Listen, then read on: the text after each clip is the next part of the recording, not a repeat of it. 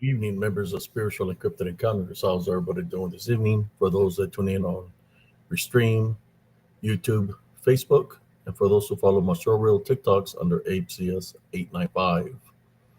How's everybody doing this evening? I'm your host, ApeCS. Tonight we have Spiritual and Cryptid Encounters Open Mic Night, where the the viewers or the audience gets to jump on as a drop a link and share an encounter or a spiritual story, cryptid, whatever they want to share. That's what we're going to do here tonight on Spiritual and Cryptid Encounters. Before I continue, I will share this link out.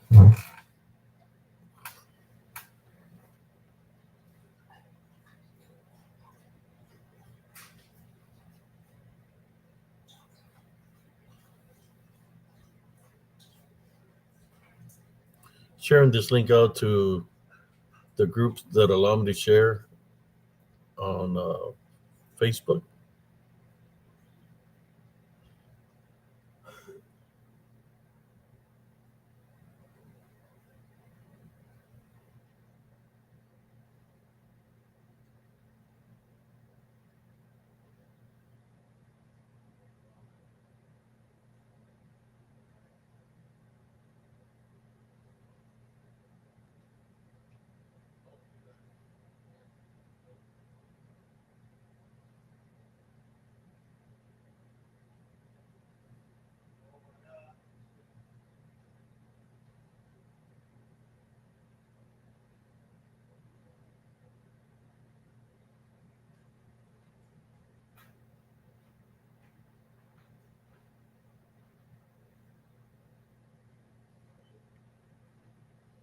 And we are about all shared out, brothers and sisters.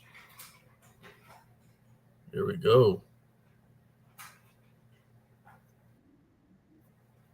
How's everybody doing this evening? I hope everybody had a wonderful day.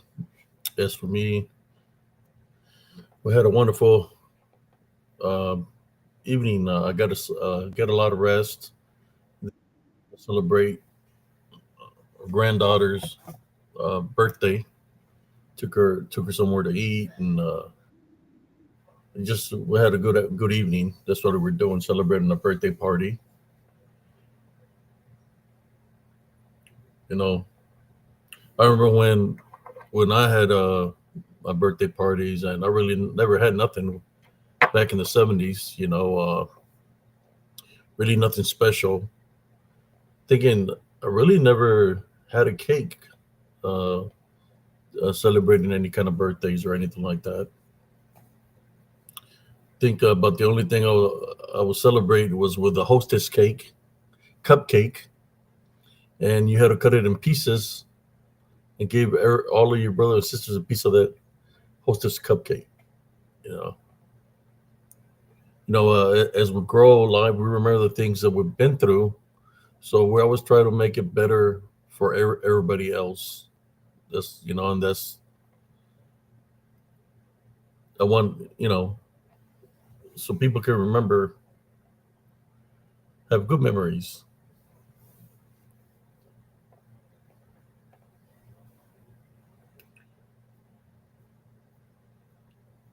Yeah, I was debating whether I was gonna do a live or not tonight. Uh, but here I am doing an open mic night here in Spiritual and Cryptid Encounters.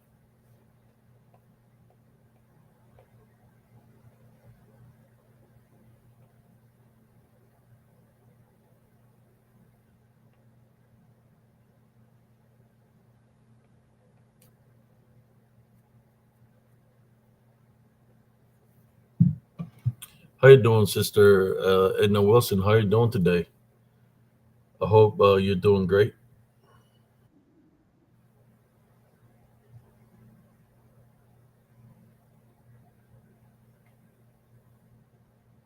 No, yesterday we had some kind of troll come in here saying certain things, and The only thing I gotta say to that, Charles, is we don't dwell in negativity here with spiritual encrypted encounters. I don't care what country you're from. I don't know. I don't care what your beliefs are. If you come in here being disrespectful, you will get booted out. Plain and simple. That's what we did yesterday to somebody coming here trolling, talking about warning us and all this stuff about certain things. I booted them out because I don't got time for that. Never seen them in this live ever before. I am doing great, Sister Edna. Tonight is open mic night for those that are here. In saying that, what I'm going to do is I'm going to drop a link already and just place it in the lobby. It'll be up on top in the chat.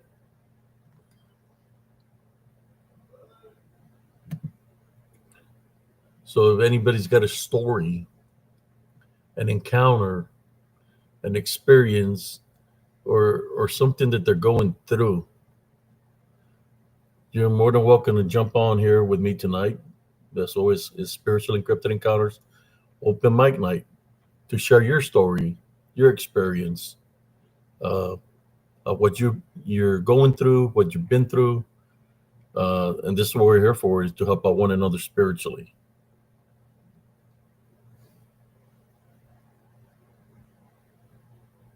How you doing, Primo? How you doing tonight? I hope you're doing great. There's a link right there. It's open mic night tonight. I heard you doing better than before, and that's good, cousin. You know you're a spiritual warrior. You can do it, Primo. It's within you. Uh, it's within you. You've always been able to do it to heal.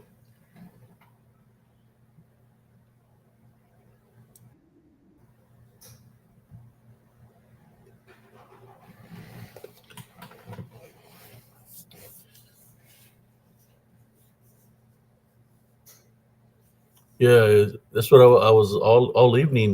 We spent. We wanted to go get something to eat for celebrate a birthday party, and didn't have no cake or nothing like that. But man, we went on a shopping spree. The ex Xavier treated his daughter. Told her buy whatever you want to buy. She went on a shopping spree. She had her little shopping cart and just just going on a shopping spree. It was pretty cool.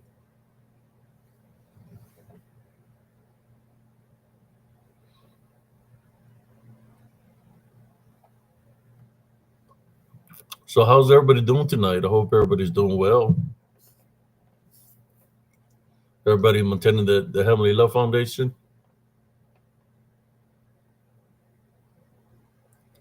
Yeah,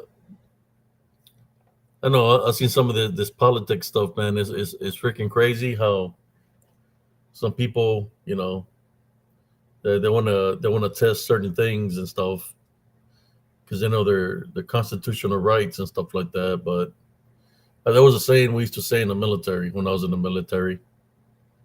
It was out of sight, out of mind, which meant if they can't see you, they ain't going to mess with you. But when you got people doing certain things and they're placing themselves out there that way, uh, and they're doing things intentionally, they can wind up and getting certain things happening right to them. But no, it's because they bring it to upon themselves. It's kind of like here on Spiritual Encrypted Encounters. I try to do the good works, the best to my abilities here, and of course, I always get targeted by people, because they don't see eye to eye what I'm saying, or they belong to a cult of some sort. They got their own ways. So they say, let's go mess with Spiritual Encrypted Encounters because he's trying to help out his brother and sister spiritually. Let's go over there and try to mess with this guy. Spiritual Encrypted Encounters is down right now because cousin Jesse is not in the picture. See, Spiritual Encrypted Encounters wouldn't exist, uh, and the thing that keeps Spiritual Encrypted Encounters going is Jesus Christ, because that's who I do the works for. Is through Jesus Christ. Anybody that's ever been here or that's joined, we run into all kinds of different kinds of people. Some people with negative attachments, where we had to pray for people, and the negative attachments will leave them, and the person will take off. We run into people that they admit it, that they belong to a cult indirectly without even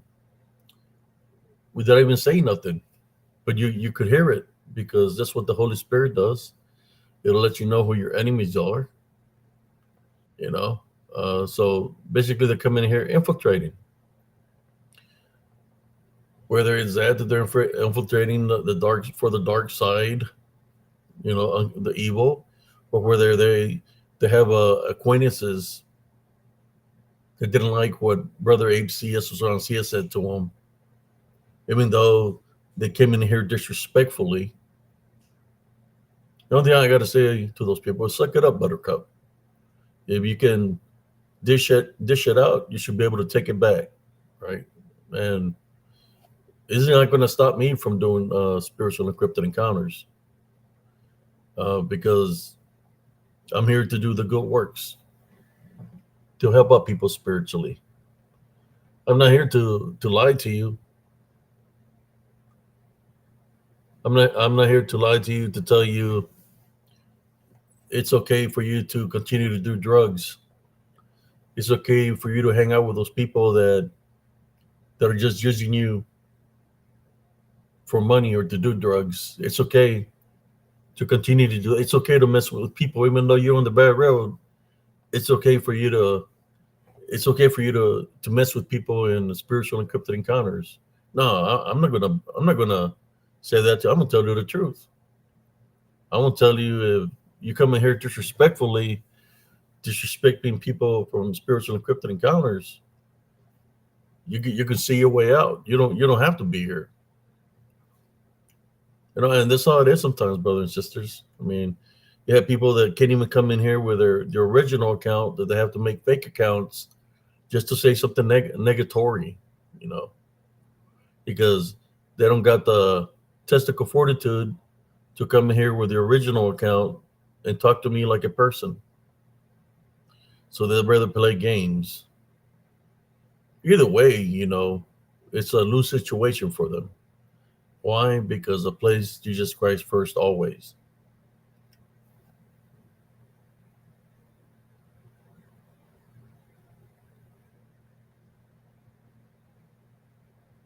There you go. He said, have initial gravitation.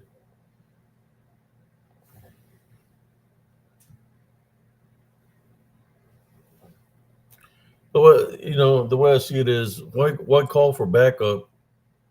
Why call for backup if you have something to say it to me without say it straight up. In Spanish, we call it al chile, right? Straight up. You don't have to play games. You don't have to play no games like, I mean, games like, guess who I am? Guess who I'm affiliated with? I don't have to guess, because you give yourself away. All I'm saying, I don't got time to be playing games with anybody.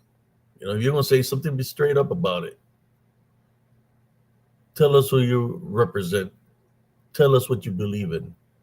Don't be playing the game that you believe in Jesus Christ, in which you do the opposite works.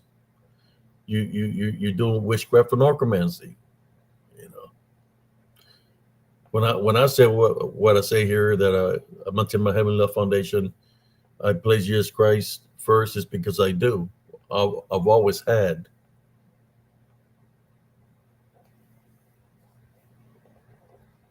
You know, spiritual warfare is very real, brothers and sisters. If anybody's got any stories, I'll drop in the link again here. See who wants to jump on and share something here with the viewers. Cryptid, supernatural, paranormal, whatever y'all want to jump on and share, you're more than welcome. There it is. There's the link.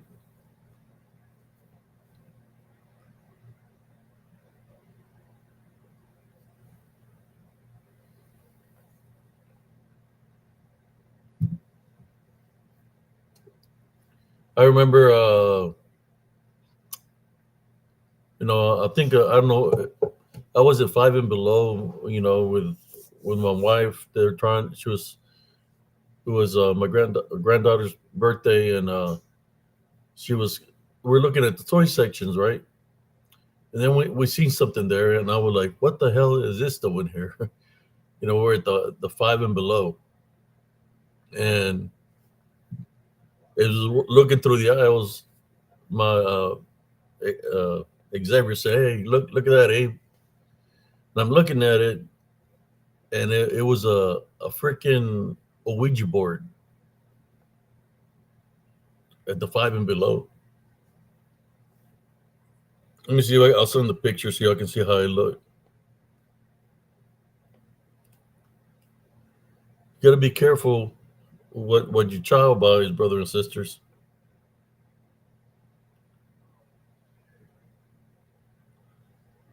Here you go. Let me send it over so I can show it to y'all. And then she's like, "What is that?" I said, "No, don't worry about that." I said, "You don't want to get that. Leave it there. There's many toys you can get. Leave that there." So let me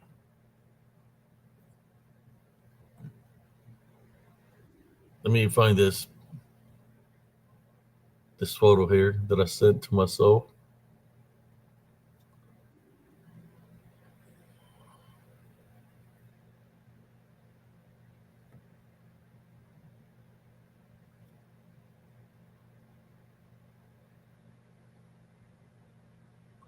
Let me share it.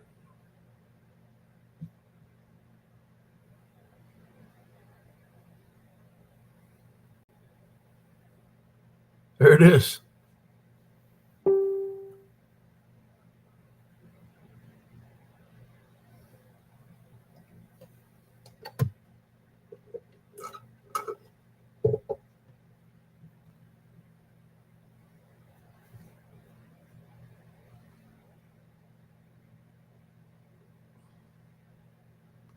Yeah, right there where the kids have all the small toys.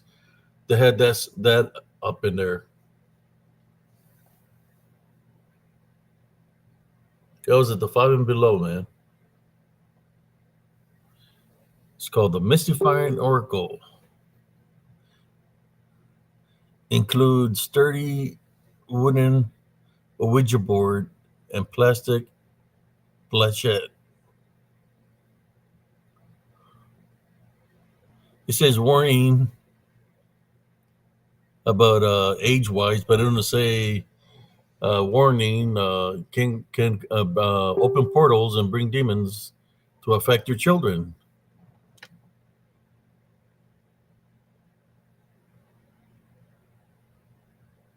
Yes, isn't that crazy?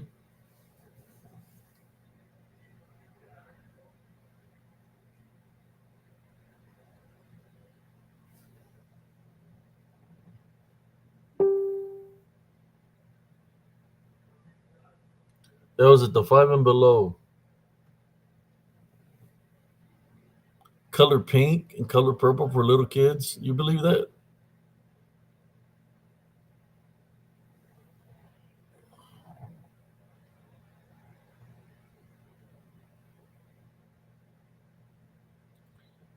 Sister Jessica, this was at the Five and Below, at the store Five and Below.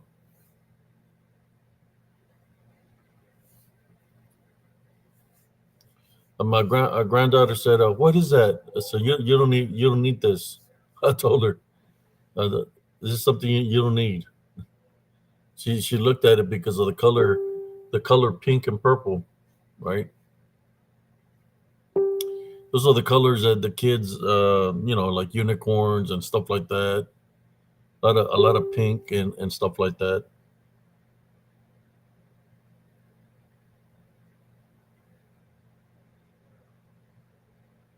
I just wanted to share it.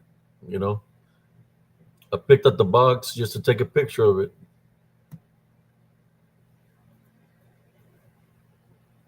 So if you do go shopping for your kids or anybody, you gotta be out there. Make sure you see what they buy. You know,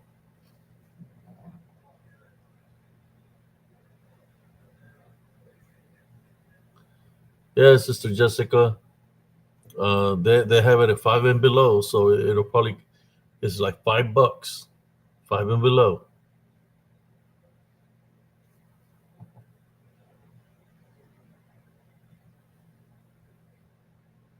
It was where all the games were. I think they had some checkers and chess, and the Ouija board was right there in the very bottom.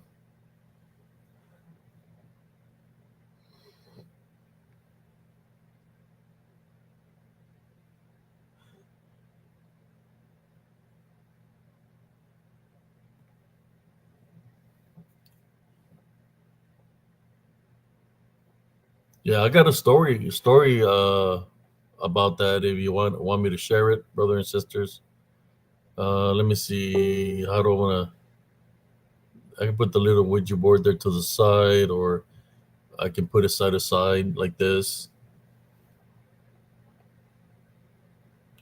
I can share a story that happened, or if anybody, yes, it opens portals, brother and sisters. If anybody's got any stories that would like to share, I got stories, but it's about y'all. Open mic night means that anybody can jump on, click on the link, and you can share a story. I got stories of Ouija boards. Uh, if anybody wants to share a story, no, since I got the picture of it, if anybody got an experience they would like to share, I'm dropping the link right now.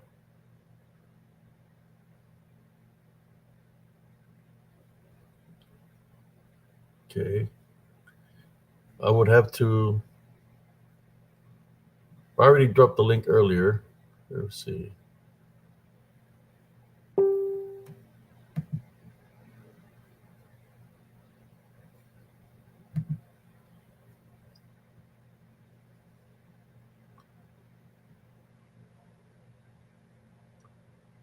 Yeah, I'll move that so I can drop the link again. I don't know what's going on with this.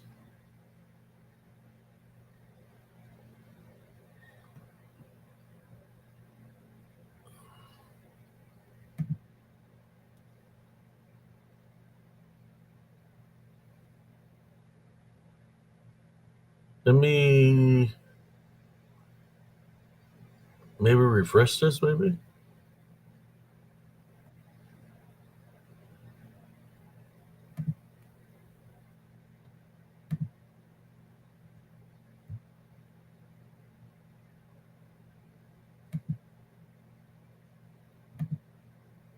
there it is.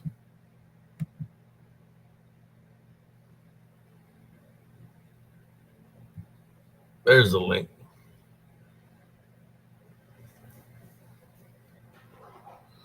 Yeah, since Halloween is coming up, I mean, then we still got a long ways for Halloween, but yeah, it's crazy. We're in August, so we still got September, then October, so still waits for Halloween.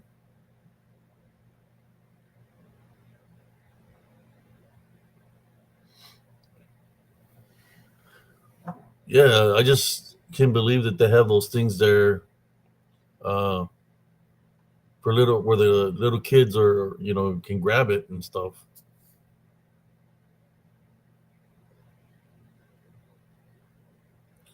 The Ouija boards are dangerous, brothers and sisters. I'm just here to let you know. Winning some things myself. dealing with the Ouija boards or Ouija board. It's not good because it opens portals and demons can come through. They can pretend to be your loved one or pretend to be give you a fake name and you think it's a real spirit, but it really isn't. It's the demon infiltrating and deceiving you, which it can start get a stronghold over you because you're giving it the opening of belief, the spiritual opening of belief. And if you have that, and you don't, some people talk about closing the Ouija board. You have to close it out or whatever. It's just a portal that's open, but once it comes through, it comes through. It can hide anywhere. It can infiltrate. You know.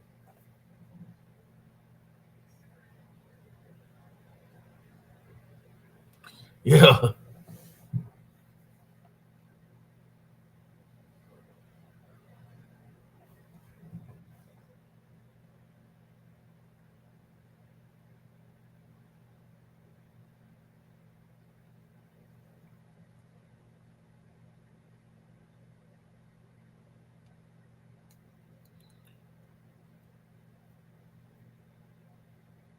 Ouija boards or portals, man.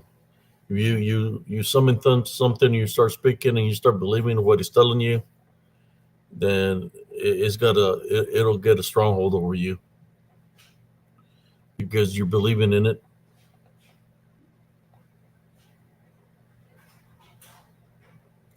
There's some people that go to sleep with the Ouija boards. Go to sleep with the Ouija boards. They wake up with the Ouija boards, and there's Brother Scott Baker right there. How you doing, Brother Scott? Hey, They go to sleep with, wake up with them, go to sleep with them, and I mean, if the portal's open, I mean, golly, it's the attachment is right there attached on them. You people can get demonized by these Ouija boards because they're the spiritual portals when they open, and demons or unclean spirits can come through there and attach itself to it. What do you think about that, Brother Scott? About these Ouija boards? well, I got a story Uh, in yeah, my. this was from the five and below, brother. I went to take we took my granddaughter out there, and Yeah. she said, "What is this, Grandpa?" And it was Who's this Ouija board that was right there. And who I said, makes that? I think I'm and I, getting feedback. Should I log off again? Because I hear myself. you might have something open, brother. No, everything is. I hit that microphone twice. Maybe am I Yeah, better now? yeah. Log out and come back in. Okay. All right.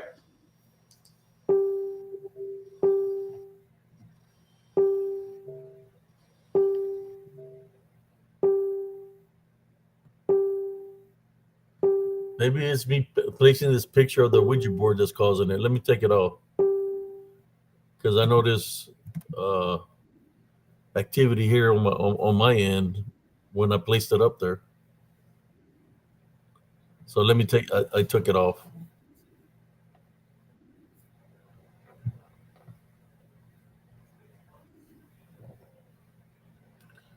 I could always refresh the link. Well, I'll wait for him to try to come back one more time, and if it does the same thing, then I'll just refresh the link.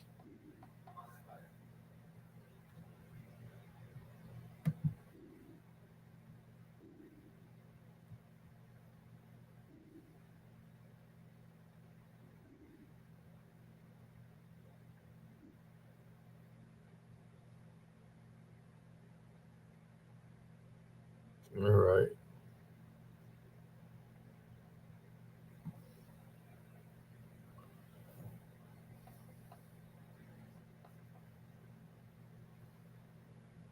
Yeah, I was having weird stuff happening when I just had the Ouija board being shown. It was some activity happening here on my end, what I can do is let me see if I can refresh the link. Let me refresh the link. That's what I'm gonna do. Refresh it and put a fresh link out there.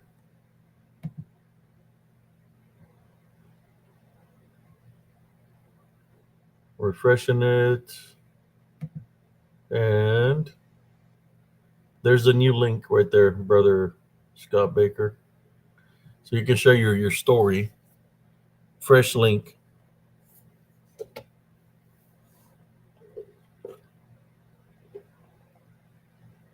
How you doing, Andres Carizales?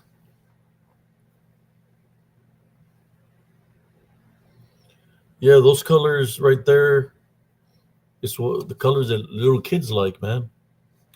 A lot of toys are out of that color. Tennis shoes, clothes. Those are the colors the kids like to wear. You know, when you go looking for outfits, you look for like purple, like pink, and stuff like that. You know, especially like for a little girl.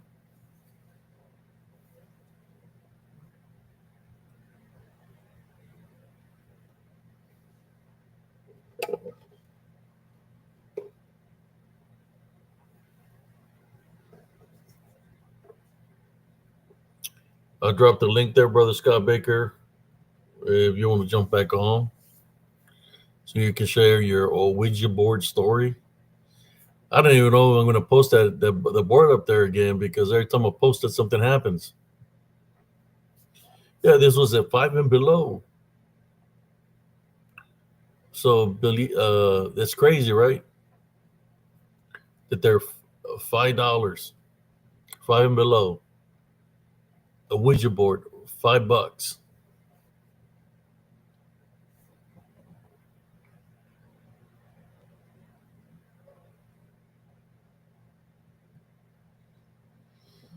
I think we totally lost Scott Baker because I don't see him nowhere.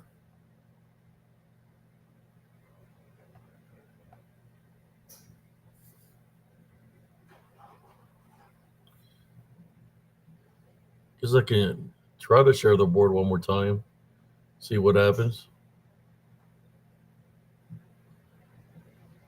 I think I logged out of there.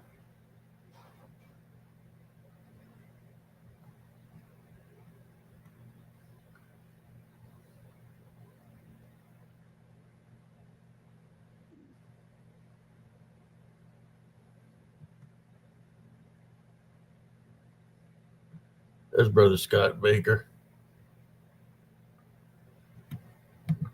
Yeah, it is acting strange tonight. There we go. Yeah, I shared that, and that maybe because I touched it, man. I touched the board because she was trying to grab it. My granddaughter was trying to grab it, and I took it because she was trying to grab that board. I can't hear you, brother Scott. Okay, can you hear me now? Yeah, I can hear you now. Okay, because that window, it comes up twice, and I haven't seen that before. Like the microphone window comes up twice. So I think the first time I hit it twice, and then I had the feedback. So anyway, so I'm here. So yeah, who makes that Ouija board? I mean, who's the manufacturer that makes that? Do you know? Ooh, Is that Milton Brothers, or I mean, that's the only one I can I cannot remember who it was, but now that it's a lot of people make them, man. It's not more. It's more than one. Unbelievable. You know, Well, you had the Ouija boards. Those are in the same time frame they will make the Raggedy Ann, and Raggedy Andy with the Ouija boards. yeah, Then they had those black balls that yeah. would like Eight, a eight ball. It was like an 8 ball or something. yeah. All that stuff, man. You know, since you're bringing all that up, wow. I mean, that's bringing back a lot of memories on subliminal satanic infiltrational toys. You know, not just, but these are like, from, I remember, cause I have two older brothers and two older sisters, but these were out in the 50s. So here it is, 2025, so, this warfare that's been going on, and, it's like, nobody really actually, I haven't really heard any stories about, since you brought that up about the Ouija board, about, that, that it's not banned in America, or they don't I've never seen any kind of news report or investigation of it at all, Abe. I've never seen any investigation on regular news or alternative news, because again, your title is specifically an eye catcher, spiritual, and the world doesn't want to hear that. It doesn't want to even come close to, what is spiritual, there's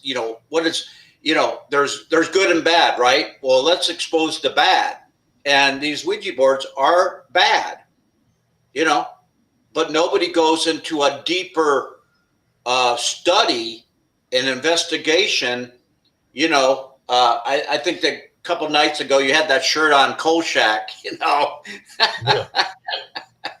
and I used to watch, I used to watch that show, and I in college I was bad in what they call rhetoric, but when it came to research, I got actually a B in that class, and I got a D, which was still passing. And but I love research. I love to investigate, and I should have been a cop. I look back on my life going like I would have been a great detective. And they probably would have kicked me out because I probably would have exposed all the corruption going on. But I think that's what I really missed the boat on. Thinking back, you go back in your life saying, well, what would I really, what was I really good at, or as, time went on, as I got older and older. And, I didn't go, my friends went into the military, but I had to take care of my mom, and my parents separated for like 10 years.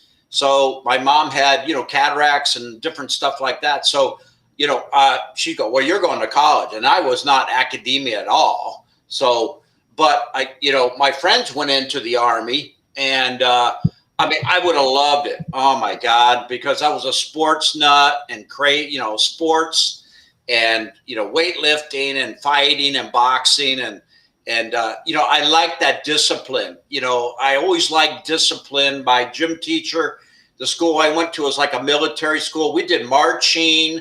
And you either had two schools. You either go into the military or you went to college. It was a kind of high school. That's what they were prepping you for. And I was like, I'm not going to academia. But I excelled in all different sports. And some of my teachers, oh, you should go out for cross country, because I was always first. Like running cross country, like in gym class, I would be first coming in, and I would purposely just pretend like I wasn't breathing hard. And I'm just getting off track a little bit, but it's discipline requires you're true to yourself, you're true to your comrades, and you're true to God, and that discipline builds you. You just don't take shit, and everybody's been tricked, and, it's like, fool me once, shame on me, fool me twice, shame on you. But yeah, Abe, you touch a big subject on this toys that have this underlying, I don't know if you know that, but especially that Ouija board. I got a story to share a little bit later, but I just wanted to touch bases more on, these manufacturers are still churning out all these demonic toys, and now it's, it's games on the computer and all this stuff. I mean, how sophisticated is that? But, in the old days, yeah, you had that 8-ball thing with the eye. And I can't remember, if people can come on, or in the chat, put some of those names down. But, I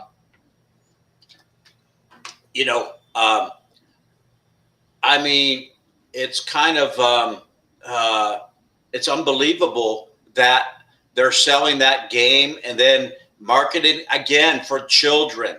That's the thing. It's always been marketed for children, I mean, it's like this adversary wants to, it's out to steal, kill, and destroy. Just what the Bible says. That's what the devil's out. That's his whole, MOS is this adversary's out to destroy humanity. And man, and yeah, you do see these toys and games that end up in, the 99-cent store and all this. And this mainly it's, made in China. A lot of it's churned out in China or Taiwan or something like that. So you see the logo. And I mean, you don't see very few games that are made in the United States anymore. They used to make a lot of toys, like the Matchbox cars and all that sort of thing, army stuff. And, I mean, even toys like army, guns and stuff, at least, that has a message like, you're here to protect the country, I mean, it's about, once you get older, they talk about the enemy. Well, who's the enemy? The enemy wants to destroy America. This is the last country, folks, left on earth. There's nowhere to go in this country. This is the only country left. You can't go anywhere. This is it. This is it. So yeah, Abe, that Ouija board with the colors, to appeal to little girls. And then, the parents of today, I mean, they have no clue. They have no clue today about that, about what the danger is in on that. And I've heard a couple channels, maybe one, talk about it, that a guy, they did it and something bad happened to him. So they did realize, but that's later in life. They were older adults going back in their lives to look at that, saying it was bad. Well, hey, what about now that, children that are 8 years old, that are enough, to learn to know how to read and play some game, and their parents go out to dinner, or they're in their room, instead of playing on the computer games, they're playing this game or something like that. Yeah, and you had mentioned Dungeons and Dragons, Abe, before that yes, game. Dungeons and Dragons. Now I played Axis and Ally. I mean, here's the thing. I was not a game person because I was like into sports, and I had no time to sit down. I mean, what we did as when my parents, we played poker. That's what we did. We played card games. And that's what they had back in their day. And I don't recall any kind of satanic game that they played at all, but it was always cards. It was poker and different games with the card. It's always, playing cards and playing cribbage or something like that. But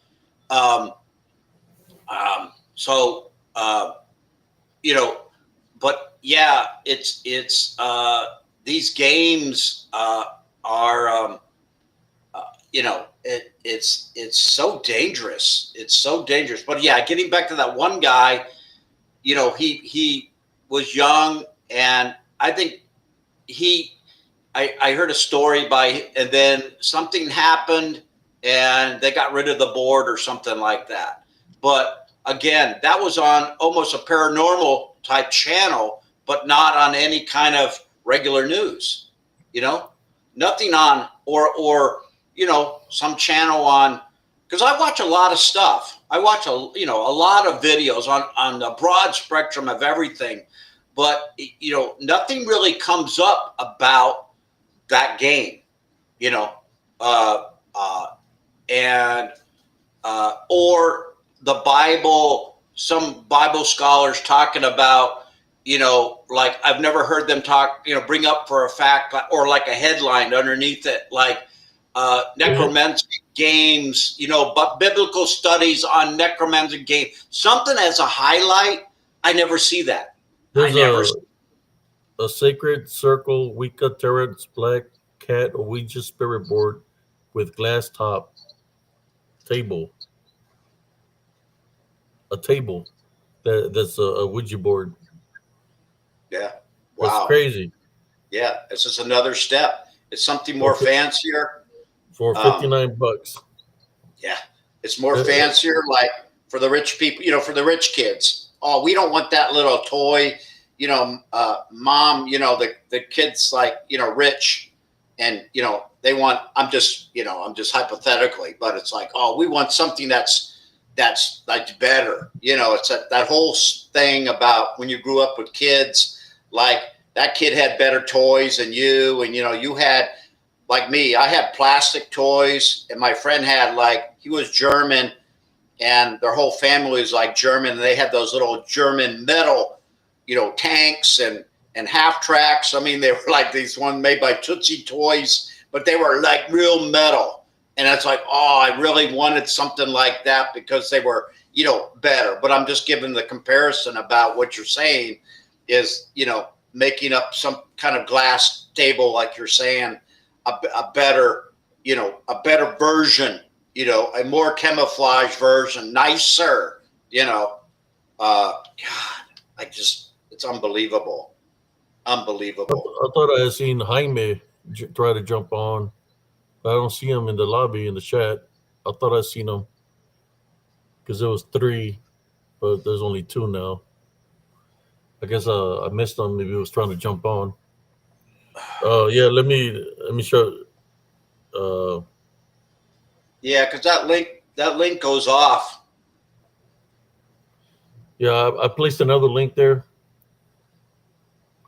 I don't know if he's there or not.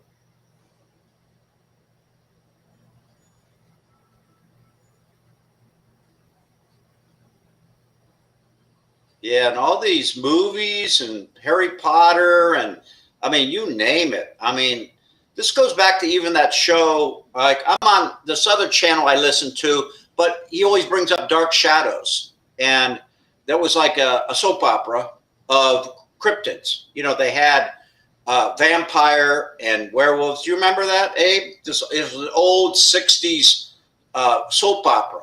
It was called Dark Shadows. You recall that? I remember. Yeah. And the thing of it is they had episodes about necromancy and the whole thing. So it was very subliminal, but it's kind of like, again, what's the, people are fascinated about, people turning into werewolves or vampire, this whole horror aspect of stuff. And hello, Abe. So, yeah, hey, Jamie. Oh, hello, guys. Hello, Abe. Hello, Scott. Hello. How you guys doing? You guys can you hear me? Can you hear me? Yeah, you might want.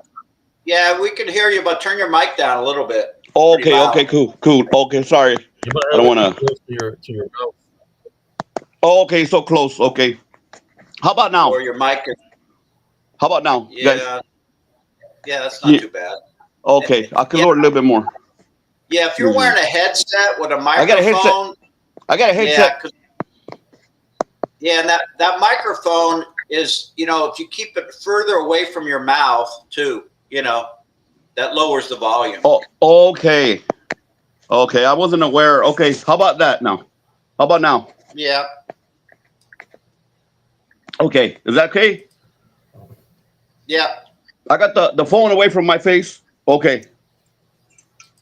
And Okay, go ahead, Scott. You're gonna finish. I was just listening to you guys. I didn't know if I tried to get off, and I didn't know if I was still on, and I came back, and you guys, I was on. So Yeah. I'm gonna make the best of it for a little bit. I don't want to interrupt. Go ahead, Scott. The last topic I mentioned, I got hooked. I was in 4th grade, and my friend, he got me into this, after school, and I would even go to his house after school because I think it came on at 4:00 Eastern time. Dark Shadows, that soap opera, kind of talking about, and I was like hooked, man. I was like, I guess it was during the fall, but I would go to his house, and then after, these soap operas, it's even in 4th grade. Instead of me going out to play baseball, or whatever, I started to get hooked to watch on TV, these episodes, and I guess it's very similar to what all of us do. Like Abe was into World Wrestling Federation, and everybody's got their they watch TV and they like all this stuff, and that was the same thing with those Dark Shadows, and so I got into that for a while, and then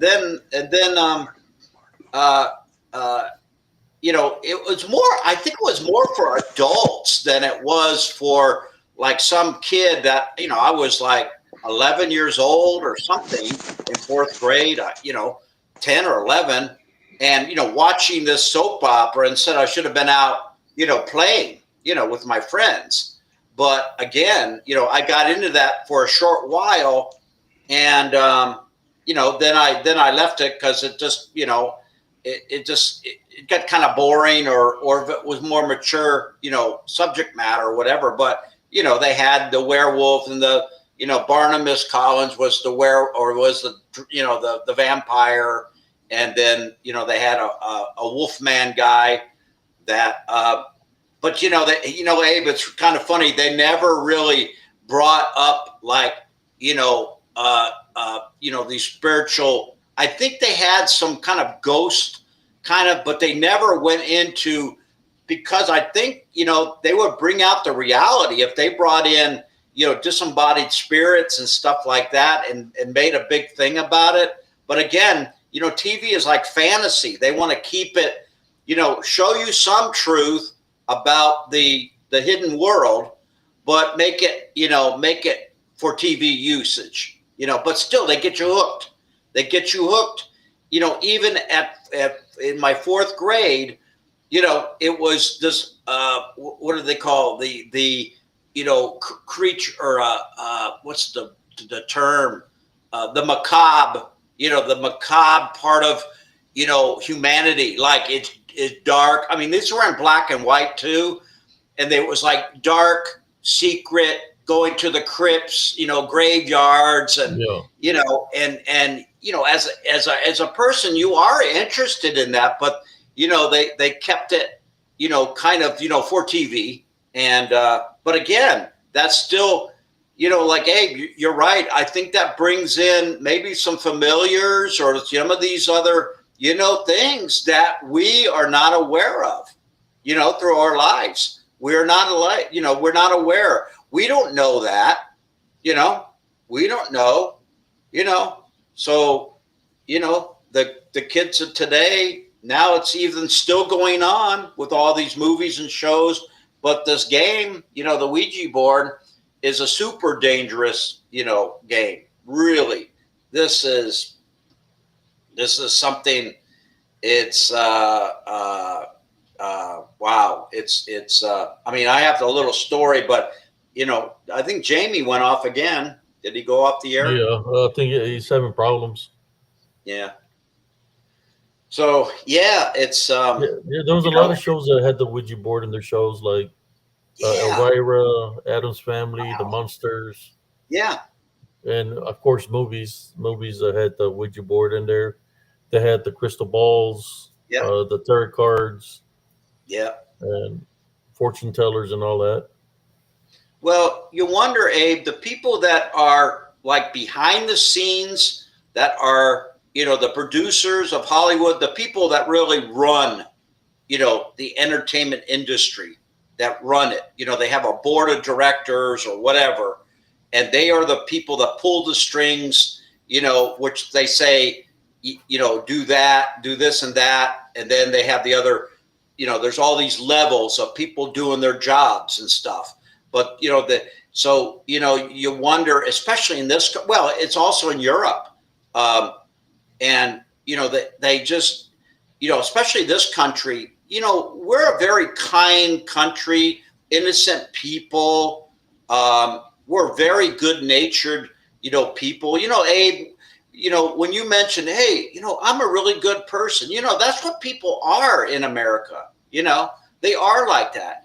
And it's like, there's some underlying dark force that hates that with a passion, that just hates it with a passion. And whether is I'm not going on and on about this, movie industry or the game industry, but like, has anybody investigated, like who is behind this curtain, that are, it's got to be, these board, because I've been involved with some import export history of my jobs. And when you have a board of directors, those people can actually vote the inventor out, out of their product. They can, it's called investment. Like you invest, they'll force you to invest in your company and then they'll buy you out. And then when you're the inventor of something, it's like, you don't got nothing. You're done. They buy you out and you got nothing. That happened to a guy, not to get off the subject, but the guy who invented rollerblades, the skating, those skates you put on for rollerblades. Well, I used to work import export and up in Minneapolis, which the guy invented it.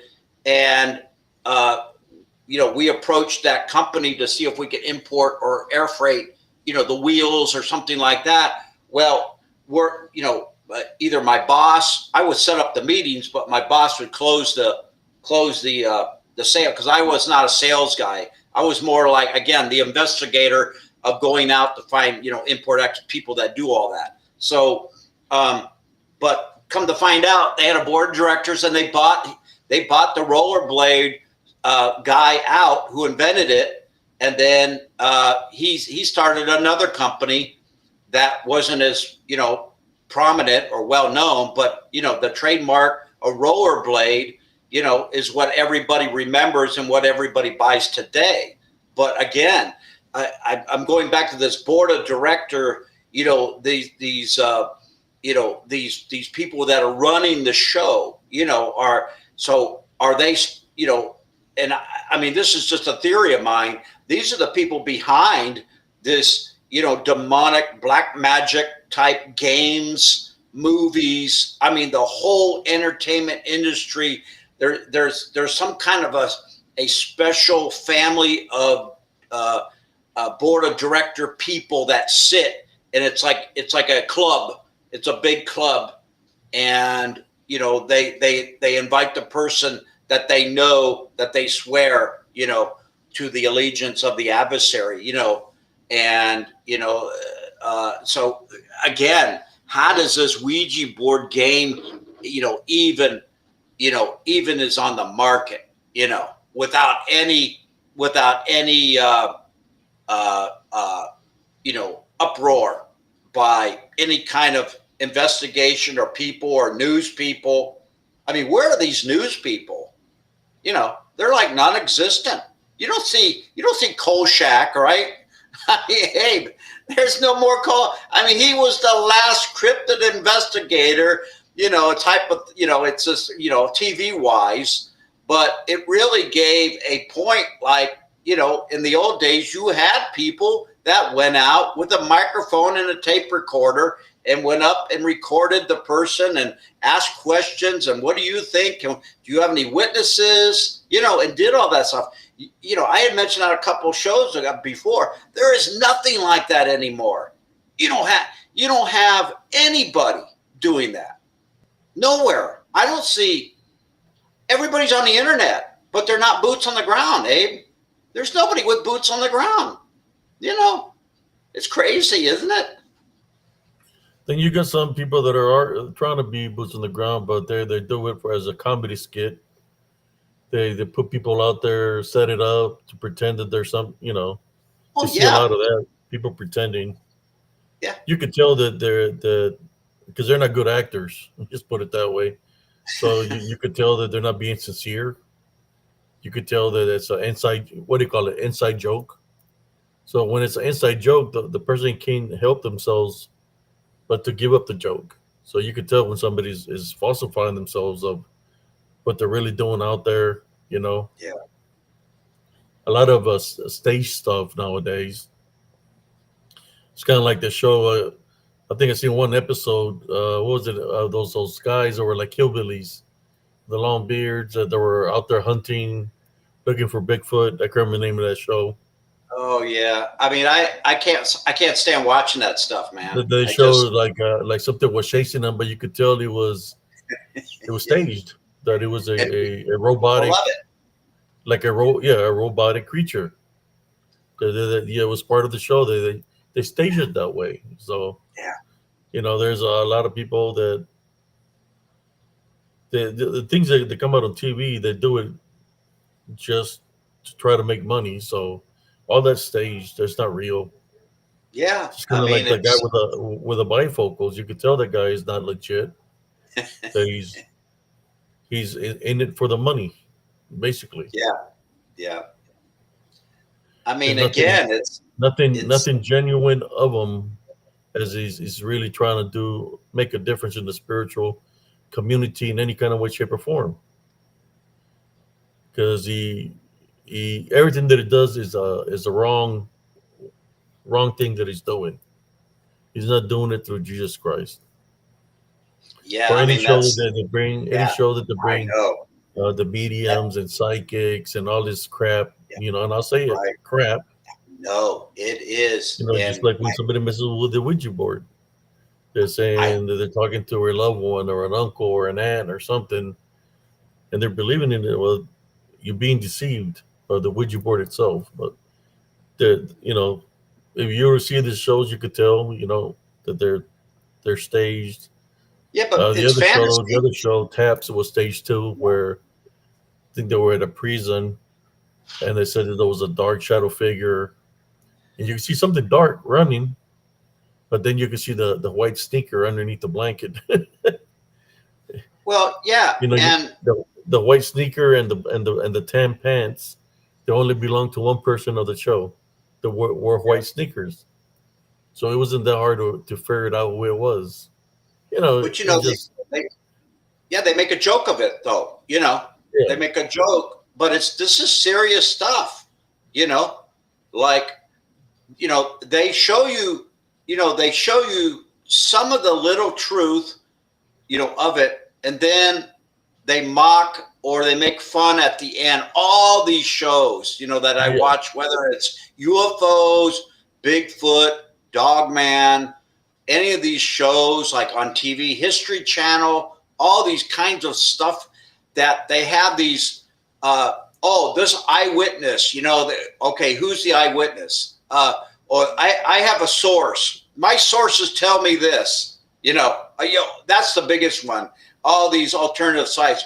Well, my sources tell me about such and such. These are, whether it's military, whether it's this, whether it's, about politics. My sources. Well, where's Kolchak going out, to interview, Now, there's been a couple of these people that's done that, but it's kind of like, who runs TV? Who runs, Google? Who owns Google? Who owns, all these channels and the platforms? It's got to be the board of directors, and then they probably have subset of these board of directors, whether it's cryptids, whether it's political, whether it's a military. I remember when I moved here in Phoenix, they had a channel 98, which was Cox Cable, and it was an independent channel. Like, anybody could come on, and they would do like church stuff and like a public access. It was like a public access channel. And I used to watch, they used to have like the board of, director meetings, like city council stuff. And, and then they'd have like church and then music, people would come on and play gospel music or, just different things like that. But it was on this station from your regular, internet cable. It was like channel 98 or something. And, of course you had to pay for the internet and all that stuff. Today you have the computer and you can get everything on the internet, so, but back then, and then they stopped it because again, it was like educating, people on giving people the freedom of choice. Like, for example, let's just say somebody wanted to come on and talk about, games that were, that are possibly banned in other countries, but games that have a serious demonic flavor to it, and talk about stuff like that. I maybe there were people that did that, and they just started closing these channels down. So they stopped that channel, and it's kind of like what you're doing, Abe. Now you're like, this is a free form. People are able to come on here, freely tell their story, and it's a free platform. And that's what that Cox channel, free educational channel was about. And, as long as you kept everything clean and so forth, you go down to the studio and do what you need to do. And and I remember I saw a guy on there, he was like a preacher about, he does deliverance stuff. Folks. That's like spiritual warfare, but it's like delivering people that have attachments and so forth. And I invited him over to my house one time, and then they stopped. But I remember seeing him on that channel 98. Then they got rid of that channel, and then he's on a regular AM station in Phoenix that he does still. And then he has a church also for this. But I invited him over because I saw something free on, back then. And that was like in 98 or something like that. So, all that TV stuff is gone. There's no public access on TV at all. Yeah, that's right. That's right, Scott. Just first want to say I love that shirt you got, Abe, of Kojak and Thundercats. Just want to put that out there. Yeah. Just want to put that out there. And talking about the inventions, hey, you know what, Scott? If you got a good invention, if your invention is noticed and it will take out an industry, you will get blackballed. Did you know that, Scott? You will get blackballed. Why won't my patent go through? Why won't my patent go through? And it has happened many times, Scott. They go, this guy's gonna take out this industry. His invention is genius. It's awesome, but he's gonna wipe out this industry with this invention. And that's the cabal involved. That's like the CIA involved. That's all the government involved. They don't want someone to come along and wipe out the oil industry, or any other industry that these board of directors, these billionaires, they don't want to lose their money, their power and money. Scott, did you know that? That shit goes on. Oh yeah. That's and with that. Yeah. Yes, it does, and it has happened. There was a gentleman from the South, Scott. I just finish up real quick. There was a gentleman from the South. He invented a machine that produces electricity, and he tried to get a patent on it, and they stonewalled him. He was stonewalled over and over and over again. And then here comes some guy from another corporation visiting him. He heard about him and he tried to make a deal with him, and he got pissed off. I mean, this guy he's on YouTube. His story is on YouTube. And he got pissed off, and the man, the inventor, he was a bodybuilder. He was into health, and he was a pretty big guy. He got pissed off. I mean, he was gonna beat the shit out of that guy, out of that investor, because he knew what was going on. He goes, "Oh, you bastards, you!" Oh man, he was pissed. Yeah. I remember this. It's on YouTube. You can look it up. He got pissed, man, because this guy. You guys are snakes. You guys are, Well, and that's it's true. these It's true, Scott. It's true. These investors are like what I was telling before. They have a board of directors, and they have these investors, and they'll force you to join, this investment group, because they'll say, well, we're going to go public, and we're going to do all these things, to make money, and all this sort of thing, and they'll end up, I mean, I think there was a movie. I think Joan Crawford, there was a movie called Mommy Dearest, and she was on the board of Pepsi, that Joan Crawford, and it's a true story on the movie, and they tried to screw her, the same way. And you know what she did? She goes, and this is a true story on this, and she was very cruel to her daughter, but she was on the board of Pepsi Cola, and she built Pepsi Cola up, and I'm just, linking it to this investment, people on patents and so forth. And, she threatened so they tried to kick her out. And then what she did, she said, like, you're going to try to screw me. Well, I'm going to go to Coca-Cola and say your product Pepsi is so crappy, so they stopped her in her tracks going, oh, no, don't do that. We apologize to you. But what I'm trying to get to, that movie is it's factual. But yeah, but getting back to these games, Jamie, here you got, these games are, this Ouija board came out. When did it come out, Abe? It's got to be in the 40s, or how old is that game? Oh, yeah. Go ahead, Abe. It was in the 30s, I think. It's old. That game is old. Scott's been around for years. Go ahead, Abe. Yeah. Go ahead. It's been, I don't know how long it's been out, actually. If it's something that was used back in the day, I'm talking about a long time ago. Yeah. We know that certain pentagrams were used to summon certain things. So I just don't know how the Ouija board is affiliated with the pentagrams and stuff like that people would summon things. Yeah. Those pentagrams, fellas, they're used in sorcery. They're used in invoking spirits. That's what they're for. They paint them down. They put them on when the magician, whatever, the sorcerer, the witch, they paint them on the floor on their private area, wherever they live, whatever. They do their secret rituals, and they do their incantations, and they summon evil spirits. And they've been used for that for a long, long time.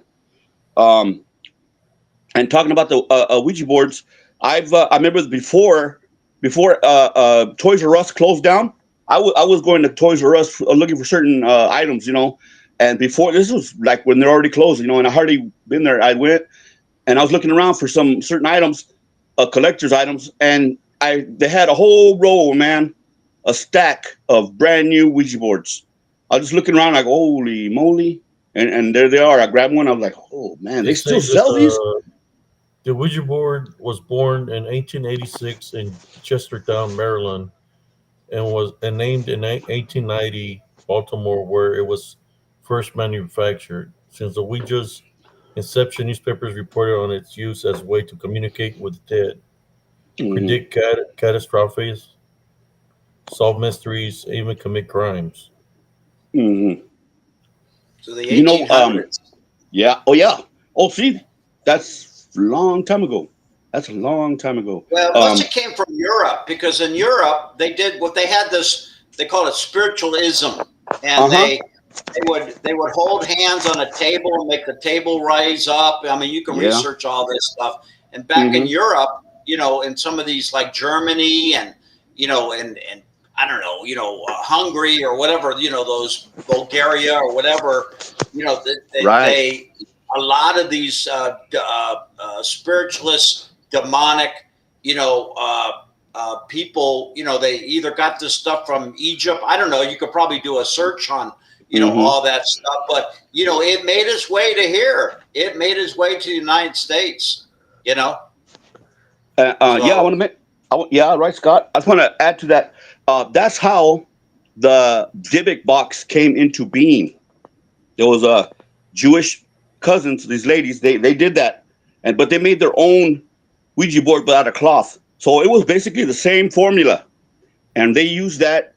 And the lady, they actually brought something over. They crossed something over from the dark side, and that lady, she used the box, the wine box, to capture it and put it in the box, similar to what King Solomon did to the demons with the brass containers. So that's how that came about. I just want to mention that. Go ahead. I digress. And, Go ahead. The Bible says, here's the thing. So the Bible, these Jewish scribes and the Sadducees and the Pharisees, they obviously, were doing all this stuff too. They had these prophets. I mean, it goes back to Daniel. I mean, all this Old Testament stuff. So, I mean, we're talking like, this is ancient kind of stuff. And, some of these people, they immigrated here, into America. And again, they probably got the patent, like you said, but, getting back to patents, that whole industry, I looked into that. I did some research into patents. And here's the thing about that is they'll have somebody that has that, mechanism, but that already have it, or that was stolen by, the government, military, industrial complex, whatever. But you have to put an addendum on it, meaning you have to make something, use that, patent, and then you have to add something to it to make a new patent, and then you're still denied. I mean, this thing is so rigged, that whole patent office is so rigged. And the people that I met in import-export, they're so secretive on, their patents, because a guy told me, he goes like, because we'd go into the offices, on some of these people that have these inventions and stuff, and these are products, all right? For example, Libby's Juicy Juice, those boxes where you put the juice in so the kids don't squeeze the box and the juice. Well, we were importing those boxes from, manufacturer in China, and the guy was telling me like, they're gonna knock us off in 3-4 months, and make a duplicate of that, and you've seen it all the time. So, this whole thing about, patents, I just want to touch bases a little bit about that. This stuff is so, unbelievable, especially Asia, they're copycats. They'll, they copy everything. And, the U.S. has a big problem, about Asian, counterfeit stuff and everything like that. So, go ahead. Scott, that's why they've busted college students from China stealing technology, chips. Did you know that? Yeah. They're that's how you cut the legs out from under these our companies. They straight cut the legs out because they steal the chips, the newly manufactured state of the art chips, and they steal them and they go to China. They take them back to China and they copy them, and they sell them back to us. Scott, we've been so stupid. Our country, our trade has been so stupid. I mean, we have a lockdown on all technology, and everything should be our new technologies, chips, because it comes from us, not from China. They just copy everything, Scott, and we should have a lockdown on that. My high security, and they send spies over here, students, and they're spies undercover, Scott, to get into these corporations. They get real chummy with the board of directors, who as high as they can, and they find out how we make them, what materials we use, and all that. Yeah. I just want to add that. The thing of it is this world. Like I'm going to bring up this board of directors again. We're talking about, if you're going to talk about chips, you're going to talk about, it's not quality, it's quantity. So these chips, they can sell them to, Africa, Latin America, oceanic countries, all these Asian, South Asian, they can sell all these copycat chips. But and because it's quantity, they can duplicate all these. So the only country I see that I've heard that is really very tight is Germany. They're very strict on their inventions, and like nobody's gonna copy stuff. They're pretty smart about what they invent. But yeah, but again, getting back to your Toys R Us, I mean, look, the China's, those Ouija boards are coming out of China. They got to be coming out of China because to have them selling it to big lots and I don't care what store it is, Walmart, all these, they're 5 and below now. That's where I was at, where the Ouija board was, 5 and below. Crazy. Oh, that they still sell them there, Abe? Is that store still in operation? That store is. This picture I had posted earlier. Oh, check it out. They still sell them in that store, man. Wow. 5 and below, man. I was there trying to buy toys, and my little granddaughter's like, "Grandpa, what is that?" And I grabbed it. I said, "It's nothing. It's not for you to play with." And well, what China does, they send it to Mexico, all the shipments, because that was an import-export, to like, okay, there's duty costs, that China doesn't want to pay if this stuff is coming into the country. And so China they'll send these containers, to Panama, and then they'll strip them and they'll truck them over to Mexico, and these things are shipped, air freighted in, to the dollar store and the rest of it. This is how this country is being undermined. Is all this import export. It's all been infiltrated. There's no customs. I mean, the customs agents, and I mean, this stuff is so overrun now that. But China, they use Mexico, as their third party, and even people, they immigrate from Chinese people they go to Mexico, or they'll go to South America and immigrate from there to the U.S. to get in, Scott, they just busted. Excuse me, sorry. That's old. Yeah, Scott, they just busted this Chinese company at the L.A. San Pedro, where the ships come in at San Pedro. I've been there, and they busted these Chinese smuggling in counterfeit items. I mean, they were paying off the dock worker, the people that work at the they work there. The people that they accept, the ones that accept the items and they inspect it. They had these guys bought. They were bought for every load. They were getting 10 grand or more. Yeah. But now that Trump put all these tariffs on all these countries, believe it or not, Trump says, we have so much money coming in, billions, Scott. It's in the billions that Trump even considered giving everyone in the United States under certain conditions a check, a stimulus check, Scott. Just like sign right here, and if this and that, if you qualify, here's a check. It's coming to you. That's how much money Trump has brought into the United States. Billions, Scott. Abe. That may be the reason. Good. That's one hell of a thing, man.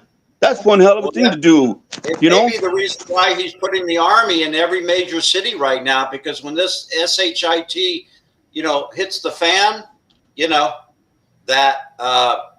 squash this, because the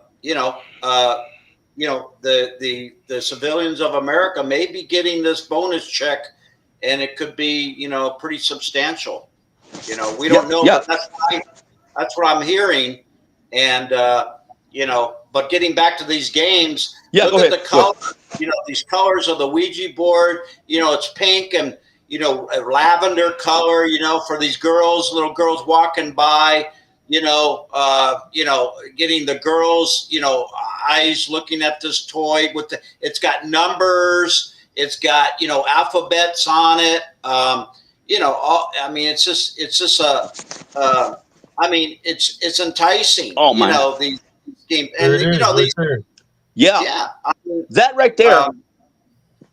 You know what? Everybody, millions of people have these items. This Ouija board, just that right there is not everybody. I believe that not everyone has something going on that happens, when they play with it. But the people, there are some that are out there that it does. They're gonna have contact, and that's gonna be the beginning of a bad. That's gonna be a beginning Well, of. what's going to happen is the child's going to go when they're about 8 years old. They'll be sitting around with the parents, and the parents are talking and stuff, and the kid's going to ask one of the, the older daughters or the older son, the friends or something like, comes to their mind, like, oh, I saw on a Ouija board at, $5 or less or whatever. And then they'll start up a conversation going like, oh, yeah, we had, it'll be a positive kind of a conversation. So the kids are going, it's kind of, they don't know that, but they're like talking about it and stuff. So it's putting that message into the kid's head going like, well, next time I go to that store, I'm going to save up my money and not, and then the parents go, oh, son or daughter, that's that game. They may not even, they're probably about 80%, 90% know. Oh, they don't know. They don't know how dangerous it is, Yeah. And they go to church and you think the pastor is going to talk about this stuff. I've never heard, I watch a lot of videos. Usually the caption will, I'm like a magnetic. It's like steel and I'm like a magnet. I mean, I'll get drawn to it real quick, but it's kind of like, so, it's families talking about it. And, again, it gives that message to a child or whatever. They grow up, or they watching on TV. They see some, sitcom show, and I'm not going to name what show, but there's gotta be some show, on, TV back in the 70s, 80s, 90s, whatever, and they're playing the Ouija board. I bet you can probably look that up on YouTube. Like the show, Ouija. Oh yeah, there's a movie already out. Yeah. Well, look at. In the 80s, there was a movie. And then even in the 70s, those shows that we're talking, Vincent Price and all those shows that have Ouija boards. I don't remember I don't remember Dark Shadows playing the Ouija board, but they were like having seances, which is really the same thing. They're holding hands, and they're praying for these ghosts to come out or whatever. I guess you can look it up again, but this all comes from like, this European, and it's coming up from, it all stems probably from Egyptology on, reincarnation and mummies and all that kind of,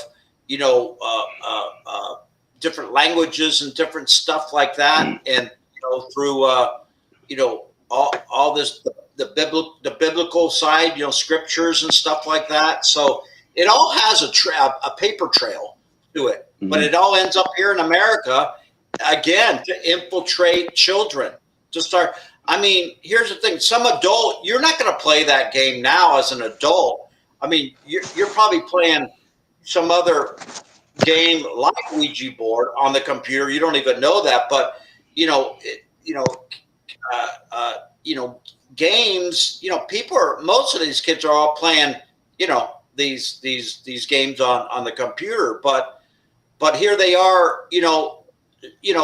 A family that doesn't make much money, and they go to that $5 or less, and they want the kids, to be happy for Christmas or some holiday, some gift, or something, to keep the kids busy, So, it's, I mean, I'm not saying low income kids are buying that, but it may be marketed for that. But again, they're children, they're children. And, and these games are obviously, if it's $5 or less, it's got to be, it's made in Taiwan or China or, South Korea. Very few you'll see any of that stuff made in Japan, but it's coming up from Mexico, whether they're, because they don't want to pay the duty costs or the these extra tax costs, but yeah, I mean, this stuff is super dangerous, super, super, super dangerous. Yeah, somebody mentions that divination and necromancy. That's the term, and yeah. I know you said you had a story about the Ouija board. Yeah, I'm just reading somebody said The Exorcist was based on a movie of a boy who played that.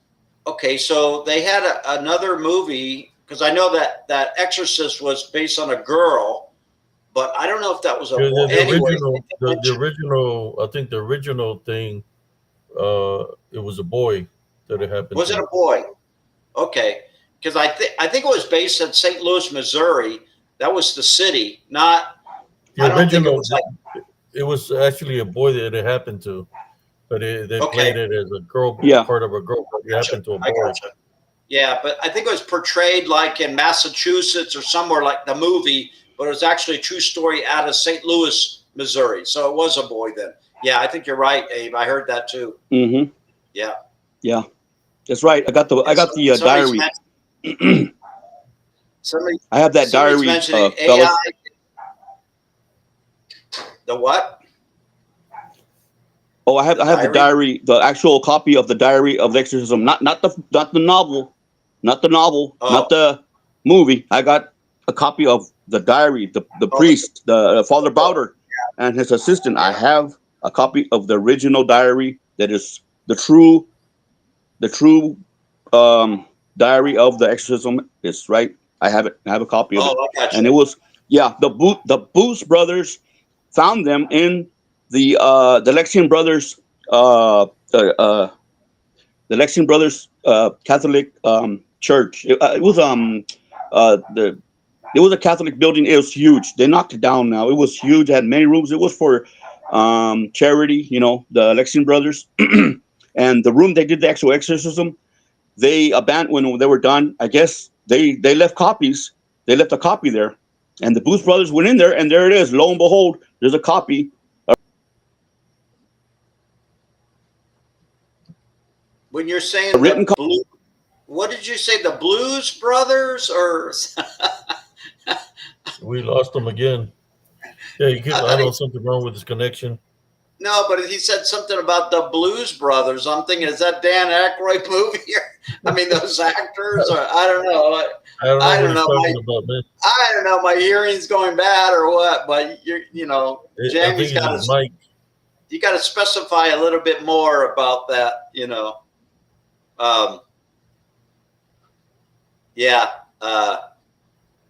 Like I said, I saw that movie and that disturbed me, Abe.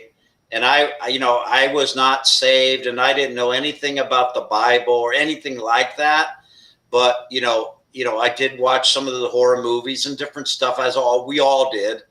And, but when I saw that, it's kind of like, I think I read the book too, because my dad was very into reading books and he had that book or something. And I think I don't even know if I read it all the way, but that movie, it did something to me, man. When I got home, I could not go to sleep. I could not get that out of my head, that movie, and normally all these movies don't affect me like that, but that one had some kind of a, psychological trauma it's like a spiritual opening, because what they're talking about, and it's like an opening, you're seeing somebody being possessed, that's like an opening, you get scared or whatever. This is a spiritual opening. Well, you know what they did, Abe, and they showed this, because my sisters would tell me, I think they saw it too, but they go like,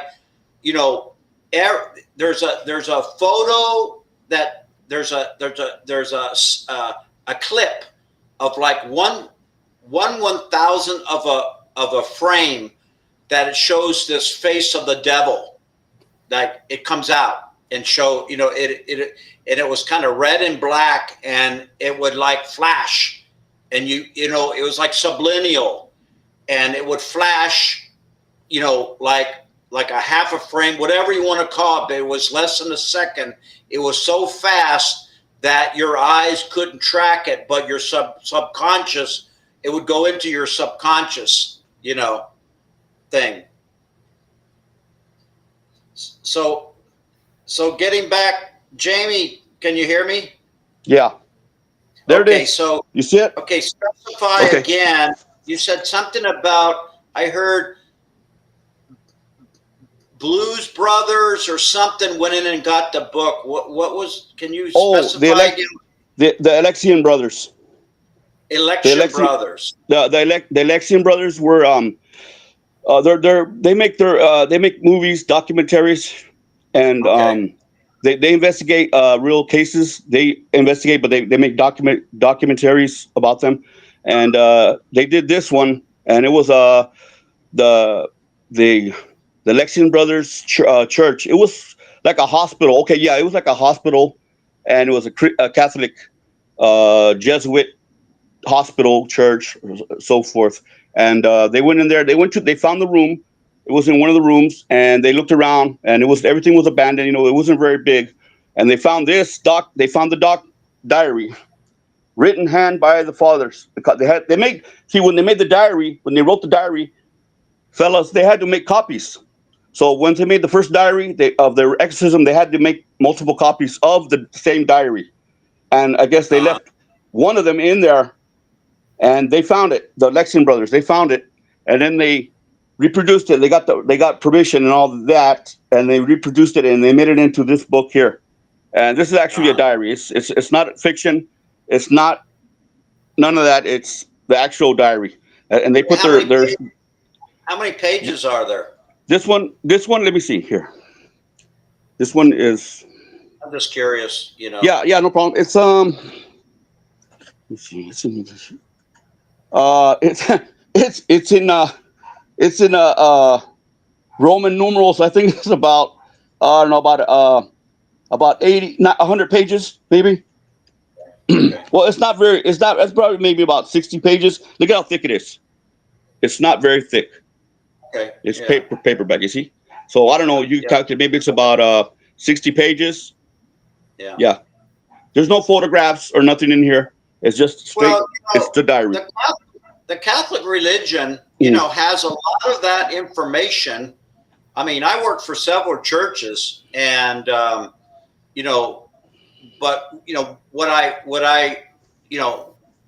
I worked at churches, but they never, ever discussed anything like that. Of course, I was into the maintenance, but the Catholic religion does have a lot of information.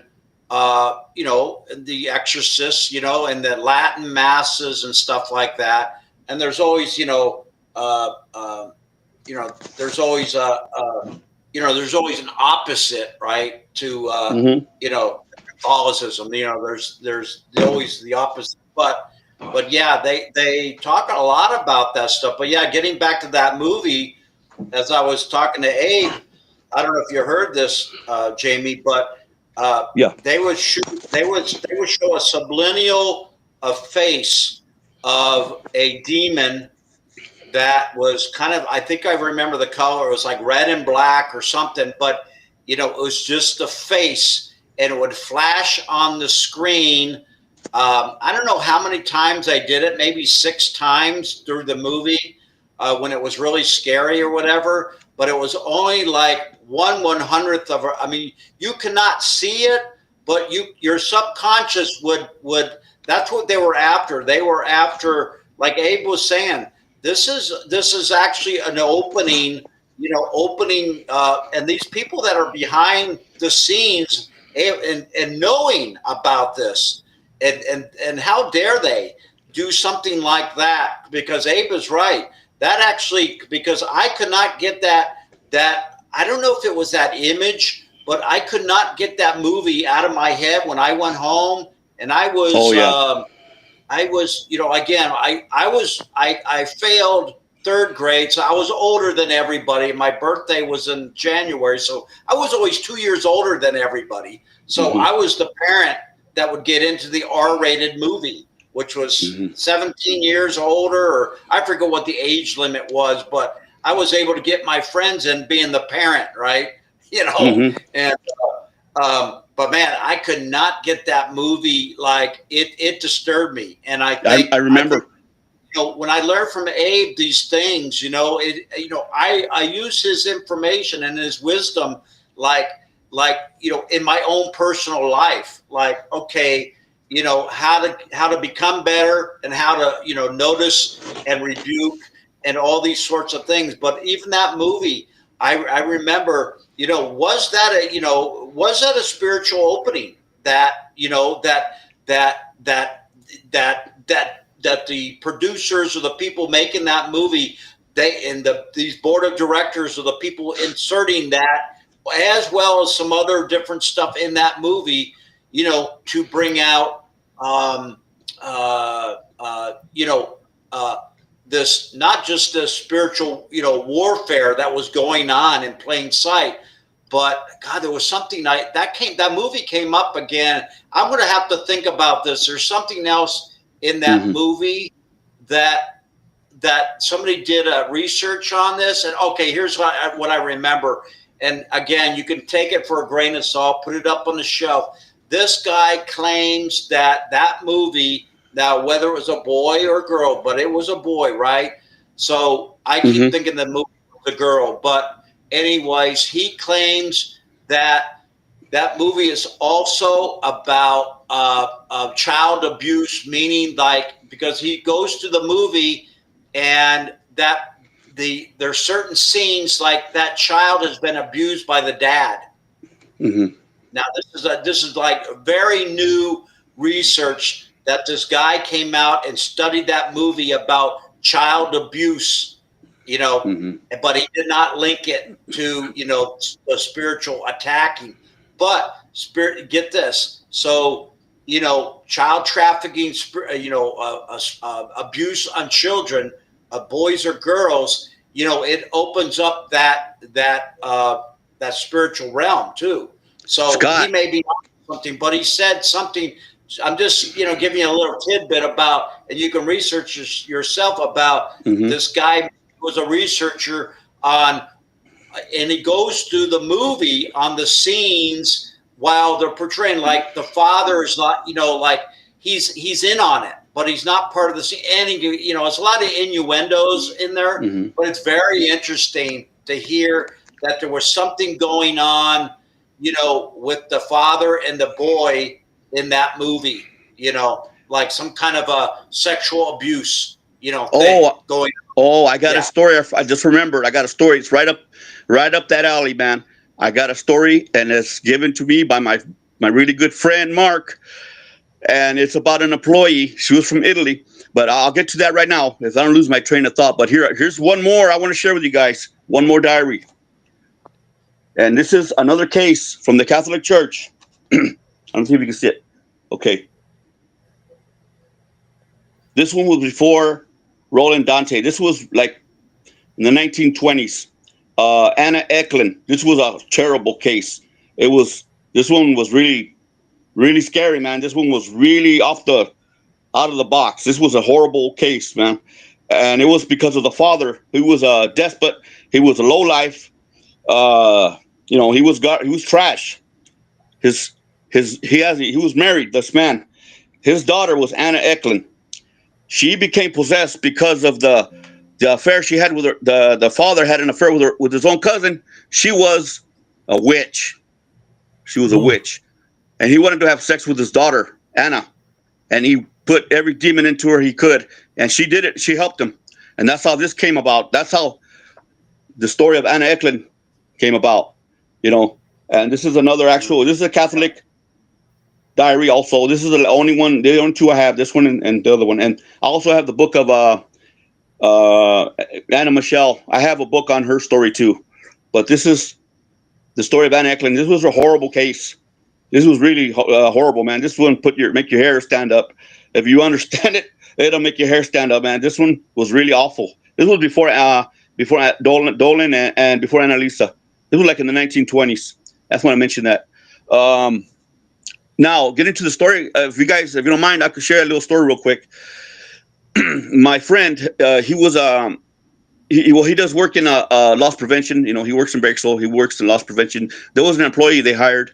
The company where he works at, she was from Italy, and she was in I guess she was born through incest. You know what that is, right? Incest. She was born through incest, and she when she started working we were working in the same company with my friend. He was in he had his own office, and she was also involved with loss prevention. When she started working there, strange things started happening at work. He told me this, man. He took pictures. He brought some pictures to me. He showed me, look what happened today, man. And I'm like, no shit. And when sometimes she was really promiscuous. She was really flirty. You know what I mean? She was really flirty with all the employees and with my friend Mark and who knows who else. She was beautiful. She was promiscuous, and I don't know if the father was involved in Satanism, but when she was there, many times strange things would happen. Sometimes my friend, the books he has records of people that have been arrested and so as a witness. He had to be witness, take records. He had to write down situations that happened because the police were involved. Anyways, sometimes he would be there and she would walk in, and in a few moments the books would fly off the shelf. Records, logs, they'd fly off the shelves right there and right in front of his own eyes. It was crazy stuff. Stuff like the lights would be on. The lights would be off, and they would turn on. There was one room that had no electricity, fellas. No running electricity going to it, and the light bulb would be on.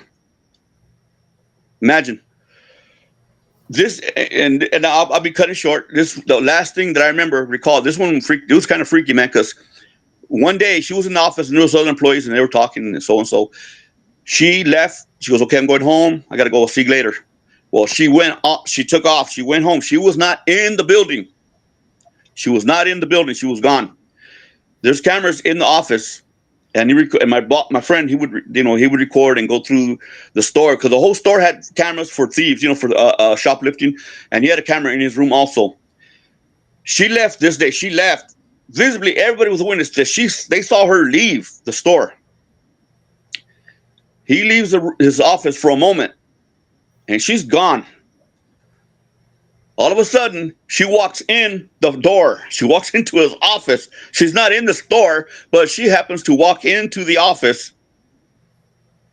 You know what I mean? You know what I'm saying, guys? How can she be in two places at the same time? She's not in the store. She walks in.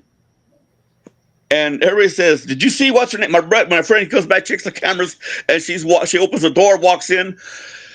I don't know what she did, but she walks in, and she's there for a moment. She walks out, and then my friend asks, hey, did you see what's her name come back? Did you see her come back in the store? No. We didn't see nobody come in. She didn't ask her. We saw her leave. We didn't see her come back into the store. Nope. He has her on camera. She's already left the building. And she walks in, all of a sudden, I mean, how can you explain that, man? I mean, so in other words, there was a lot of preternatural things that would happen around her when she was around. There was always something strange going on, man. Preternatural, spooky stuff, guys. And I could ask him later if I see him again. I'll ask him any more details. But that happened. That happened, and it had to do, I believe, and I told him, I go, man, this has to do with demons because of the way she was brought up. And this goes back to, entrance to an evil spirit demon could go into people. There's not one door, man. There's a lot of doors. The parents could be into Satanism. The parents could be dedicating their daughter to that. Yes, it does, and it has happened, fellas. It could be that.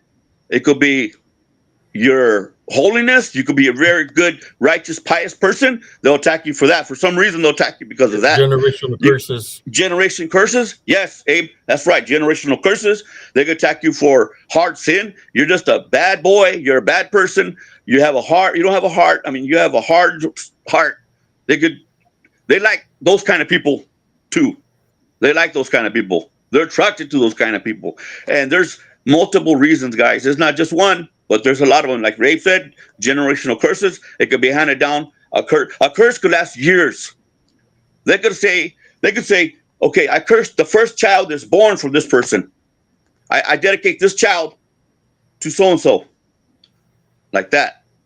Yes, very much. That could happen. They do that too before the person's even born. I curse the third child that this person has. Not the first, not the second, but the third child is dedicated to so-and-so. And that's what I'm saying, that Abe's correct. Yes, they do these things. And since we only live a long time, we don't live a long time, but they are immortal. They just wait. They just got to wait till that promise, that sacrifice is born. And then they come and claim it. You know, they claim that child, that soul. So I'm not saying they're going to be successful, but that happens. And yes, Abe is correct. There's a lot of doors. There's not just one. There's more than that. So I just want to add that, guys. I just want to add that, fellas. So I digress. So go ahead, Abe or Scott. Well, that reminds me, and I'll just say a short, add on to that as a physical manifestation, like you're saying, these papers coming off and stuff. But that I mentioned this once before on the show, that the show called it Supernatural, or what was it? No, it's not. It's super. It's anyways, the guy's name was Roger Monroe. He was a French guy. I'm trying to think. Into the Supernatural. I think it was. And it's a video. But it's not that show. It's Supernatural. It's a video. You can look it up. It's called Into the Supernatural, and it's these Bible preacher people who is interviewing this Roger, and he goes around the country, and he's still alive. The spelling is Monreau, something like that. It's a French word, but just to add on a little tidbit to what Jamie was talking about, the physical manifestation, like on one part that he was being interviewed, that he was shown by one of the adversary, complicitory people that he was involved with, because he was kind of going back and forth from the dark side to the light side. And finally, he finally broke out of the dark side. But can you imagine this, typewriters typewriting manuscripts for lawyers, that it would be typing, it would be typing from left to right, and then it would be typing from right to left, just back and forth without anybody typing on the stationery that was in the typewriters, those IBMs or whatever they had. This was back after the war, after World War II. So it was like 1945 or 1946. That the typewriters, several of them, were typing letters to these attorneys or other influencers on what to say, what to do. But can you imagine this, Abe? Letters typing by themselves, invisibly, 1945, 46. It's hard to believe. It really is hard to believe, but it's true. But but he's got, he talks about this whole, how he was involved with the dark side because he got led into it, and, very curious about it. And, if you just type that in, Abe, it's worth, I've watched like at least three times, Abe. I've watched this. It's just, because it's this war between, good and evil, and you see the parties that are involved in it. And it's very compelling. Because it's really boots on the ground kind of stuff that you watch, because it's a guy who's talking about it, that he's talking about, so yeah, these typewriters typing by themselves without, and this is like, high society type people. And this was actually in Montreal, Canada. And, but he's involved with these basically warlocks, probably of the highest degree, secret, society, that have these mansions, and they do, these rituals and so forth. And he talks about these rituals and stuff that they do. And again, his name is Roger Monroe or something like that. But it's called Into the Supernatural. It's like a 2-part series. But I mean, that baffles my mind when you have typewriters that are typing from left to right, right to left, without anybody typing, without you cannot see, and they're typing letters to attorneys and lawyers, in that field. Can you imagine what the sophistication is now in the 2025? How these demons are working with AI, and I guess it's something I couldn't even imagine what the sophistication is on this dark side, and that's the battle that we're up against. But again, this Love Foundation, nothing can overcome that. The name of Jesus Christ and the Heavenly Love Foundation. I mean, nothing can beat that. Nothing can beat that, because these, that realm is, is their time is due pretty soon. Their time is due, And, excuse me, fellas. Hold on. Yeah, that Exorcist movie, Abe. Yeah, maybe something. I don't know. All I know is, with that flashing of that face, 3 or 4 times, plus in the theater. This was in the winter time too, and they almost purposely turned the heat down. You could almost see your breath in the theater. Almost to make it environmentally, true to the, Tell you if you wanted to. And but yeah, I just couldn't get that. That movie really, it left a dent into me. That thing was, and then I read more stories about it. It was a true story, and you do see a lot of other movies. The Catholic, like The Omen or other movies like that have that kind of the priest trying to exorcise, these demons out and that sort of thing. So, I always put stuff on the shelf like that, but I was pretty aware of that even back then, but not really know how deep it went, how deep it and how true it really is, because it's all your experiences. Like, Abe, you've had these experiences since you're very, very young.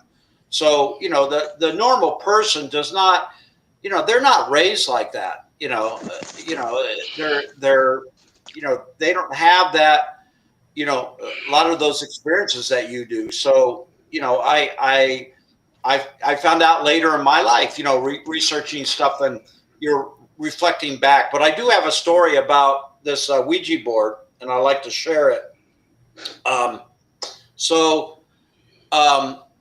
was at my former employer. I came to the realization. This is before I was, and I say to myself, when people say, "Well, were you saved?" I believe that, and this is what happened to me, is I felt, there's a thing called the Holy Spirit, how the Holy Spirit leads you. And I was on fire. I mean, I was like, I got separated, but I was starting to realize that there was somebody helping me, and I would start praying in my house. And I'll give an example. I put an altar. When you go through kind of a separation, that sort of thing, it's a very hardship on, yourself. But I always thought there was a reason for this, and I'm not going to go into that reason, but I put an altar, and I used to kneel and pray. And I think I had one of those 99-cent store Bibles and stuff. So I actually started reading the Bible, and I started to become so spiritual, and I could feel like this Holy Spirit coming over me, and all these sorts of things, all these leadings, and I 100% felt like this is real. This is more real in my whole life.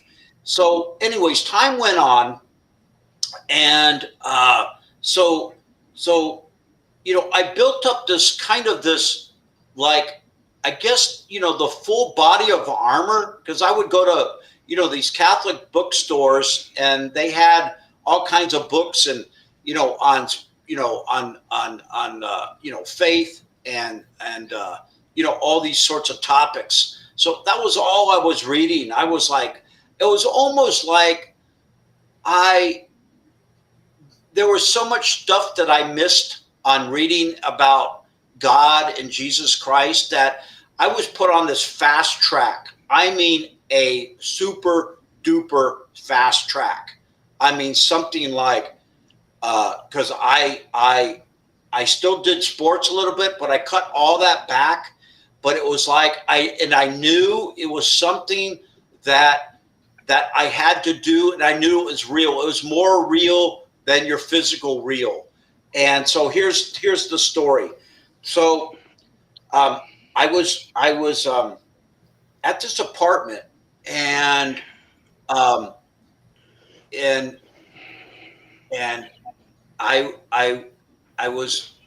was married at that time still, but it was kind of like, let me just say this, is there's a thing in the Bible says you're unequally yoked, meaning like there comes a time where I think God has a plan for you, and not that you picked the wrong wife or whatever, but I think there's a reason why God does things. And in my life, it was kind of like, because I used to say, I want the truth, and I would I would be earnest, like, I really want to know the truth, about God and Jesus Christ and the angels of God and all this sort of thing. And I was like, I'm going to use that word possessed, but in a good way.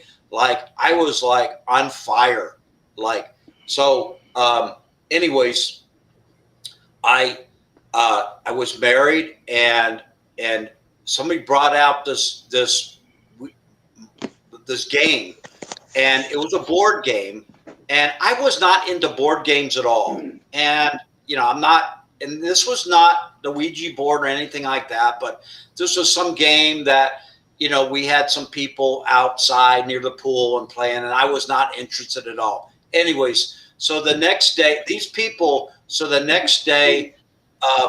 is they said, hey, we're going to this lady's house, and she has a Ouija board. And I said, and then at that time I said, oh, that's interesting.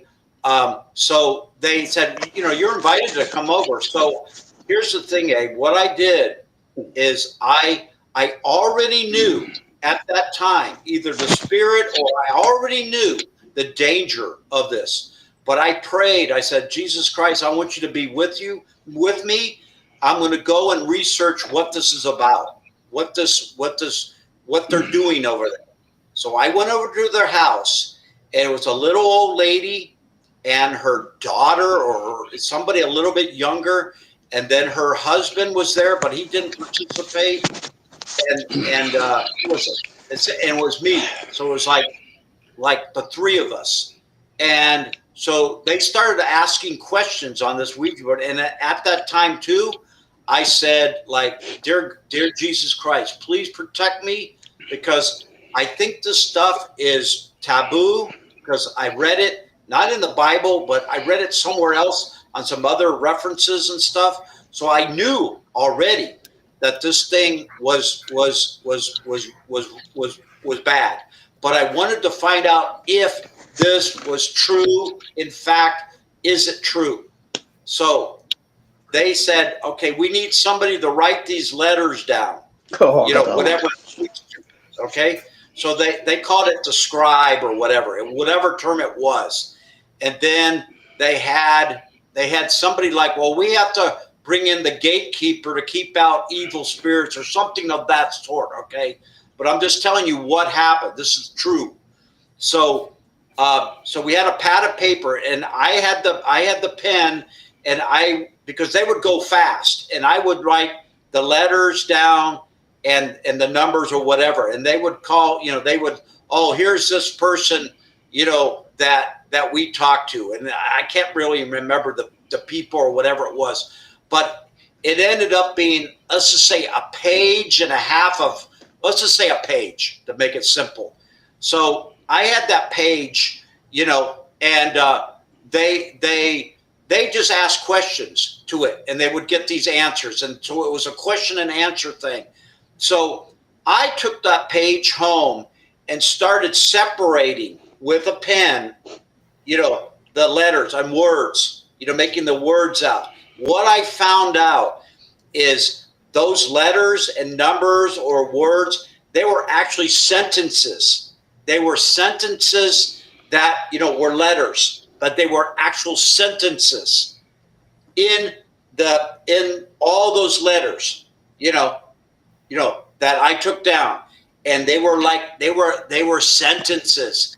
And I said, then I prayed like I think I did it twice. I went over there twice to confirm, like, is this real? Because I'm like really stubborn minded. Like, this can't be happening, So I went there again, and so I, when I got the paper home, it was just letters, each just like on your notebook paper, letters, all letters. And when you looked at it, it didn't look like sentences at all. But when you broke it down, when you put a slash, I am, like that. So you'd go through the letters and you put the slashes down. I mean, it was perfect sentences. Hey, it was perfect sentences. And I saw that, and it wasn't super demonic or anything, but I realized, oh my God, this is real. This is real. They're talking to spirit, because I read a lot about this stuff, but I always asked Jesus, protect me. And then I remember one time I heard a bang, like on the wall or something. But the husband, I think he was involved with it too, but he was watching TV or something. But it's like they were necromantic people, whatever you call those people. And then there was a younger woman there, like maybe my age too, and she was like the daughter or somebody like that. But again, there was like one, two. So there was four people. There was another woman. There was an older woman, then another woman. Anyways, so I went home and took a heavy felt pen and started marking down on the paper those letters into words. And I was convinced, my God, this is not fake.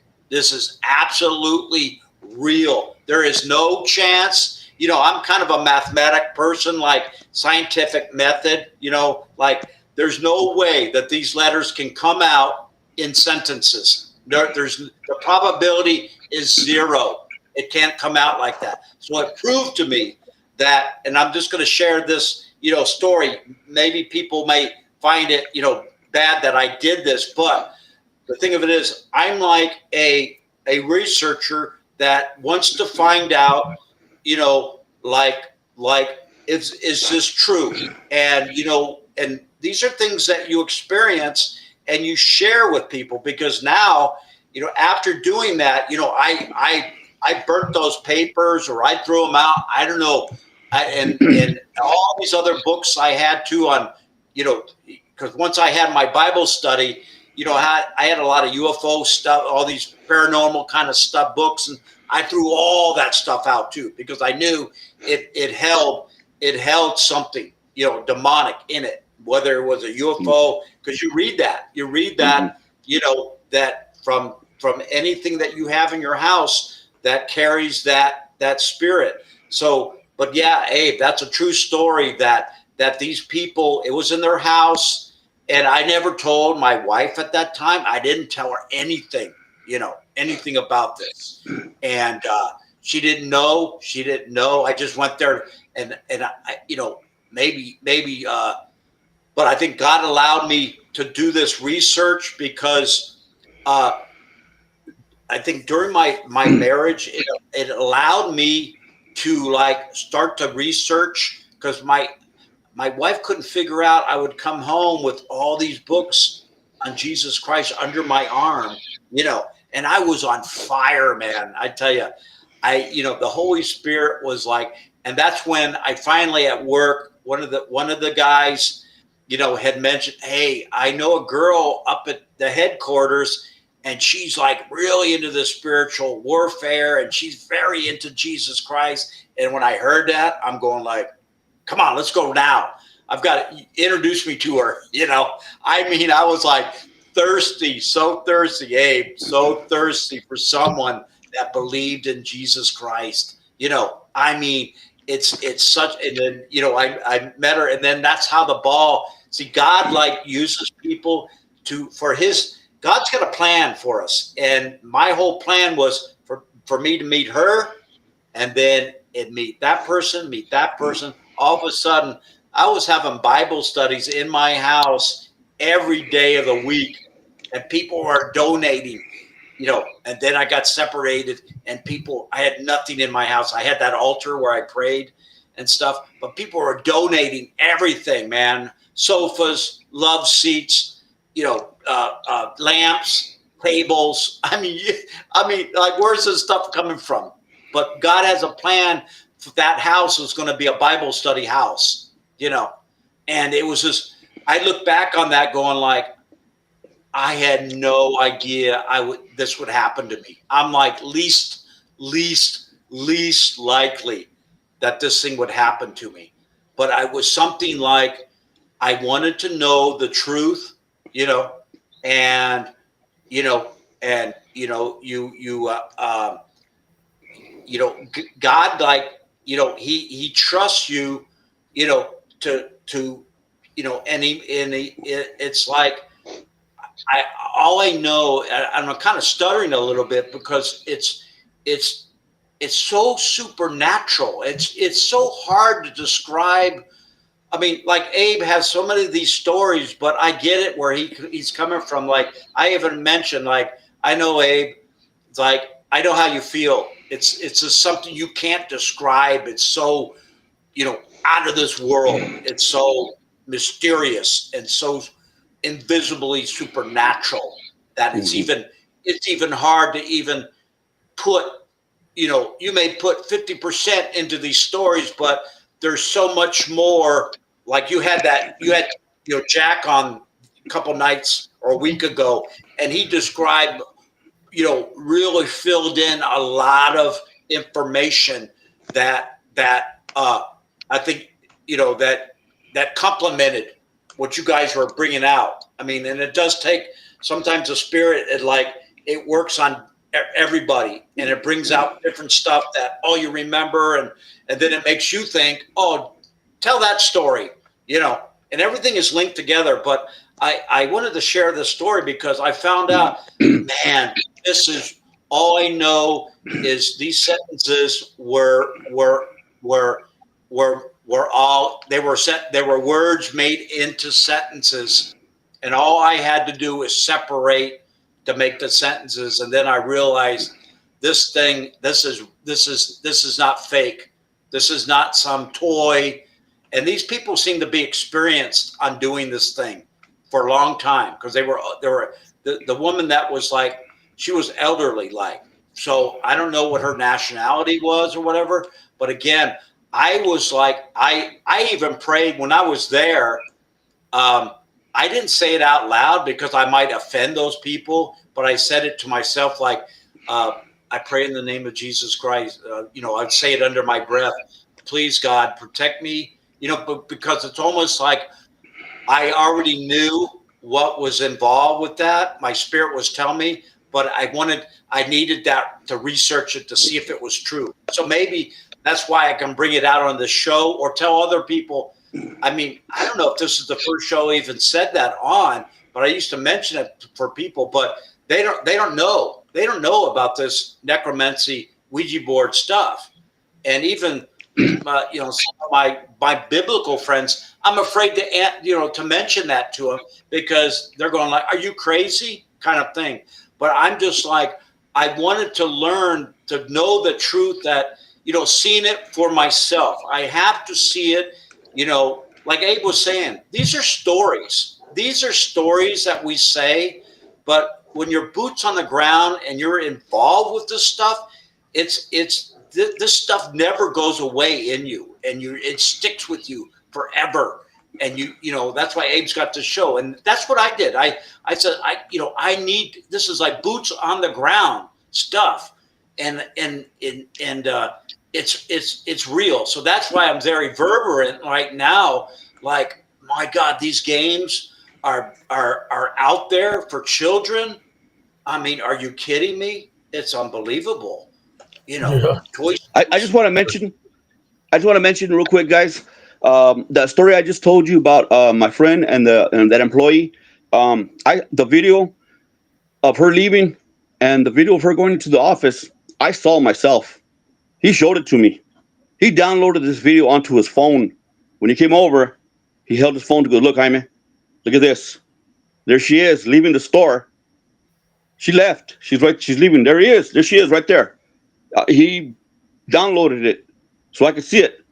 And then a few minutes later, then she walks into the office. I saw it with my own eyes. I saw a video myself with my own eyes. I see her. She's not in the store. Look at, she's walking in. How's that possible? So he told me about it, and I also witnessed it on film, on the video. My own eyes. I saw this a video of her leaving and not coming back. And then the camera switched to his room, to his office, I mean, and there she is opening the door, walking in. And, nobody saw her come back to the store. And I seen it with my own eyes, the video. So not only told me, he showed me. He goes, "Look, man, how do you explain that? What's this about?" And then how it goes. That's how it goes. Yeah. So I just want to mention that, fellas. That's all. That's all. What do you think, Abe? What do you think, that manifestation of her, or is that real? Or, I mean, what do you think about it? That's pretty strange. Was she wearing the same clothes? The same clothes, Abe. She's wearing the same clothes. These demons, man, they can take manifestations to look just like you. Some people Amen. they call them double hangers. Mm-hmm. Yeah, Oh, yeah. I witnessed it with my sister. Yep. Where I was in the living room, and she was it was a 2-story home, right? And I see her coming down the stairs, and she passes by me. She got like a certain look in her face, and I was like, "Hey, sis, what are you doing?" I hear her go into the kitchen. She's in the kitchen. She's moving the pans like she's gonna cook, and I'm watching TV. And then I said, "Man, let me go see what she's gonna make. Maybe she's gonna make some tacos or something, So some bacon and eggs or something." So I got up to go check. When I went to go check, the only thing I seen was a glass that was elevated in the air, and it landed in the sink and it broke. I was like, "What the hell was that?" Holy. So I'm looking. My sister's not in the kitchen, and I said, "Well, maybe she's outside smoking a cigarette." I want to open the sliding door to look. She's outside. There's nobody there. I close the door. I had a half bath. I went into the half bath, knocked, opened the door. There's nobody there. It's like, what the hell? So I know she didn't pass me back up. I go back upstairs, go slowly up the stairs, go to her room, and I knock on the door. I open the door and say, "Hey, sis," and I just hear her waking up. She's like, "Hey," I say, "What are you gonna cook?" Thought you were gonna cook something. She's like, "What are you talking about? You just woke me up from my sleep." Oh, man. Oh, my So goodness. she literally, it wasn't her. It was something that looked like her. Demons. But yeah, that happened. Yeah. I'll let you all share some stories. We'll Demons. take a quick break. Like I said, Yeah. You can share some like I stories, said, brother. like I said, fellas, Yeah. they have power. I'm not glorifying them. No, but No, I'm they saying have that powers. the manifestations that have powers Hmm. is just, if I knew if it was, you know, uh, demonic or shifted skinwalker, which that's what I think it was, I would have tied Bunny Rick and just crushed him. But they can infiltrate. You know, demons Hmm. infiltrate in the same manner. You know, I've seen them in the military when I was in the military, and they just infiltrate. Hmm. They'll let you know something of your past to give you a clue or a hint of who they are, because they Hmm. have to identify themselves. Hmm. Yeah, So and you let me find out. take this little break real quick. Okay. I'll let you speak. If you want to continue to speak about this topic, I'll be right back. Okay. Yeah, Jamie. The Abe was talking about that glass, and then Hmm. I don't know, a story. Uh, when I was married, my my ex had she had an office in the what they call the Quaker House, which a Quaker meeting house. It's the acronym is the American Friends Service Committee. It's based out of Philadelphia, but they're it's Quakers. They're a Quaker organization. And anyways, they had this house, and they had many of the these old kind of Victorian type houses have a lot of upstairs rooms, Hmm. downstairs, basement. There's like 5 or 6 rooms where they can have offices. Hmm. They're And real old fashioned type. yeah, they're old No. fashioned, and Hmm. stuff. So my ex-wife, she had an office upstairs, a small little office in a room and stuff, and had the internet and all that stuff, and then down in the lobby or downstairs, in the dining room, living room kind of area. That's where they have a bigger area where they have these meetings. I never Hmm. participated in any of those meetings at all, but anyways, they said that I heard from somebody. They said they had a ghost that lived in the basement or something. They could hear noises down there, and I can't remember the noises, but doors would shut or whatever, and I was like, again, this was like probably like 1996, maybe something like that. But I was like, I was waking up to all this stuff, and spiritually, like the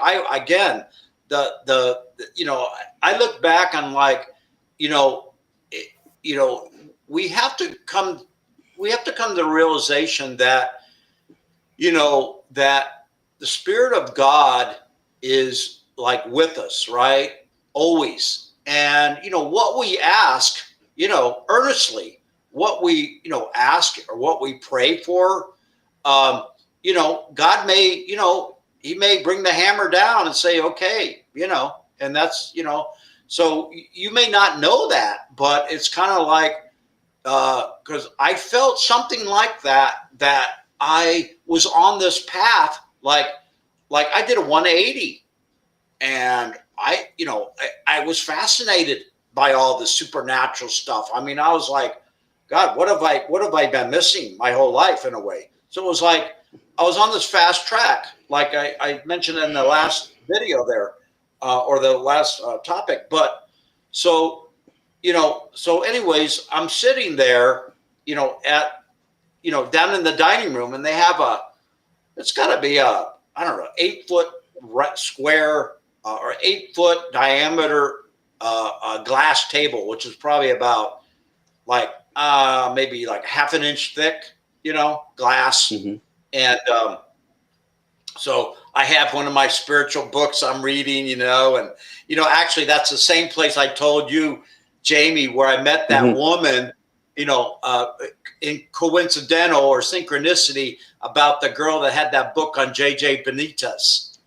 Okay. You Yeah, I know, remember that the you Spanish know, spiritualist. yeah, Was that? Am I it's right? called the Trojan horse, Hmm. and again, this is like, I started seeing things like this happening, and it was like I was like thirsty, I really like was saying like, well, can you, I would be like talking to God, like, can you do this? Can, whatever. But anyways, I'm sitting there on that table, reading a book. Right. And, I got a can of Coke, it's, there, just to stay awake, caffeine, because they didn't have coffee. I'm like a coffeeholic. So I got a can of Coke with the caffeine, and I got a cup right now. So, I had my ex, she hated to drive. I used to have to take her because she hated driving in the snow. And this is in Iowa. And she hated this. And Iowa is quite hilly in certain areas. I mean, it's very hilly. And, when you're on ice, your car starts sliding around and stuff. And so she has kind of a fear of that. But anyways, so I'm there sitting at the table, and all of a sudden the can of Coke is like, I don't know, I would say it's like 3 feet away from me, because I sat down, I put the can, and, I was like adjusting my chair. So I sat down reading, and, I wasn't taking a sip of it. It was like I just opened up the can and I put it down. So I'm there reading my book, and all of a sudden that can, it moves like right in front of me. It moves like from 3 feet away to like it moves like 2.5 feet by itself on that table. It slides across. It slides right across, man. And I see it. So I make a gesture like, okay, I said something like, well, if you're here, move it back, just to like test the spirit in a way, to see if it's got the power to move it back or whatever. It didn't. But I realized, that somebody had mentioned there was a ghost in that house, right? Yeah. So again, these, I was on this, either, the spirit, how the Holy Spirit, or, kind of put you in situations, or, that these situations happen for you, to show you, or they know that right? That these demonic spirits know that and they want to show you, what they can do or whatever, different stuff like that. So, that house though, like I said, it was haunted. Let's just use that word, with something, and they were like a very, very big anti-war group, based out of Philadelphia. They're very, pro democracy and pro peace. Yeah, they're like the CIA and the FBI. They hate them because they promote peace, and stuff. So, but on the flip side, here you have a ghost, in the house, right?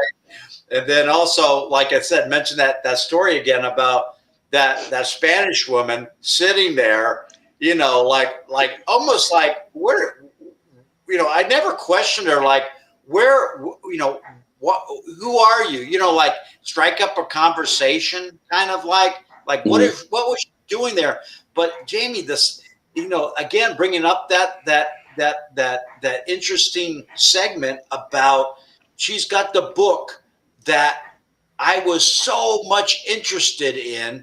She's got the book, and it's in Spanish, and she's got the book Trojan Horse, and it's kind of what are the synchronicity in that again? The odds. What are the odds of that, Scott? It's not even odds, man. It's like it's like something that like and a message. I don't even know if she worked there or not. That's the thing. I don't know if she like had the book there just to show me, and then I had her read. I said, "What are you reading?" And I saw the front of the book and stuff, and I'm going like, "What's it about?" Because I knew what it was kind of about. There was one segment that was really, really interested me in, and she was reading it, and it's like almost like I kick myself now, going like, why are you reading that book? I mean, what interests you in that book? Because number one, it's a book that was banned, in this country, because I got on that Art Bell show and I had mentioned that book, and then I did do some research a little bit on that book and stuff. But anyways, getting back to what are these chances or the odds, would you say, of that woman having the same book that I'm interested in that's banned in this country?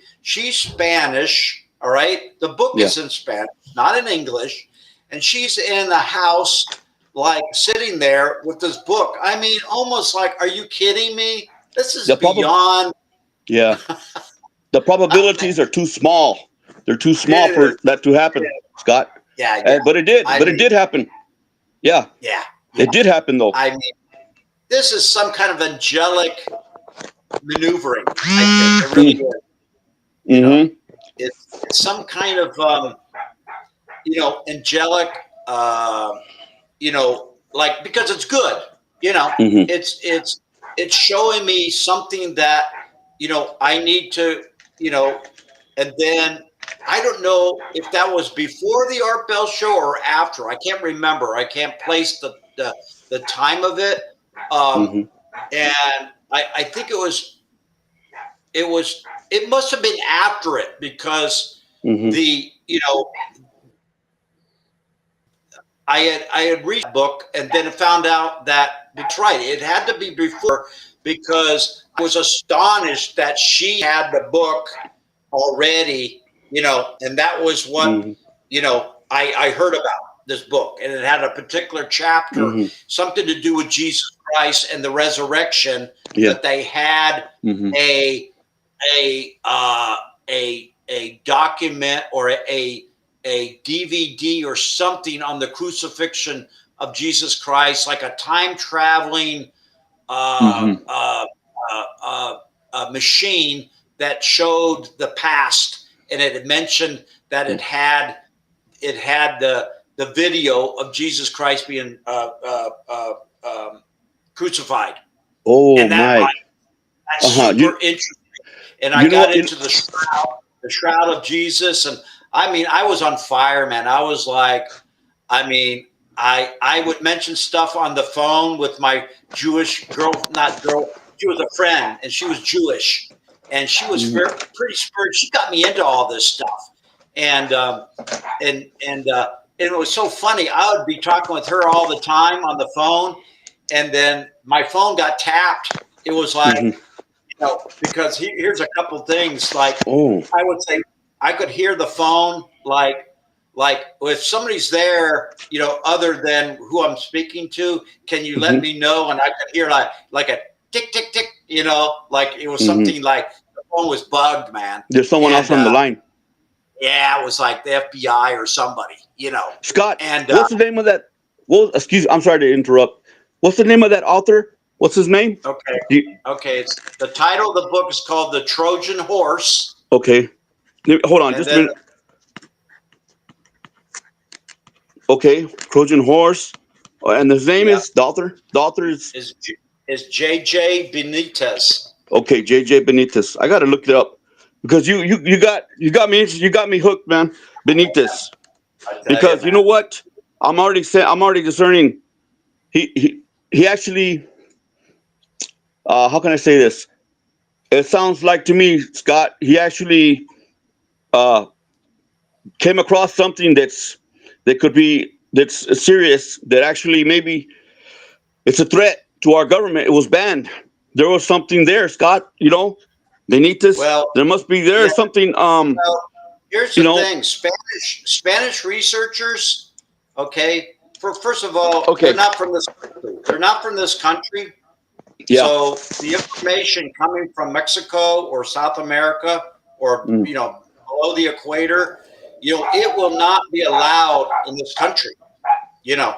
And there's a lot of supernatural stuff that, whether it's UFO crashes or whatever, but they mentioned that this crash happened in I don't know, it was Aztec, New Mexico or something. Yeah. Around the Roswell, crash stuff because there were like 5 or 6 or 7 crashes at the same time. They recovered this box, and this box, it was a black box, but it was like a tricorder, like that Star Trek thing. Yeah. And they could go back in time, and the Spanish guy had mentioned in his book that he was told by somebody, that they got this information from, some American, research or something had mentioned it, because a lot of them, they leave this country and they're scared to death, and they relocate to Mexico. They'll get killed in this country, Yeah. So well, look, right. So they mentioned that story, but yeah, it's about the crucifixion of Jesus Christ. And can you imagine if that is true? I mean, again, I put it up on a shelf, but if that's true, and they have a machine that extraterrestrial machine that shows that, wow, that information is very damaging to everything we ever know, because if it's shown. Now, here's the thing: it may, you don't know, and anyways, but getting back to the researcher, he's a well-known, very likable, very prominent, very a journalist, UFO. He's been on the Mexican stations and so forth. So he's still alive, and he does seminars and all that and stuff. But the people in Mexico, I mean, they're so much more open to all this supernatural stuff. And let's face it, Mexico has got a history of a lot of deep, dark, demonic, kind of religious, Scott, things. it's true, man. It's true. Heavy. It's heavy down there. Yeah. And but again, it's the same with UFO, all that ufology stuff too. It's the same thing down there. I mean, it's talked about a lot more. And it's on TV. They have a reporter comes on the national TV and has their own segment about it. So it's but this guy, you do some research on this guy, and I started reading that book, but it's kind of like, it's more, I haven't got to that part yet, but it's very, very lengthy kind of book, but I haven't got to that part yet. But it's written in a way like, if you, the first, I remember reading the first few chapters. It's very, very super interesting. Like he's like a CIA, FBI kind of guy, kind of researcher. And, but then I got into another segment and kind of got lost. So it's kind of a written in a fictional way, because, a lot of these books, they have to write it in a fictional, not true, but it is true. They have to mix and match in a book to get it published, and stuff like that. But why was this book, and not that Art Bell said, oh, it's not. But I had read that it was indeed banned. This book was banned into the United States of America. Why would any publishing book, a retailer or anybody even mention that? You know what? And, Scott? I want to mention. Yeah. Excuse me. I just want to mention, Scott. Sorry, bro. Our government in those days, maybe the 30s, 40s, well, they still can. Our government, our CIA, they have the power to say, stop. You're not going to publish this. And you better not publish this book. They can go to book producers, the publishers, and they can tell them with authority, with power, you better stop this. You better not publish this book. It's not going to be printed. It's not going to be pushed out. And they will have to obey, Scott, because that's a reality of our government also. They have the power, and especially CIA and the intelligence. They have the authority and the power to go to a publisher and say, you're not going to publish this book if you know what's good for you, good for your company, and Yes, they had. Our government has done that, Scott. Yes, they have. They made the rancher in Roswell recount his story. A Oh yeah. general actually called him. Do you remember that? He goes, "You better stop this, or if you know what's good for you." He goes, "No, I'm an Yeah. American citizen. I'm a citizen. I can do whatever, say whatever. I can say whatever I want." No, you can't. Try me. Watch. I'll show you. I can stop you. And that was the end of that. You know. Um, Well, I you know had what I'm the saying? book. I bought a book from the author. It was called The Day After Roswell, Hmm. and he was an army intelligence officer that was there at that site of Roswell. And I got the book. I bought a book, and then I had him sign it too. And then they sent it to you. So I had this book. It was called The Day After Roswell, which is really hard to find now because there was a senator from South Carolina. His name was Senator Strom Thurmond, and he was a well-known senator, and like in the House of Representatives, in the government. I mean, this guy was like very old and had a lot of pull. Hmm. And so I forget the author of the book, and the thing of it is the Army officer, intelligence officer said to Strom Thurmond, he said, because he knew him, and so he said, well, can you do the introduction to my book? Because they usually have somebody that writes, how good this guy is, and like a introduction, with a well-known person. Well, this Senator Strom Thurmond, he didn't know, that this book he was writing about, well, it's about Roswell. So he wrote this whole, and they tore after the second printing, they took that out. They took his thing out of the book. Hmm. But again, it's this government has they can put the screws to you Yeah. on publishing on books that Hmm. that are allowed in this country. And I lived over in Asia, just to change the subject, and I saw electronics that they had over there way before it even got to America. I mean, they had, my dad was involved with, working for a major corporation, and I mean, they had solar powered flashlights in, early 70s, all kinds of different electronics that, that wouldn't get into this country. And I think it's because, they have their certain brands that they sell in America, like Emerson and, and Sony and RCA, these hi-fis and, music, Yeah. portable boogie machines, all the stuff Hmm. that's made.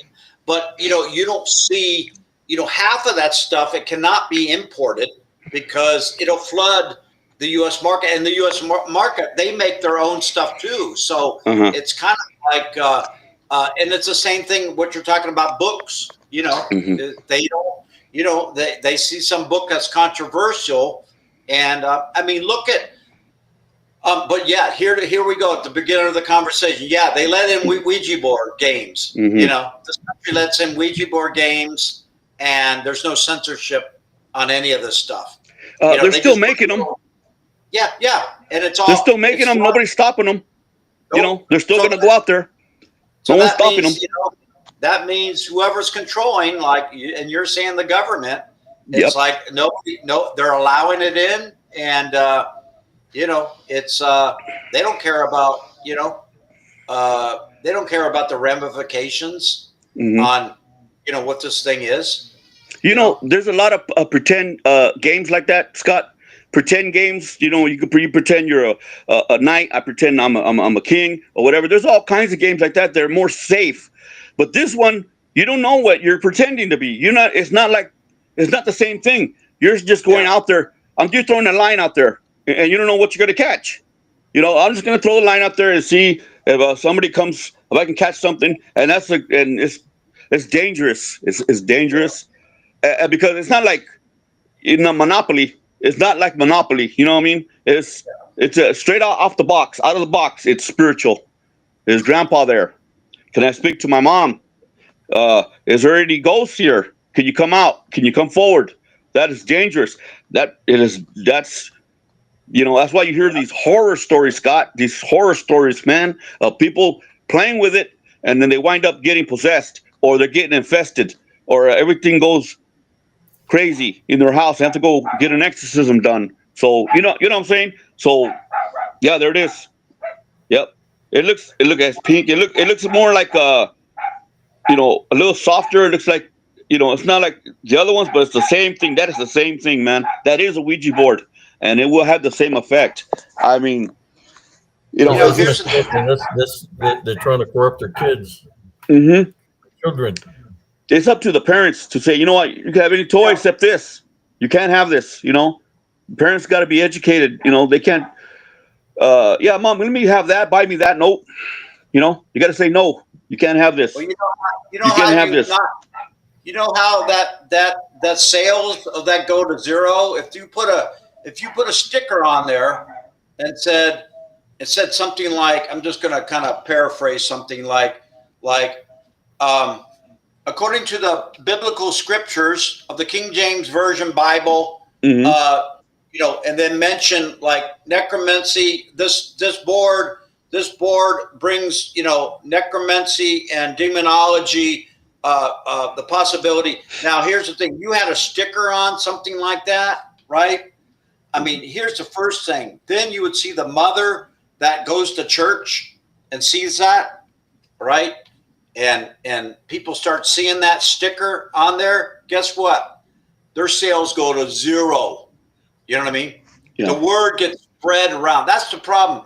Is this country is so ignorant on this stuff. And it's so ignorant because, I mean, look at the food we eat. I mean, most of it's poison. If you read the labels, right? But they have to put it on there. But you can't even read it. You can't even understand it. And I can't even read it with my bifocals. But it's like these board games. If they won't put a sticker on there. Not this game. A spiritual, no, that's sticker. One of our tools. That's their tool. They use that as a tool. Well, you know what, Scott? Those boards are made in a factory somewhere. They're made by the thousands, the thousands, and they get an order for thousands of them, and it's profit, Scott. Profit. They're more concerned over profit than the safety of your average people, man. Your average children. And adults, they don't care about their safety. They want, let's fill up these orders, man. We're making a bunch of money. We're doing good. We're successful. They don't care about the people that have a problem later on. They have a spiritual problem or a life-threatening too, because it could be life-threatening. Yes. So they put profit over the safety of people, of humanity, of people, man, because they want to make profit, And there's a lot of people that are into spiritualism. They're into spiritualism. We still got them here, man. They're still here. People into spiritualism, and actually, the Bible to them is boring because they just think, oh, I got to go sit in a church. I got to go sit in a pew. Sit in the church, and I got to listen to a sermon. And then some people they're like, oh man, I'm going to go to sleep. I'm about to go to sleep if I can't wait till this is over. But they'll go to this in a heartbeat. You know what I'm saying? They'll go to this because it's entertaining. It's the thrill of it. But they don't know how dangerous it is. And these companies, they're just as bad. These companies, they don't care, man. These companies are making millions of dollars, Scott. Some of these corporations are making millions of dollars. And just like any toy company, we got to order. We got to order for 10,000 of these. We got to order for another 10,000. We got to order for this money, man. The dollar, man, it's greed.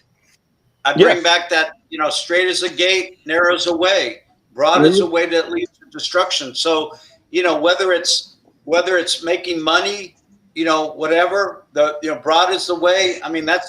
That's people broad buying, is the way to hell.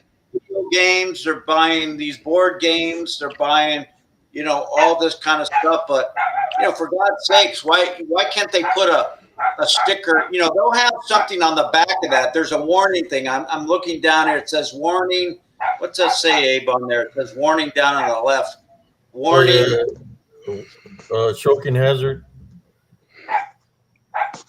Choking hazard. Mm-hmm. Oh yeah. It comes with a planchette, its own planchette.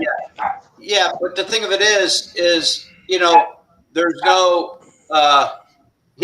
They put a choking hazard, but it's kind of like they should have another warning on the other side. You know. Oh man. Could be used for bringing in demonic, spirits. Little cloud to put them oh my on. God. The stars, the sky. Mystifying. Kids. Okay, it says includes. Okay, but yeah, this is all witchcraft, man. It is, Scott. It's witchcraft in a new package. Yeah, it's sorcery, man. It's simple as that. It's sorcery. Because now, in our times, where do you hear a story? In our times, that you can go to a store and buy a Ouija board, which is considered a game of pretend or whatever. In our time, right now, in our time, 2025, you can buy this and say, "Oh, it's a toy," and wind up with evil spirits or some crazy, supernatural, preternatural things start happening for the bad. And that is sorcery, man. That qualifies 100%. I wouldn't trust getting a piece of cardboard and making my own. I would still feel the same way because it would still have the same effect. If I made my own out of cardboard, I just get a piece of cardboard and draw those words and those letters and make my own planchette and try to do it. I'd probably have a problem. I don't even trust that. Even if I made my own, man, and go, oh, you didn't buy it in the store. You don't have to buy one in the store. If you make one, you're gonna have you're risking the same problem situation. Well, I just want to add that, guys. It's 5 and below, and the color it's the colors so it can look nice and stuff. You know what, Abe? They're camouflaging it with pretty colors. You know what, Abe? You know what's evil about that? The way that one looks, it looks more appealing to smaller children. It doesn't look like it would be. Yeah. That's what I'm trying to say. Yeah. Yeah. Because like the ones I used to see at Toys R Us. I grabbed one. I was like, wow, look at this. And I grabbed one. I knew what it was. I looked at it, and it didn't have those same colors. It had more adult. How can I say it? Like adult colors? It was more serious. The printing and everything was more serious. Like this was a Ouija board. And it's in the Toys R Us, but it didn't look more like for smaller children. I don't know if I can you see what I mean, but the colors on that one, they were different from the one I saw at the Toys R Us. And now are they campaign? What do you call it when they're trying to get to smaller children? I mean, that's evil, man. That is evil. Why? Because 5 or less, why little children are gonna go? They're gonna see that and they're going, oh look, I want that, mom. And then that's evil. Because you don't see a teenager gonna buy one like that. Your teenager's probably gonna buy one that's more like for adults. You know what I'm saying? So I don't know if that makes sense, but that's what I'm just trying to say. You just want to add that, guys. The teenager has it, then he's got a little brother that's 3 years old and goes, hey, I'll give you this one. This is for you. Mm-hmm. It's like, this is what the marketing game with these, these satanic people that, they're running this, behind the scenes, Mm-hmm. That's what they do. They have these people that come out of college and, and they're like robots, they're so anti-Christ. I mean, these college people, man, and I was one of them, man. I mean, Mm-hmm. I had, I didn't know nothing about any biblical, nothing, man. I used to go to motels and play sports, open up that drawer between the two beds at a motel room and see Gideon's Bible. And I would open it up, in the beginning, and then I would shut it in the beginning and back in the drawer it went, I mean, I had no inclination at all because I was academia. I was in this academia trap, and public school, private school, it doesn't matter. It's all the same. All that academia it's a mind controlled experiment that has no God in it at all. No Jesus Christ. Zero. Yeah. You know, Zero. Scott, if that the store that Abe mentioned, 5 or less. Now, if that's a huge corporation, if there's 10,000 stores, 5 or less in United States, 10,000 of them or 15,000 of the stores all over the United States, that's a corporation, and they're making money. They're making profits. They got 15,000 stores in the United States. Now, let me give you an idea. If you have, like, say, Walmart. Now, if you have a product, the company makes that product. They're in 15,000 stores. They have their own little section. All it is a shelf. You got your section. Now, consider this. In Walmart, when you go to Walmart, you go for your products. You go buy what you need. You know where it is, and bam, this right there. There's your Tide. You know, there's your bleach, and so your name brand. Okay, if you have an item, you produce your own item, and it's successful, and you get into a Walmart. If you have your item in Walmart in your little shelf, you're in 30,000, 50,000 Walmarts across the United States.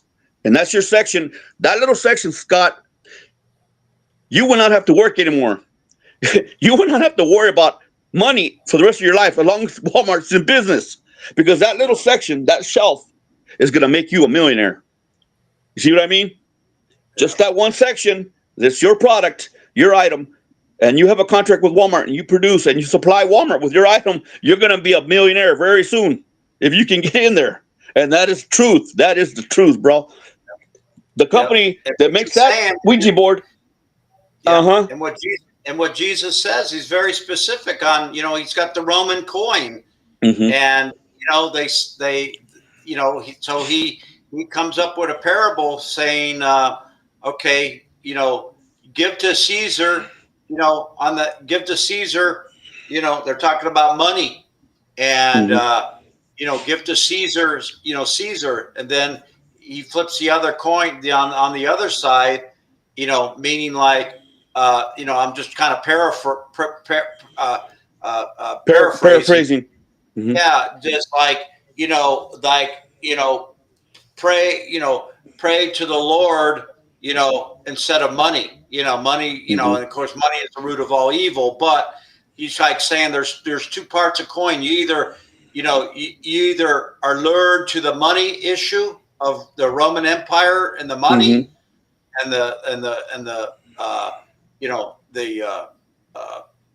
church stuff or whatever, and then the other side is do unto me, think about me or something, and Jesus mentions that. I can't, I'm kind of tongue tied on that. Render up to Caesar what is his, and render up to me what is mine. Yeah, Jesus, his church. And that's the thing. It's like all these parables and different things about the Bible. It's the realization. It's so simple that what it's talking about, but it's hard to get that. Like just for this example, just we're taking a small example of this topic on the Ouija board. I mean, can you imagine? I mean, they're still even selling this item and marketing for, of course, children because of the way it looks. But it's like, this is 2025. Has anybody learned their lesson at all over since? My God, I mean, since like Abe said, it started in the 1800s, 1700s, whatever. It could have been like even earlier, way earlier. You can look up the history. Yeah, you won't. Yep. But it's like here it is, 2025, and there's still, this stuff they're bringing out. It's just it's unbelievable. I mean, it's comprehensible that it's godless.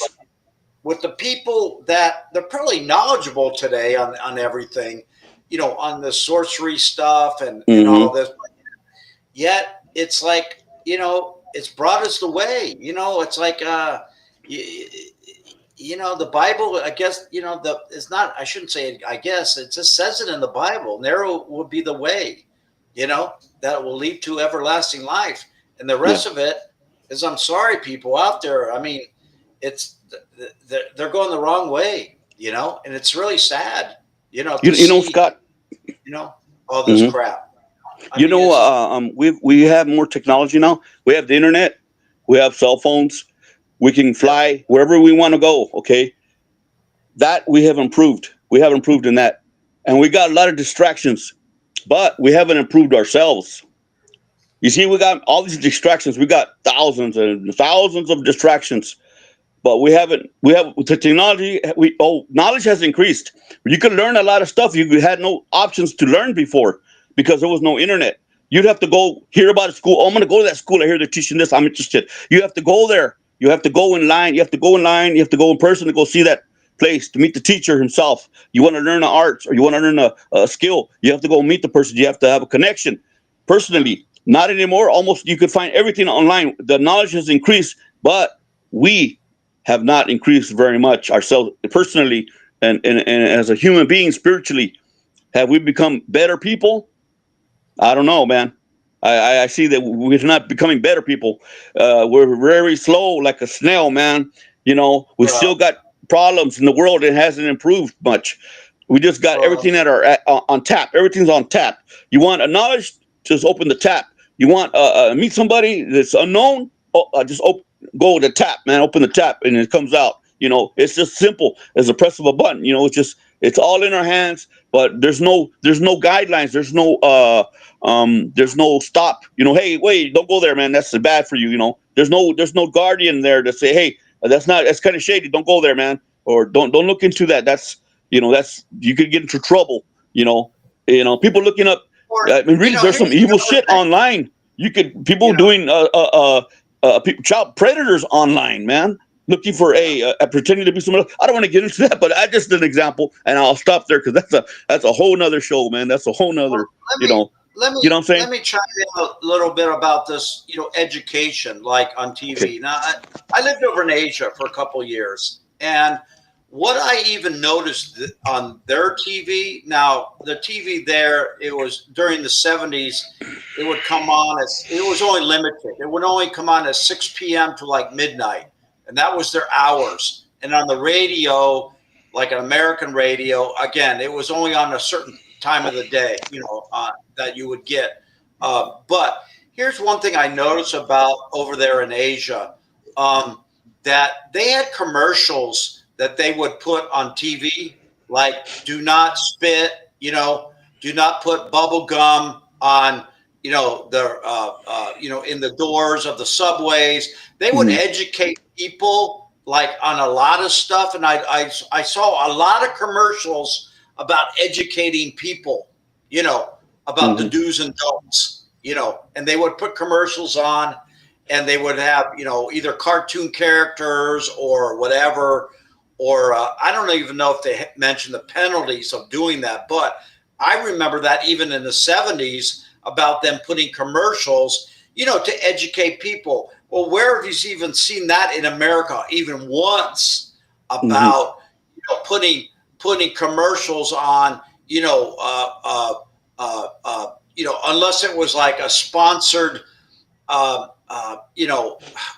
can't recall, but you really don't see, and I don't even have TV, so I don't know what's on there now.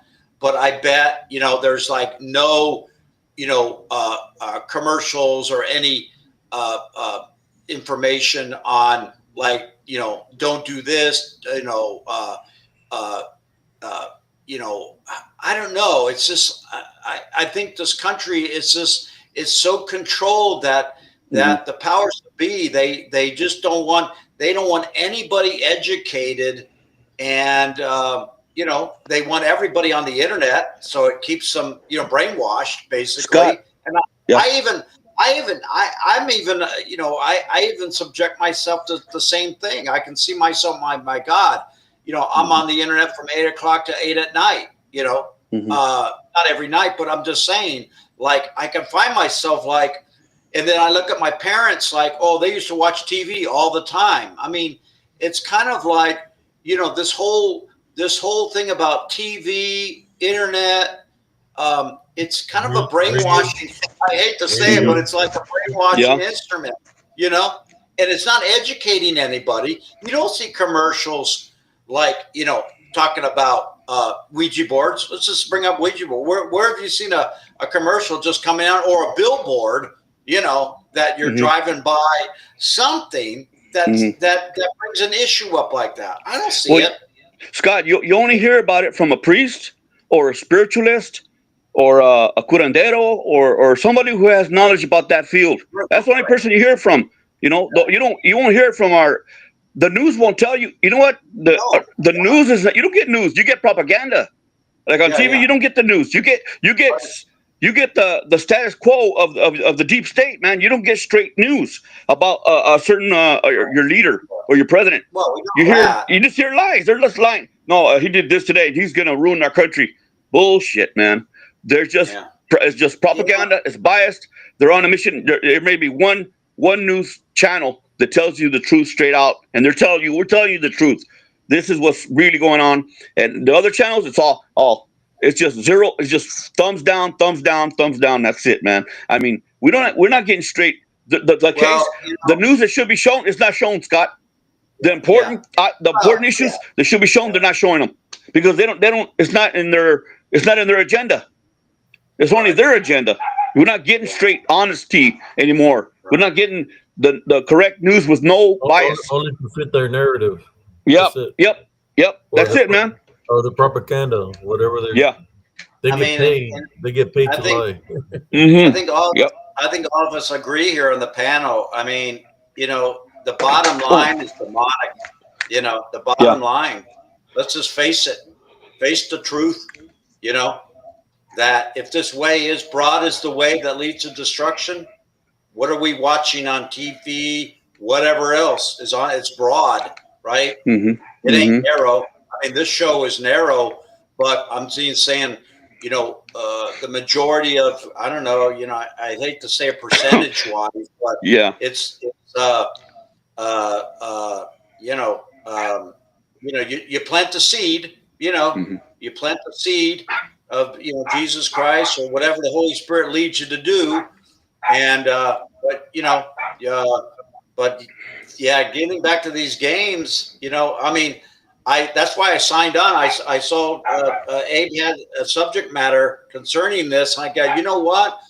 I'm going to have to come forward, even though I'm a little embarrassed to say this, but truthfully, it's going to help somebody out there or somebody on another podcast to listen and say this and that, or this guy was on there talking about this and that. At least, I'm sharing information that may be beneficial for somebody to realize that this stuff is, this is not some hokey pokey game where letters come up randomly and they're just a bunch of hogwash on the if you're putting these letters on, it's not hogwash. These are actually sentences, just separating out the letters. They are full sentences that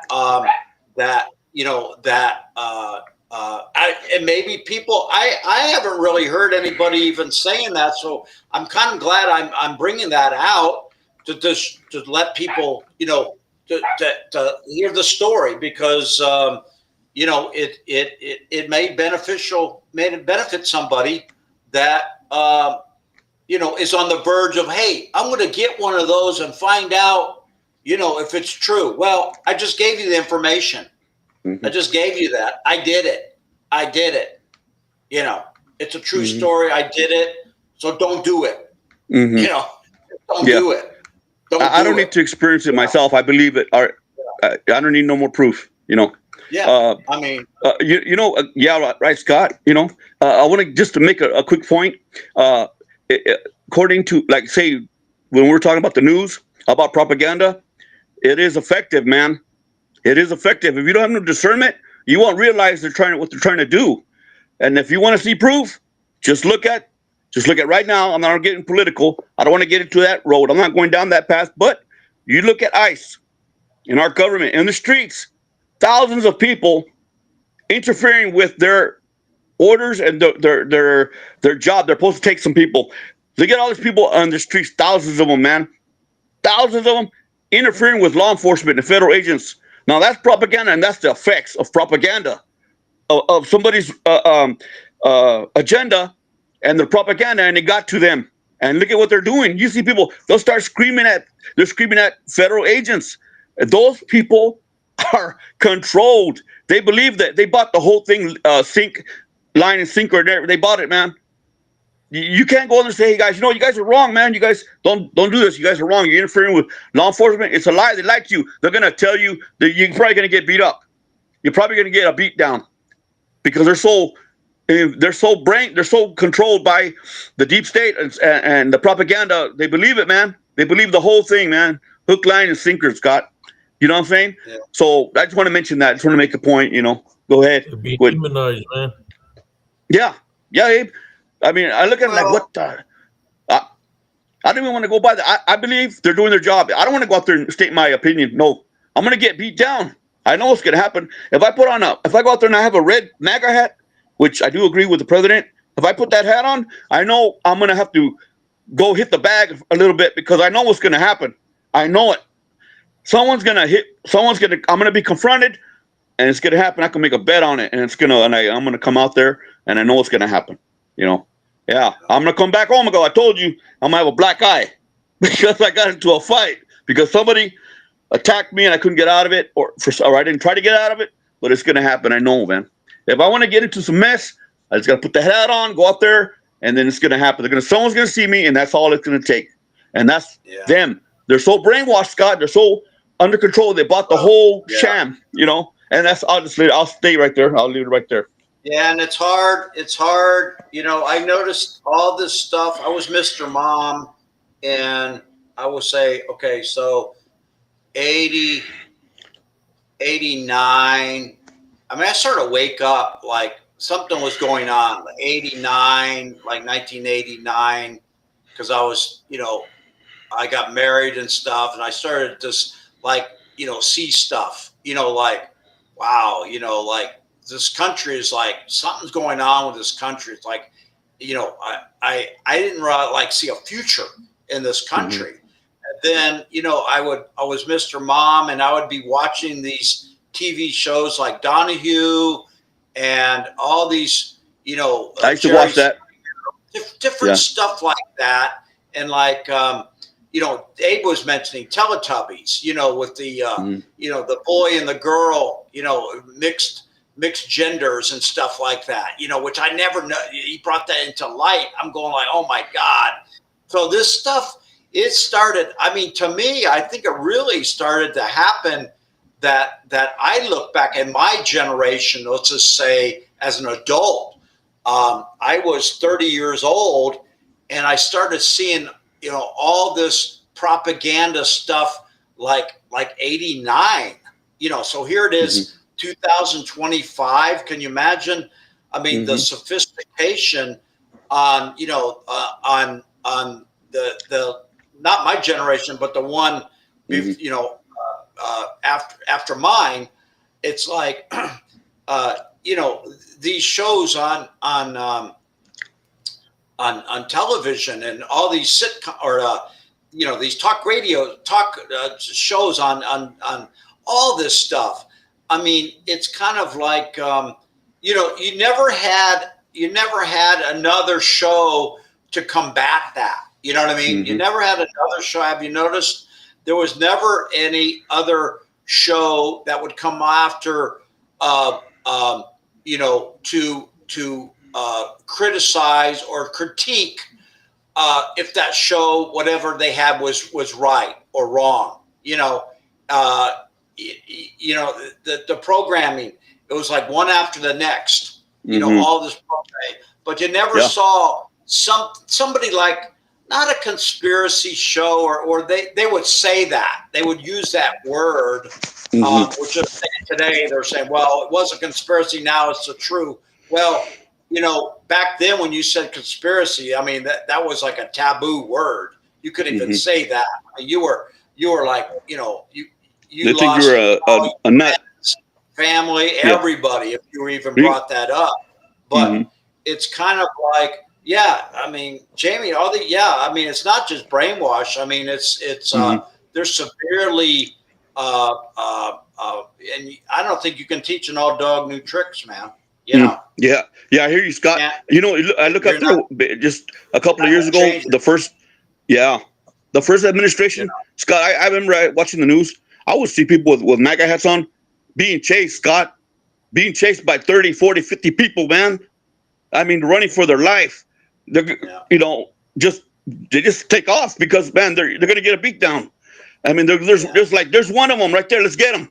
And it was, you see thousands of these people. I'm like, oh man, I don't know. You don't want to go into that. You don't want to go there, man, because you know what's going to happen. I mean, they're under control. They don't even know you. You're going to they hate you because you got a hat on. There's a counter against their agenda. They're brainwashed. It's too bad that, it's just too bad that there's no education to break down, all these counterintelligent, mind controlled, people talk about all this mind controlled, stuff, by, the Travis Scott or Rand Corporation, all these, they mention all these corporations that in the past did all this mind controlled experiments on people, whatever. But, what they fail to really do is none of this is and it will not be, none of it is really educating anybody on the masses. I'm just saying, this is for private people that are conspiracists, people that are on the internet, on certain. But what is really the main population? You're talking like probably 90% of the population is in that camp of that propaganda. So it's only like 10% of the people, are kind of woke up to this stuff, but who are, how are we going to reach to these people, and it's really, Jesus Christ, really, we have to pray for God that God, God starts, sending his saints and his angels to, open this door, man, because we really need this dam broken. I mean, this dam is damming up all this, this, let's just say mind controlled, stuff for people to see and have this dam, this break, man. And just bring it out, man, bring it all out. Yeah. Bring it out. All this stuff, man. I mean, and at least maybe half the people would finally see, oh, is that what it was? That at least those people would be saved, by the kingdom of God and not go to hell because, that hell is ready, these people are they're not going to make it. I mean, they're not going to make it to heaven because, I think God really, I think if we pray, and we do pray on the show for that, we pray, for the love, the heavenly foundation and the love foundation that, that will make a difference on the internet. And all I know is, I haven't seen a show like this. I continue to watch, different shows here and there, but I still, I hear a lot of knowledge and stuff like that, but you have to really, praise the Lord that the Lord gives, he appreciates that, as opposed to people that are just, bringing out this information. That's fine. But, you always have to bring Jesus Christ into, the whole form of it all, because he's the only one that could. All. I mean, God wants to be praised, and this thankfulness. Thank God. Thank God for this show, and thank God, for building this show. But also, thanking God. Makes God. Maybe God reacts. That things. Things happen. You know what I mean? We can only sends out his archangels and different stuff happens, We can only trust God because we can only trust God, Scott, folks. We can only trust God because he's not corruptible. He's rock solid, guaranteed, 100% will not fail. He's a solid rock, man. You can't. He's not going to be shaken. He's not going to be corrupted. It's not possible. For sure, you can guarantee. You can put your money in the bank on him, and guaranteed, it would never fail. And the promise, his promises will always be fulfilled. They cannot be shaken. Cannot be changed. He's eternally the rock, man. You can't. It's not. It's not possible for corruption. Nope. Only him you could trust. Only him. Mentioning these other conspiracies, everything is not a conspiracy, fellas. But conspiracies, yes, there is. Yes, there is conspiracies. Yes. Look at the COVID. What happened? That was a conspiracy, and I could bring out facts and details, but it'll take too long. Look at the fentanyl. Fentanyl's a conspiracy. People think it's just a really good. It's another high. No, it's really strong. It's deliberately it's made strong to kill. Made to kill.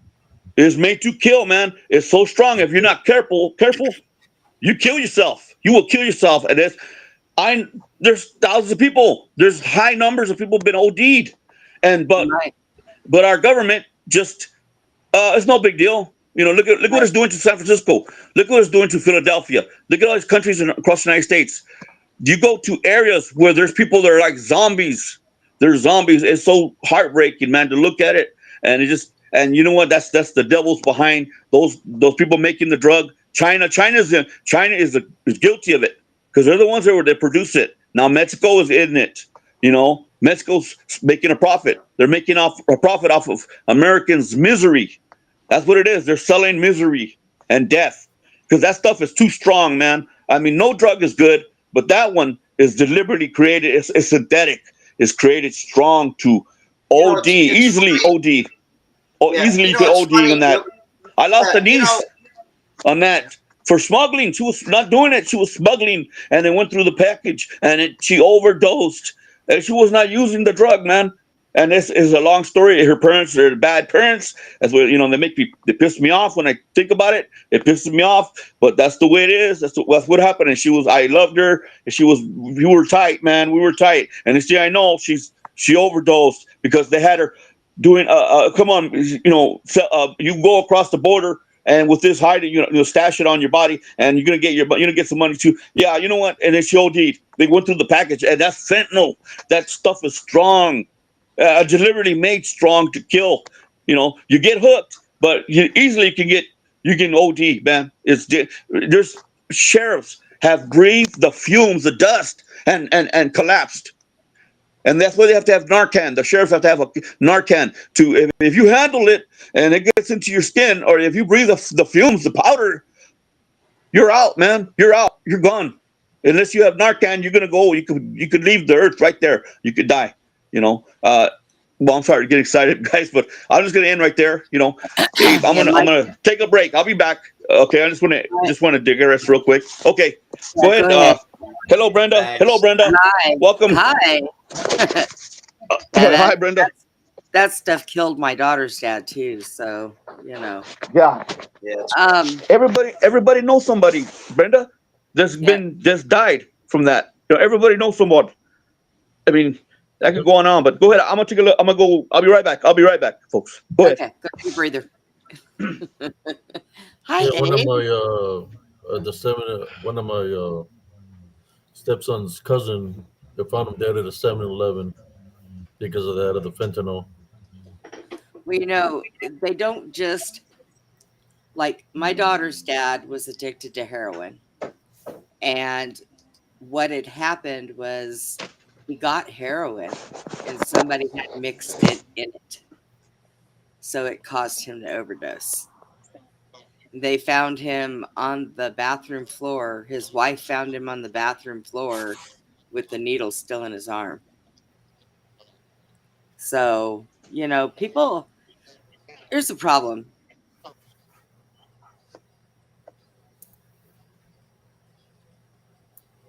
Yeah, did Hello? she click off? She just clicked shoot. off. Oh, there you go. Oh, okay. Am I here? Sorry. Yes. This isn't isolated stuff that happens now. This stuff was going back in the 70s, in the 60s.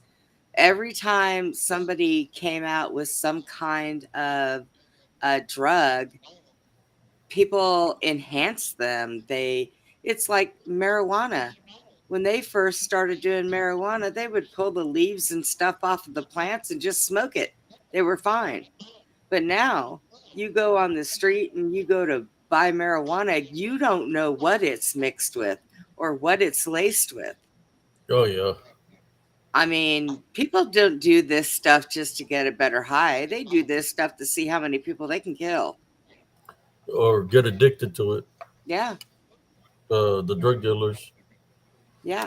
Hi, Moesha. So yeah, I mean and I'm gonna tell you guys, I haven't watched mainstream media in so many years. I couldn't even tell you how many channels are out there. But on Rumble, there are quite a few, just a few people that I watch, and one of them, his name is LT. He's a Marine. He was a lieutenant in the Marine Corps, and now he dedicates his life serving God. And when he breaks down all this stuff that's happening and he puts things out there, you know, he has scripture before the show, he prays at the end of every show, and he gets really good information. You can get lucky to find a few good outlets that you can listen to that are going to tell you the truth. Mainstream media is nothing. And when it got really bad was Obama had signed into law that the media was allowed to produce propaganda and they were allowed to lie. He did that, I think, in 2008. There was a name for it, a project, something. I can't remember what it is off the top of my head right now. But yeah, so they no longer go out in the field and stand in the wind or stand out by the floods. They walk in their office every day. They print out a fax that's given to them by the CIA, and they read what they're told to put out. And if you ever sit and listen to multiple media, they all say the same things. So they're all getting the same exact information, word for word. So it's a wicked world we live in. Oh yeah. I mean, people say that, Satan rules this world. Well, I do believe that. I think that he does. He has to. I mean, because with the way things are, there is no way anybody else rules it. But I don't know. I don't think he does because he's got control of a lot of people. But so long there's people walking around with the Love Foundation, oh if well, he yeah. if he truly ran this, then there would be nobody with no love. Oh yes, there would, There, Abe. We are the resistance, Abe. I'm saying there would be nobody with no love. No, there would be nobody believing Jesus Christ if Satan ruled this world. I Now, mean, he does have a stronghold over a lot of a people, lot of people. but that's why I created this channel to awaken the people to fight spiritually with the Heavenly Love Foundation through Yes. Jesus Christ. And I've been sitting there watching a couple things that have been talking about like a lot of the stuff that's going on and the people that are causing the problems and the whole boys can be girls, girls can be boys, all this stuff. I have two friends that are transgender. Okay. It is not up to me to judge them. I'm not the one they have to answer to. But both of these people, and one of them used to be military, both of these people went through 15 years of therapy before they made a decision to do anything. They don't agree with the way people do it now with the younger kids, with all this stuff, because they know the problems that they're facing from this now and they can't reverse it. So they're done, you know? And there's been a lot of people that say this is something that is psychologically put into children's heads at a very young age through commercials, cartoons, TV. Goes along the fact of what you guys were talking about with the Teletubbies. Well, you see it. You see it Yeah. happening now on TikTok, where the mom is talking about the child is only like 2 or 3 years old, that they're trying to change the organs out on the kid and stuff, Well, on the little Abe, boy. you You had know? you had a child, right? Okay. So Yeah. let's say you were sitting there with your son and you're playing with him and he's 2 years old and you smile and you say, do you want to be a little girl? What is that 2-year-old going to do? That 2-year-old's going to look at you and smile and go, yeah. Because why? They're making their parent happy. They think that they're doing something because they feed off your reaction. And your reaction at that particular point in time is all smiles and happiness. So that's what they feed off of. These kids Just are like, not old enough yeah, to make that decision. it's like corruption. They're corrupting the kid. Yes. I think those parents that do that should go to jail, go to They, prison. they all need mental help. I mean, they need Honestly, to open I asylums think back they up. should. They should get incriminated. You Yep. know, Yep. because that's Absolutely. corrupting their minds, their free will. You know, this And that's what it's about right there. You hit the nail on the head. It's about free will. It's about taking their free will their free away. will. That's what the devil does. Yep. And what better way to take a child's free will other than to get into the mind of the parents? It's called planting negative seeds, Yep. That's and a lot of the exactly it. schools are doing that. Schools are doing that. They've Yes. been doing that for a while. Yeah, these public schools are horrendous. I seen a flyer today on Facebook about the Colleen ISD, the elementary school.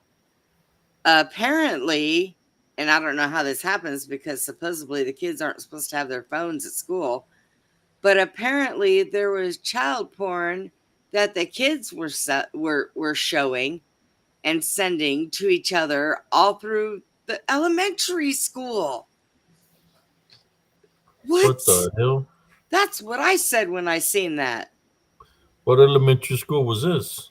I think the one here in Killeen, the one up there off of, oh, I think it's Jasper and the Highway. Jasper. Yeah, they built a new school there because they took down Maynard. So they built a new school up there at Jasper and the Highway. Yeah, I almost It fell was a over. middle school No, an or elementary. elementary. Yes. And my thought is, okay, parents are not paying attention to their kids. Teachers are not paying attention to their kids. There is a problem. There's a problem in this world that people are not paying attention for nothing. If I had kids nowadays, my kids not only would not be going the kids, outside to play, they why are would the be going to kids school. allowed to have their cell phones at school? That's the first question. But they're not allowed to have them because that way they're not distracted. Which I'm going to tell you, nowadays in school, that's what they're doing. Kids are down on their cell phones. That's all you see is their heads down. In our times we had no cell phones, so No, we didn't. We actually had to talk to each other.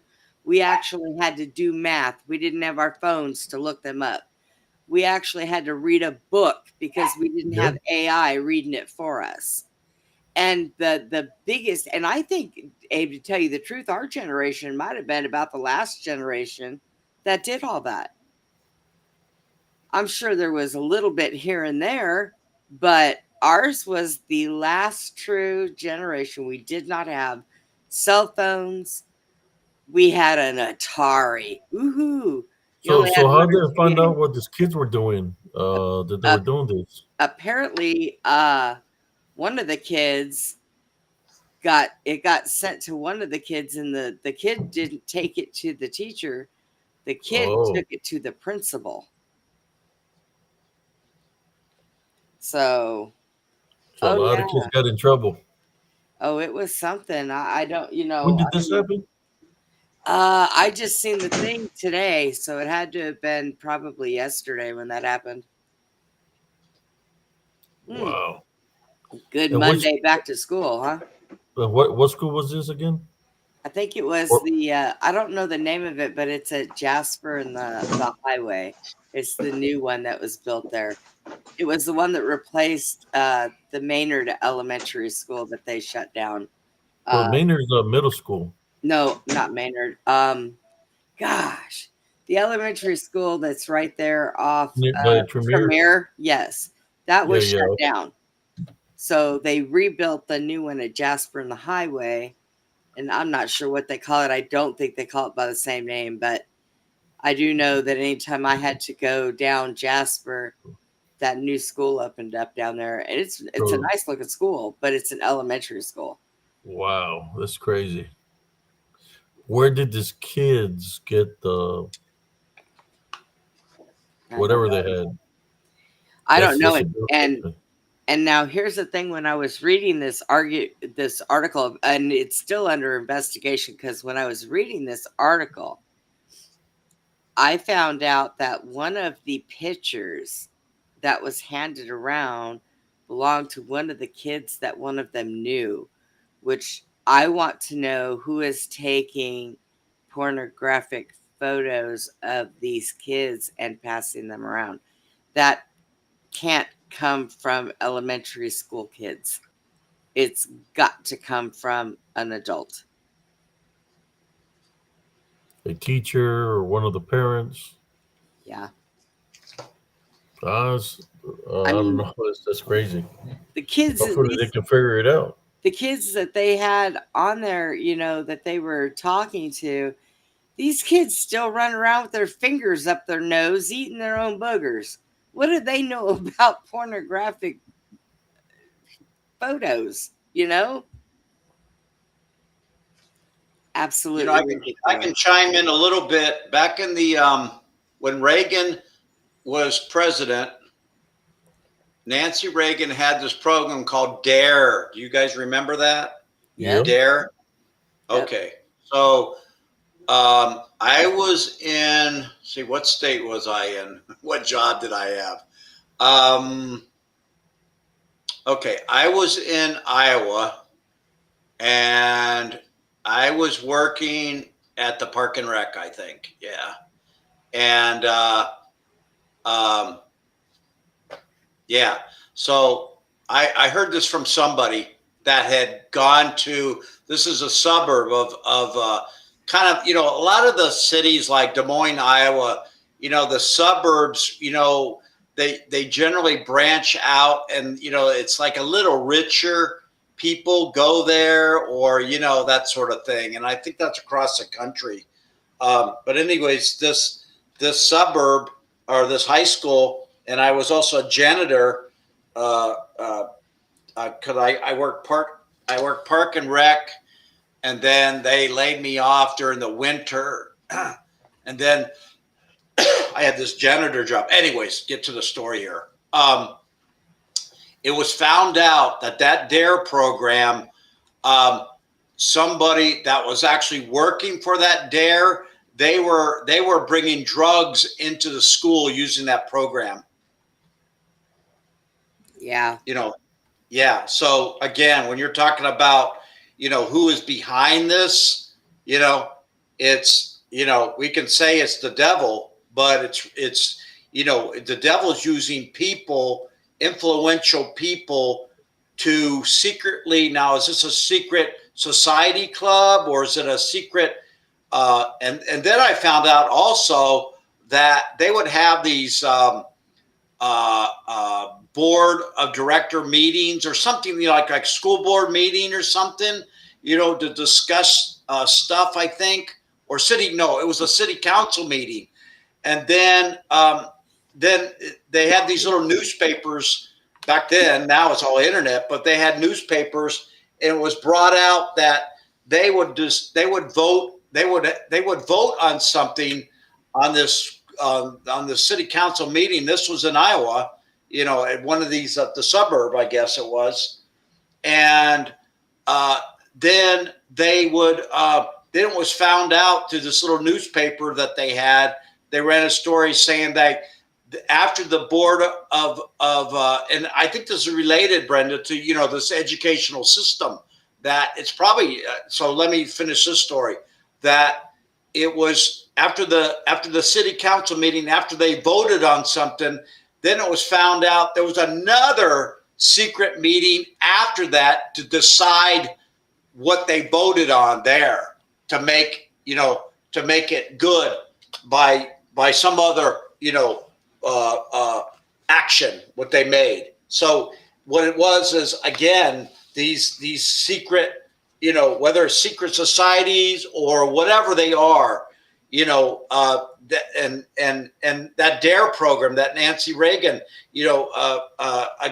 anti-drugs, back when Reagan was president and stuff. Somebody actually, some infiltrated group or somebody involved with that. And I'm not necessarily saying they were bribed, but I would say not even bribed, but I think probably some secret group, that again infiltrated that organization to use that as a, as a diversion, as a what do you call it? Camouflage, to use DARE, that program, but then underlying, it'd be a great way to get drugs to children, you know what I mean? Or kids, whatever. See what I mean? So everything that's good, I mean, we all know that everything that's good that God makes, or gets people, to do, there's always, an adversary that makes it, opposite. So, this city council meeting, and I think this thing about, you're talking about this education, these photographs and stuff, it's got to be, to me, it's got to be, through the educational system, it's a mess, to tell you the truth. Public school system is like, I'd homeschool. If I had to do all this over again, I mean, I'd homeschool my kids. Yes, absolutely. No way. I got news for you. There is no more secret societies. They're out in the open now, and they don't care. Yeah. Yep. Wow. This is true. Every one of them, Satanism, all kinds of stuff. Yeah. And it's almost like they dare us to go up against them. Well, I even had a job, and the guy shook my hand with a secret society handshake. And he was the CEO. This was the job before I got the church job. So I got like 3 months. They were going to hire me in about like 3 months. So I had to get a job for like 3 months until that job became available at the church for facility manager. But so, I worked for a publishing company that I was kind of the groundskeeper maintenance kind of person, because they got rid of the contractor. And, but anyways, this guy, he was a owner of, okay, let me just give you an example.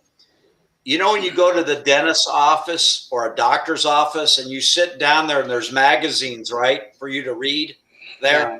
Okay. There was a magazine called Sunset Magazine. I don't know if you remember that, but just to say, those types of magazines, this guy, he was the owner of that publishing company of these and several of these magazines. And we got profit sharing checks and stuff like that too. But let me just get to the story about the secret society, thing. I have a very high profile. I have like 3 resumes, and I have very high profile references. So, and I use each resume for the type of job. If it's a custodian job, you think I'm going to use some job that I was a manager of a freight forwarding import export company? No way. They're not going to hire you, right? So, I always cater my resumes for, the types of jobs. And listen, I've done, and, custodial job was probably one of my funnest jobs that I ever had in my life. I mean, it was like, oh my God, by yourself. And it's like, you could, it's wonderful. So anyways, so this guy, I got hired by him, and so he shook my hand because he saw the resume that I had, and I had some pretty high profile references, like for example, the ex-governor of Minnesota. I had the bishop of the Southeast Synod of the Lutheran Church from, for the Midwest Lutheran churches, the bishop. Okay, so these are some of these, because I had that, gave him that resume because, I was going to go on further to the church. But anyways, this guy owned these magazines and stuff. But anyways, he grabbed my hand and he gave me one of those handshakes. And I pulled away, because it's like, I didn't really know back then about the secret handshakes and stuff, but it was kind of like, they have this handshake that it feels like they're, let's just say, kind of like, I'm just going to use this word, kind of like gay in a way. It's kind of like, it's a weird kind of handshake, not like a normal handshake. And, sounds like the Masons. So he grabbed my hand, like that, and I pulled away. And then later I found out that he was a Knights of Malta, fraternity. He was like involved with. Now the thing of it is these people don't get up that high, in publishing and these corporations, unless they're joining these clubs. And but he thought I was one because of my references that I had on my resume. And at that time I was married, and my wife, she wrote a cover letter, because she was, she would write cover letters, to get the, some of these jobs that I had. But I had several of these, these resumes. So, I brought the high profile one because this guy was, the CEO of a big, publishing, prominent magazine, thing. So, and I thought, well, maybe I'll stay with this job instead of going to the church, job anyways. But long story is I found out, Knights of Malta, oh my God, do some research on that group, Oh, yeah, I actually have already. Hello, everybody. Hi, Jack. Hello, Jack. Kind of makes you wonder who was, standing up for you there, Scott. Well, I just knew that, I always equated that, he looked at my resume. He thought I was one of the, secret fraternity order members, let's say, whatever group. And, because it's a secret, right? It's a secret. Yeah.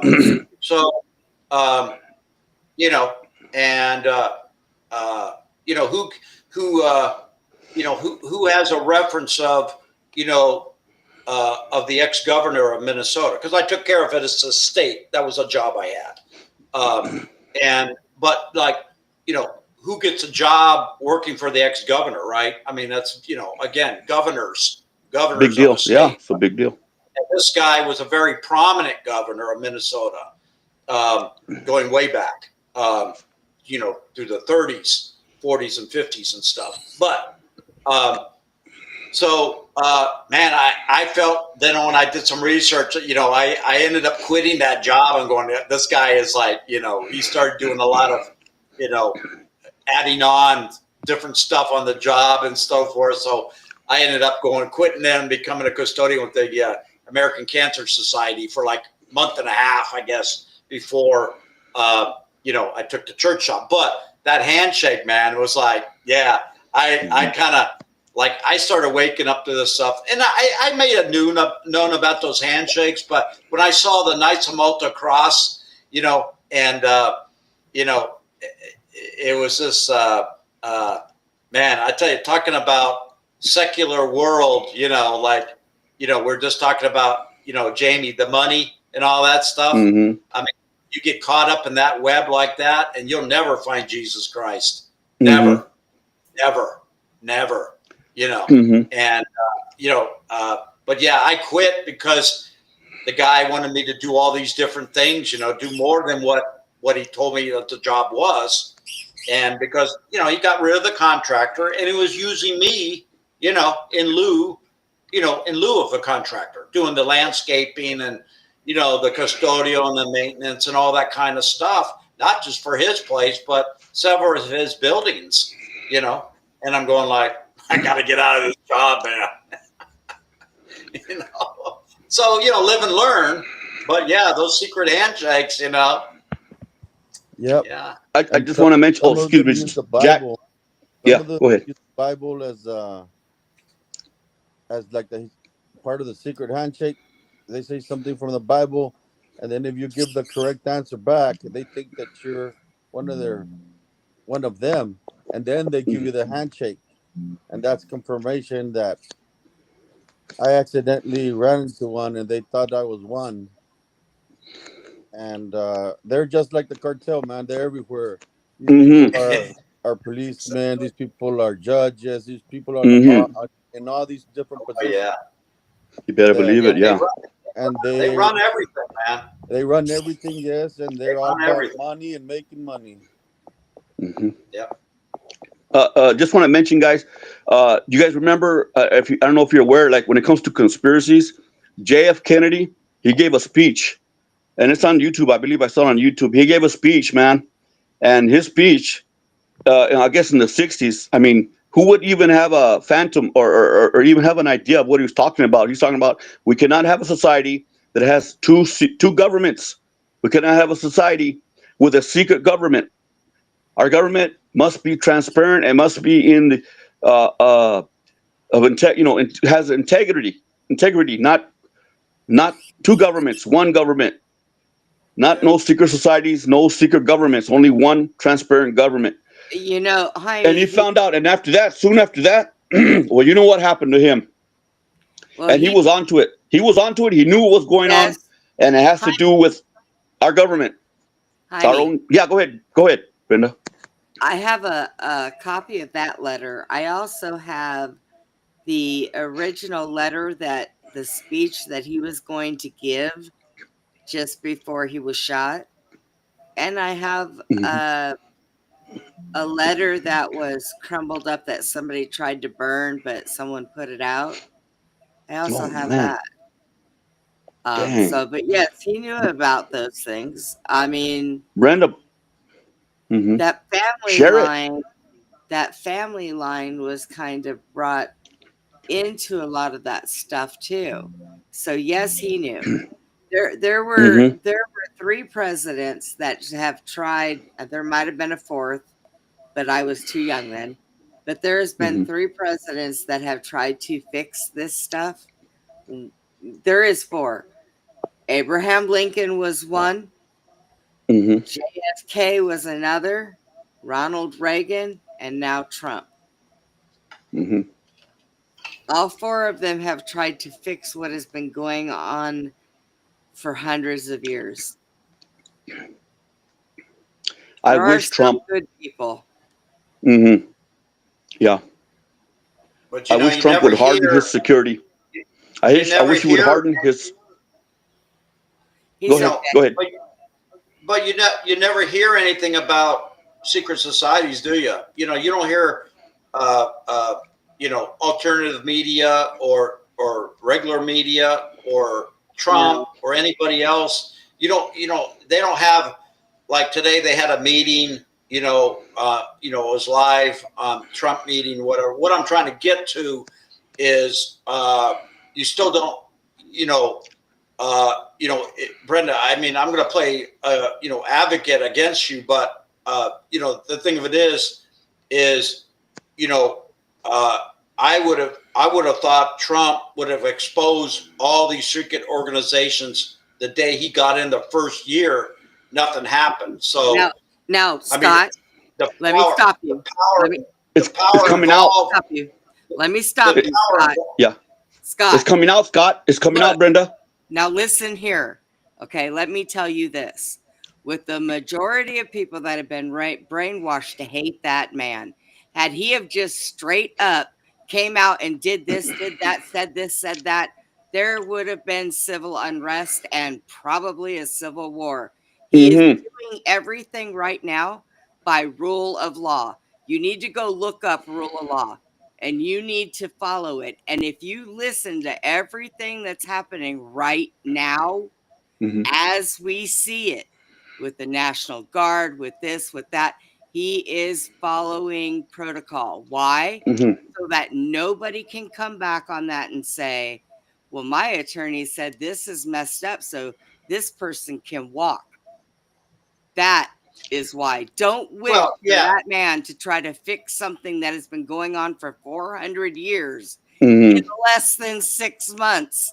When people say that, it pisses me off beyond repair, because people are not looking at the broad spectrum of how much destruction there would be, how many people would be killed, because these people, that percentage of people that go against Trump or his whole entire cabinet, they're crazy and they don't care who they kill in the process and who they take out while they're trying to quote unquote prove their point. Well, what I'm trying to explain, Brenda, is I don't hear, let's just say Trump, okay? I don't hear him saying, hey, we have a problem. And what's the problem? Secret societies. No. JFK, okay, so Jamie brought up the fact of JFK, okay? So JFK brought up the fact of secret societies. So Trump knows about it. Okay, we all agree that. Of course. And we all agree. So the thing of it is, you know, if you mention, okay, and it's just not the Freemasons, you're talking about, it's, you know, it's Skull and Bones. It's a whole it's a whole bunch of these secret society groups. Now, I've never heard, here's the thing, what I'm just trying to say this, is I never heard him or anybody else in that administration just bring it out and say secret societies. Have you? They won't, and they will not. And I'll tell you why. Abe, when you're in the military, are you going to straight up come when you've got a thing that you're going to go do? Are you going to straight up just tell the enemy what you're doing before you do it?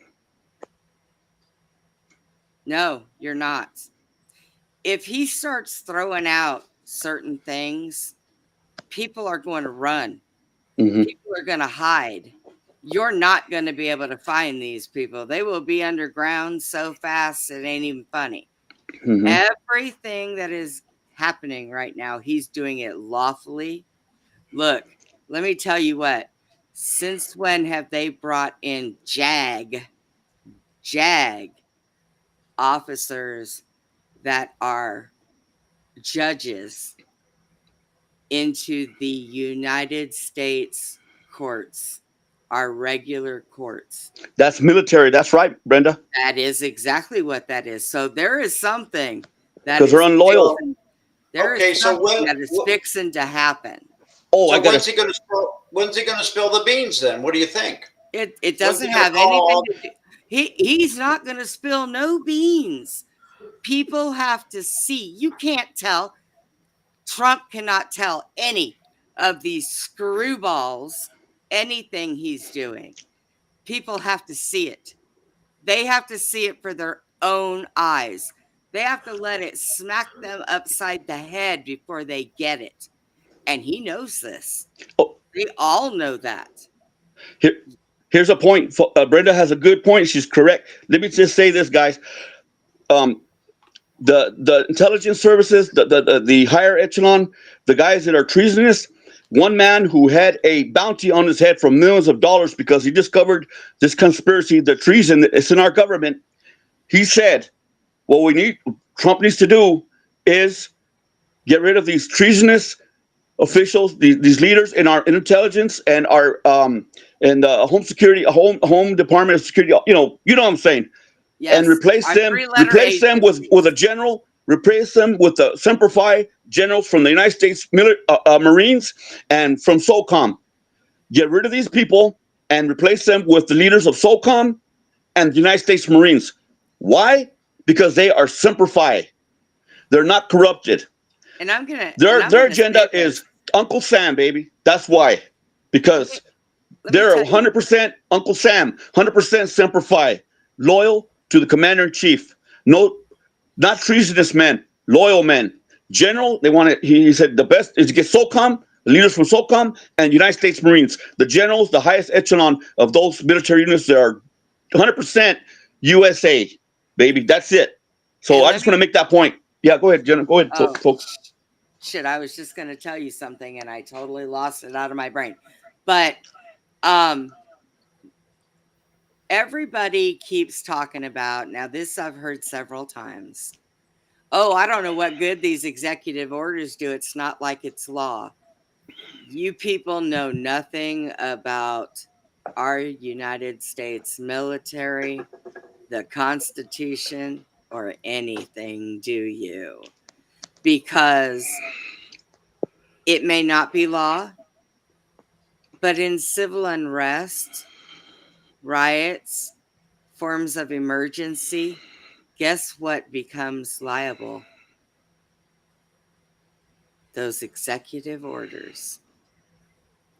They will stick out there and then they will be followed.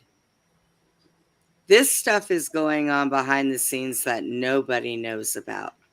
They are collecting people. They've already started arresting people.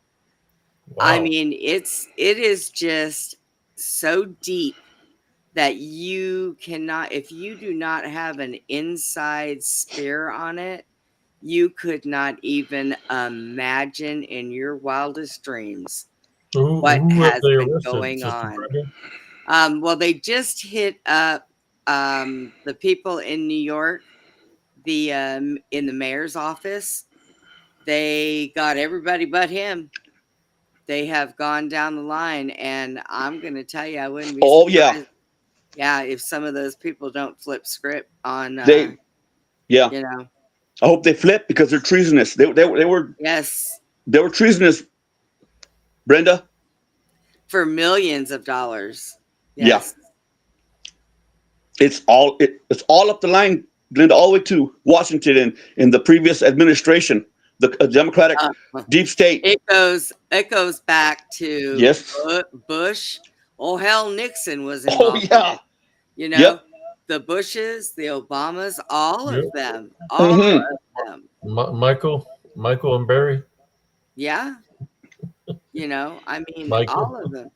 There need to be arrests. That is they need to be arrested and brought up on charges.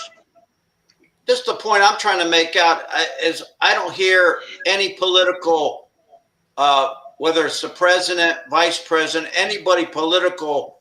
And I can tell you one thing. I saw this on C-SPAN long time ago. And I'll just give you kind of a reference on this.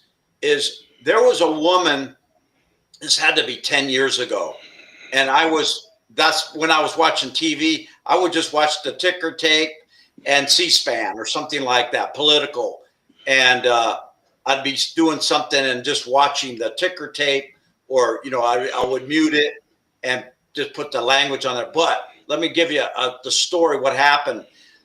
They were voting on some issue, you know, on the floor there about some issue. And this girl, she came out on the floor. Now, I don't know if she was a representative member or she was, I don't know her stature at all, but she came out and she was on the mic and she was calling out all those Freemasons on public TV, like, surrender your membership, you know, such and such, all you Freemasons and all that stuff live. It was live, man, on C-SPAN. and they grabbed her and dragged her out of there, and she was screaming and yelling, to get her point across. But what I'm trying to say, using that again as a reference, but what I'm saying is I haven't heard any mention at all through any political site, or any political figure with the government, and mentioning any kind of. Here's the thing. Jamie's coming out with saying, well, we don't have a two. We don't want. Kennedy didn't want a two government system. A dark government and a light government. Let's just say, all right, just to break it down. So that's what Kennedy was trying to expose, is that. But what I'm just saying is I'm just bringing out Brenda. I haven't heard, and so what's your response to that? That they don't even none of these political people even talk about that at all, and bringing that out. Because that's small potatoes compared to everything else that's well, going on. You're saying small potatoes, but they don't mention it. Don't you think that's kind of weird? They don't mention a lot of things. That's not the only thing. I mean, my God, our news has been lying to us. Our government's been lying to us. Everybody's been lying to us. They don't tell you the real truth about anything. But it's still a secret, right? They're called secret organizations, right? So what's the big secret? Expose it. It's like Brenda said. They have their places in the city where they gather in front of everybody and stuff, and nobody. They just do it out in the open, and nobody, they don't care anymore. Just like Brenda said. Yeah, hasn't been. Who has the courage for a long time? Because when they thought that I was one of them, they asked me, "Why don't you come to our place? We have this place downtown." And it was right in the middle of the city. And then when they asked me, "How did you get initiated into them?" And then I that's when I responded, and I was like, after a couple of days, I told them, I don't know what you're talking about. And then that's when they pulled back. Now, I will tell you this: all of the secret societies all amount to one thing, and it's Masonry. You know what's your one biggest secret society that you wouldn't have thought was involved in Masonry or anything else because supposedly they help children? The Shriners. The Shriners are all 33-degree Masonaries. And if they're not 33-degree, they're working their way up to it. And they have levels. They have, that's true. Ask me how I know that. Yeah. Because that is who my uncle passed me off to, and I was passed around by the Shriners. Oh my goodness. Well, another thing, I looked. I had some neighbors. Their father or their grandfather was a Mason or something like that. So I borrowed their Bible that they have, the Masonic Bible, and in there that it's a very thick book, and it's only like submitted to certain members that are Masons, that sort of thing. So but I was able to go to borrow it, to take a look, see what this was about. And what I noticed is in the start of it, what I'm trying to get to is they worship Lucifer, in the front page or whatever their doctrine is about all this. But basically, here it is. So we talk on this show about spiritual and cryptid encounters. We mentioned Jesus Christ. Well, if you mention so if John F. Kennedy was assassinated, which many believe he was because he was exposing the secret cabal running, the world, and he did have ties a little bit, like you said, Brenda, through the Kennedy, organization. I think his grandfather ran a bootlegging Mafia. whiskey company like Yeah. that. Yeah. But you know what it is, Scott? Well, hang on. So Yeah. So the thing, what I'm trying to bring out in the conversation is, okay, so you have a secret club, a fraternity, okay, and you ain't in it, all right. You ain't part of the club unless somebody brings you into the club, okay, and you become initiated, okay. So and there's a lot of sub levels to all these clubs. I mean, even goes down to the Elks Club or whatever, Elks, whatever, these Moose Lodge, whatever. It goes down a lot. But what I'm trying to say is, okay, so why, if here we are 2025, there's no mention, unless what I just referenced, that girl that brought it out on that house floor, she was dragged out. Now, she was out of order. I get that. But she brought out something that was live, meaning like she knew something, let's just say something demonic that was, infiltrated, the House of Representatives, the billing, what they're voting on, whatever. But she was exposing this male club, the good old boy club. And she was exposing that live on C-SPAN. And what I'm saying, that was, 10 years ago. I don't know, even longer than that. But here, what I'm saying is, here it is 2025. I don't hear a mention. And, either you guys, either Brenda or Jamie said, well, that's small potatoes. It's not small potatoes, because what it is it's still secret. It's still a secret organization. But you're not, that's what you're not getting. That stuff has been out in the open for so many years, and how you don't know about it is astonishing. Well, no, I'm not saying. I'm just saying that I don't see the president of the United States coming out saying that publicly. Why? Have you? Yeah. Right now, he's doing it. He's doing it by the law, Scott. He's doing it. He's going through the process of law and you have the righteous decision that is correct by the Constitution, by the word of law. You're under arrest for treason. He's not. No. You don't know that. Yeah, but you don't know that. You're assuming. No, I'm not assuming nothing. Trump is using the law. Go ahead, Brendan. Okay. Go ahead. I'm just going to say this, and I'm going to only say it one time. Okay. I, in some way, am related to Trump, and I am a Kennedy. I have access to behind the scenes stuff. And I am telling you right now, there is no need for Trump to come out and say or talk about secret societies when we have 800,000 children that are being exploited, sex trafficked, and they're being tortured, they're being killed for organs. Why talk about secret societies? They're all involved. It's all one big circle, and it all goes back to Satan.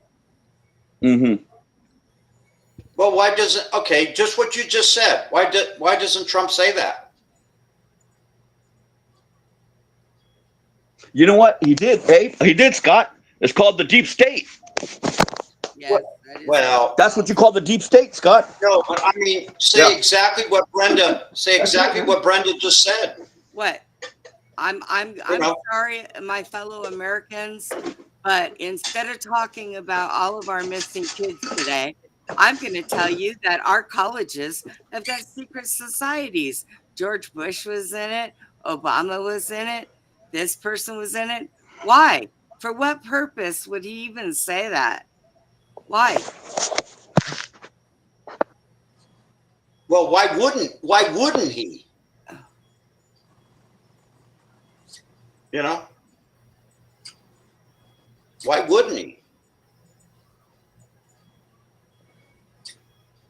I'll be right back. I can go get some water. That's all I'm saying. Because he's playing the long game, Scott. That's why he's doing it by the law, because he wants to prevent civil war, and a lot of people. Well, yeah, I mean, and I can see that. I can see that, Jack, all the way. You know what I mean? But, you know, if you're going to be truthful, okay, like, okay, you know, if you're going to stand with Christ and say, you know, here's the thing, if you're going to carry the cross of Jesus Christ, right, and you know something, you know, and it's not right, why keep it a secret? You know, that's how I look at it. I look at, if you're going to carry the cross of Jesus Christ, you know, you're in it for the truth and the justice. So why are you keeping stuff secret? Or, you know, it, and just like you said, Jack, yeah, we all know, because, you know, if this stuff would come out, you know, they may nuke this country, all the cities, who knows? But what I'm saying is, you know, I just believe, like, if you're going to carry the cross of Jesus Christ, you know, it's all about the truth. And the truth is, these secret societies, they are against Jesus Christ, period. Period. Brenda says that. Jamie says that. Abe says that. You say it. They've done this all this time. They've infiltrated, and their whole purpose was to divide the families so that they could destroy. And look at, that's what's happened now. Look at our families. Nobody talks to each other. Everybody's divided. Everybody believes something different. They've accomplished that. They did all Well, of this. again, In all of these years that while we've been alive, they did all of this. And this is at the point where we're at now. well, you know, when you have a president, you know, I mean, in my opinion, John F. Kennedy, after he got assassinated, it was over for this country. This country never recovered. You know, then you had RFK, Martin Luther King, assassinated very shortly after that. This country never, I mean, this is my own opinion, it fell into the hands of Satan after Kennedy was assassinated, period. And I think everybody will agree that's on this tonight. They would agree with that. You know, are you back, Brenda? Yeah. Yeah. I mean, you know, and I remember where I was. I lived, you know, I was in first or second grade or whatever it was, or third grade, one or the other. But what I'm saying is, you know, if you're going to, all I'm saying, this is my own personal opinion. If I'm going to carry the cross of Jesus Christ, okay, and, you know, it takes a lot of guts to come out and say, hey, you know, I read the Masonic Bible. I know what's in it. And I'm going to reveal to the American public. Washington, D.C. is also set up on the Masonic Foundation and all this stuff. I mean, it's all on the internet, too. It's just not me saying this. This stuff is all over the internet. But what I'm saying, when you're a public official, you put your hand on the Bible, you know, and you know, that's a big thing. When you're the commander in chief of this country, I would leave no secret undone. I would expose it all. And you guys may disagree with me, because I understand that. Because if you do expose this, you know, it could. But several presidents tried to do this. All right.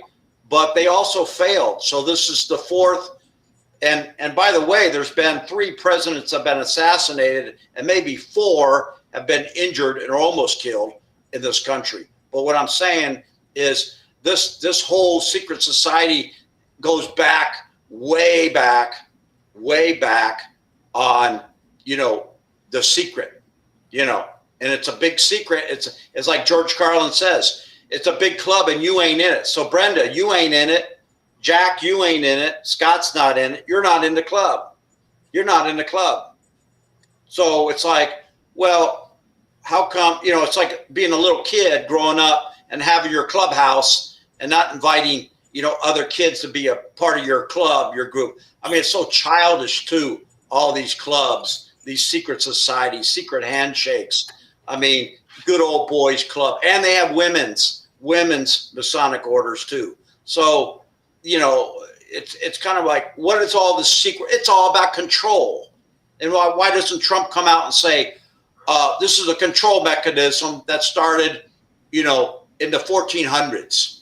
I'll be sure to tell him that all the hard work he is doing right now is just full of shit because he hasn't come out and talked about secret society. No, I'm not saying that. He's done a crappy job in the last 8 months of everything he's been doing because he hasn't talked about secret societies yet.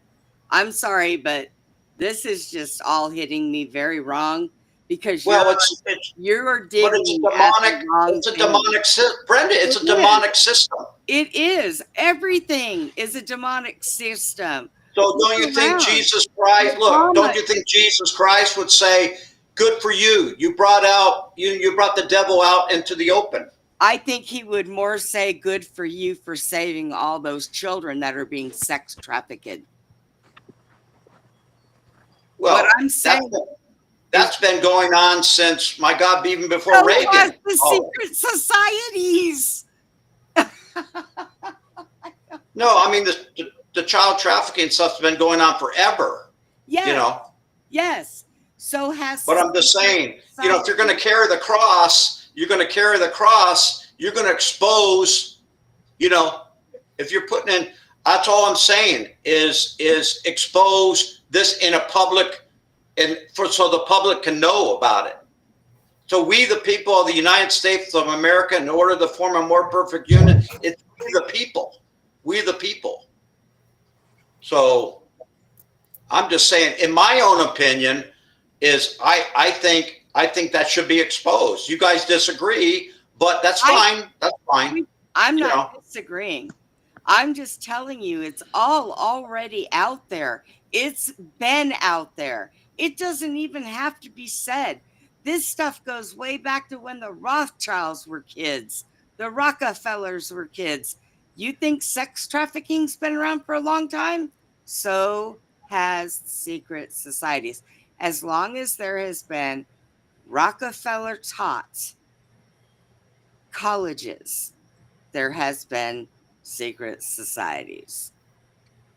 It's been around for a long time. Well, you may know that, but the common person, they don't know it. They don't know. They don't know. Hello? Hello. Hello. Hello. Can anybody hear me out there? Yes. Yep. Well, I guess We not. lost him. It was. He had a green How are you guys screen. doing? Back. There you go. My green screen. That's all right. The green screen is okay. You guys okay? Yeah. To speak to me with me or whatever? I like green. This is only like the 6th or 8th time I've tried it, but with you. How you doing? Good. We can hear you. Okay. All right. So anyway, you guys were speaking the last time I heard. You're speaking about Trump and this and that or whatever. And you guys, add a little spice to the conversation. Go ahead. Oh, you know what? Before you speak, bro, I just want to make one point, and I'll stop, and you go ahead, okay? I just want to make one point. I just want to make a little comment. Yeah, go ahead. I'm just okay, glad I'll I'm let in you here. speak, brother. Do Okay, if you go what back, you gotta do, dude. Okay, bro. Look, if you go back in history, you go back to the Roman Empire. You go back to Caesar. Go back to the time of Caesar. Caesar was doing very well for the Roman Empire, right? One of the senators didn't like him becoming so powerful, and one of them, or two of them, turned all the senators including it was most of the guys leaders were Brutus and Cassius. Brutus or Cassius convinced the other ones he didn't want to do it, but he convinced them you cannot let Caesar become this powerful. And the moment Brutus or Cassius agreed to it, to murdering him when he came back to the empire, when he came back to the palace, the minute they agreed all together, one voice, to murder Caesar in his own palace, that's a secret society right there. Right there. It's a secret society, a secret government. Your own senators. That's what you call a coup de grace.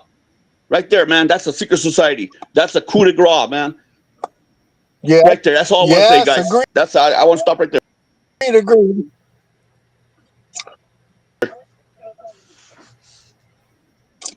Should I pick up on that? The pickup on that is, you know what? We don't know what was going on. All we know is what we're being told, and what we know is that we've been lied to our whole effing lives. So, you know, and how many times have they had a chance to rewrite these things also? How many times has it been rewritten? Come on. You know, so who knows, you know, what do you want to believe? Story? Which situation do you really want to get in there and grab a hold of with your arms around it and believe it? You know, it's getting harder and harder to believe anything out of the word of mouth. Definitely you can't believe mainstream media anymore. We know that, right? Don't we? Right. Yeah.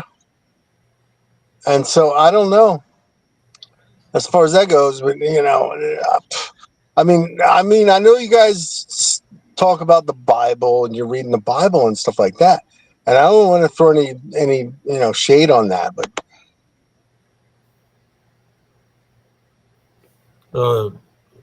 It's more like believe in Jesus Christ because He's a way. That's what I believe in, Jesus Christ. Man, we can see the corruption.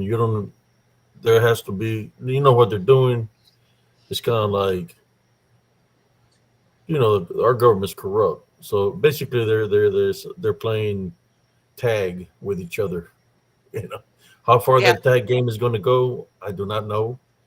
But that's what they're doing. They're pointing fingers at each other. You know, I don't know. I don't think Donald Trump is corrupt, but that's the government. You know, just pointing fingers at each other, trying to say, well, if you say this about me, I'm going to say this about you, whatever. They're corrupt. But for those that have a Heavenly Love Foundation and believe in Jesus, because we can see everything that's happening. No, it's not good what's happening within the government. Right.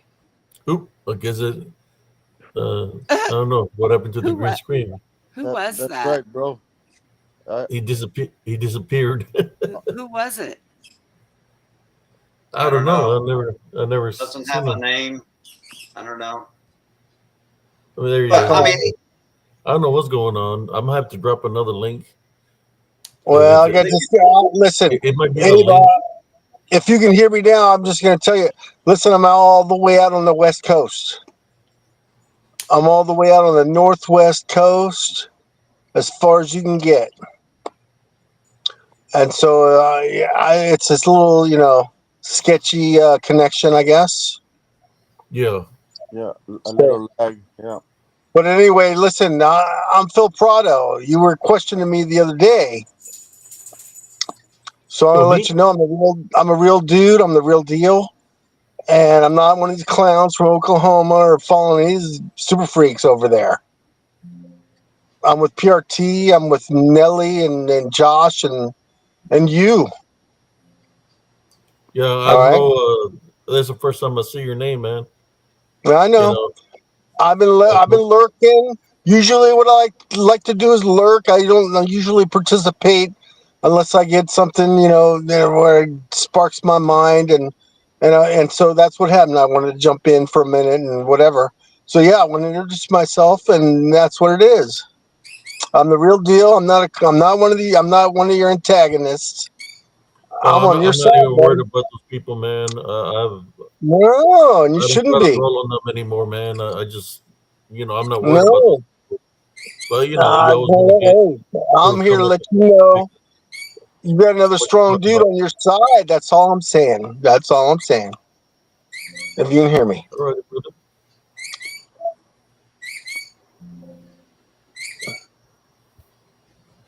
Yeah, so I don't focus on those people anymore, man. It's one thing. No. Negativity with negativity will not make a positive. So I try not to dwell in none of that crap. You know, just trying to do my show here in Spiritual and Cryptid Encounters. Just happens that the politics is That's a right. very, very ishy topic because there's been a lot of corruption, and I've seen it, man. I've seen the corruption. Even being a soldier, I've seen the corruption. So yeah, it's pretty bad. You know, with the Anyway, I'm corrupt glad to be here with you.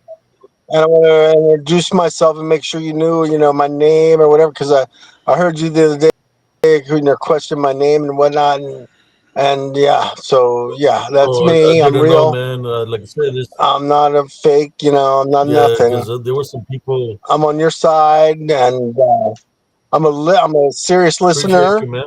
to both you.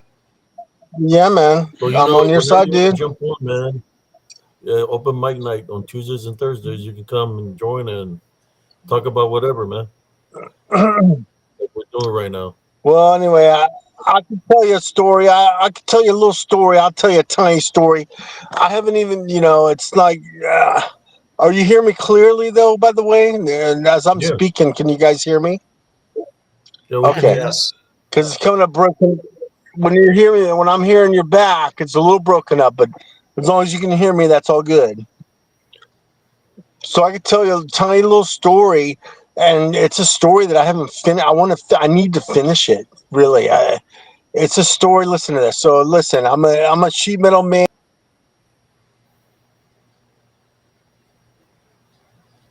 Yeah, it's breaking up.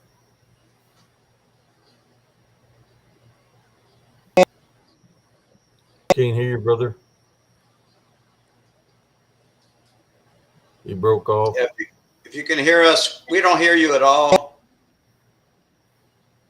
I'm an There you HVAC, go. commercial Now we hear you. installation You had man, broken connection, man. right? Can you say something? I don't hear you. Yeah, it's I'm saying breaking. a lot of things. Saying a lot of things. Can you hear me? Yeah, we can hear you now. You're breaking up though before. Oh, you can hear me now? I was getting ready to leave. So if Yep, you we can can hear me hear now, you. I'll keep talking. Can you hear me? Yeah. All right. Oh, So listen, yeah, I if you got a want to, I can drop a situation. different link, Did you man. hear? I can refresh the link, so maybe you'll get a better connection.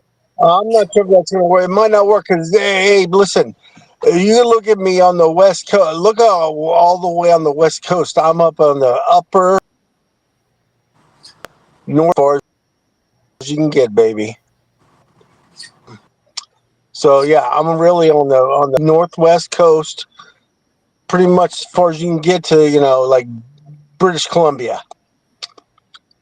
But whatever. Okay. So if you hear me for the moment, I'll tell you a little story, a tiny little story. And this is a story I haven't, like, I don't know if you heard this or not when I said it a moment ago, but this is a story I need to finish it. This is a story, a situation where I need to go back or need to either get back up, really, to go back and document this or.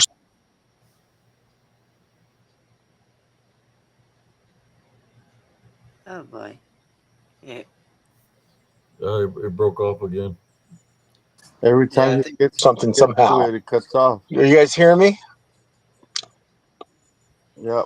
Yeah. Yeah. All right, you know what? Well, maybe we'll We'll finish the hold this story off next for time. another time. Because let me drop another link. Let's. well, on that story, I gotta go. I gotta go to bed. It's pretty late. Brother, you're gonna be waiting Okay, for the so story Try again. for I about can't 2 wait for hours. I can't wait for the green screen again, folks. All right, I'll I'll try talk to you again. guys later. We'll try it again. Nice. All right, brother Scott. Yeah. Good night, man. All right, Bye. night. Have a good evening. good Have a night. good evening. Thank you, guys. Let me drop another link. Maybe you can share finish the story. There we Yeah. go. I dropped another link. I want to hear the story now, man. I know, right? I know we were hanging on it twice. Like something doesn't want us to hear his story. I want to hear your story, man. If you're in the lobby, jump on, brother. I dropped another fresh link. Click on that link. Yeah, the green screen reminds me of the night vision goggles Yeah. from back in the day.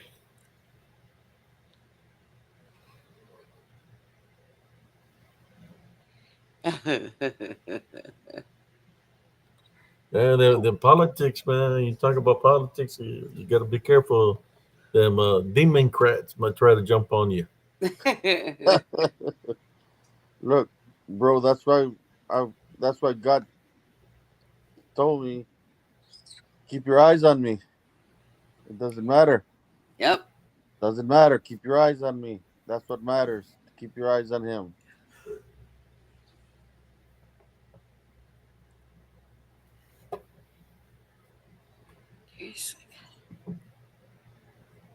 They also say, what is the saying in the Bible? There's nothing that can be hidden from him because he knows every spirit, so nobody can hide from him. That doesn't Right. matter what kind of secret society they're in. He knows everybody. Yep. Yep. I mean, we've all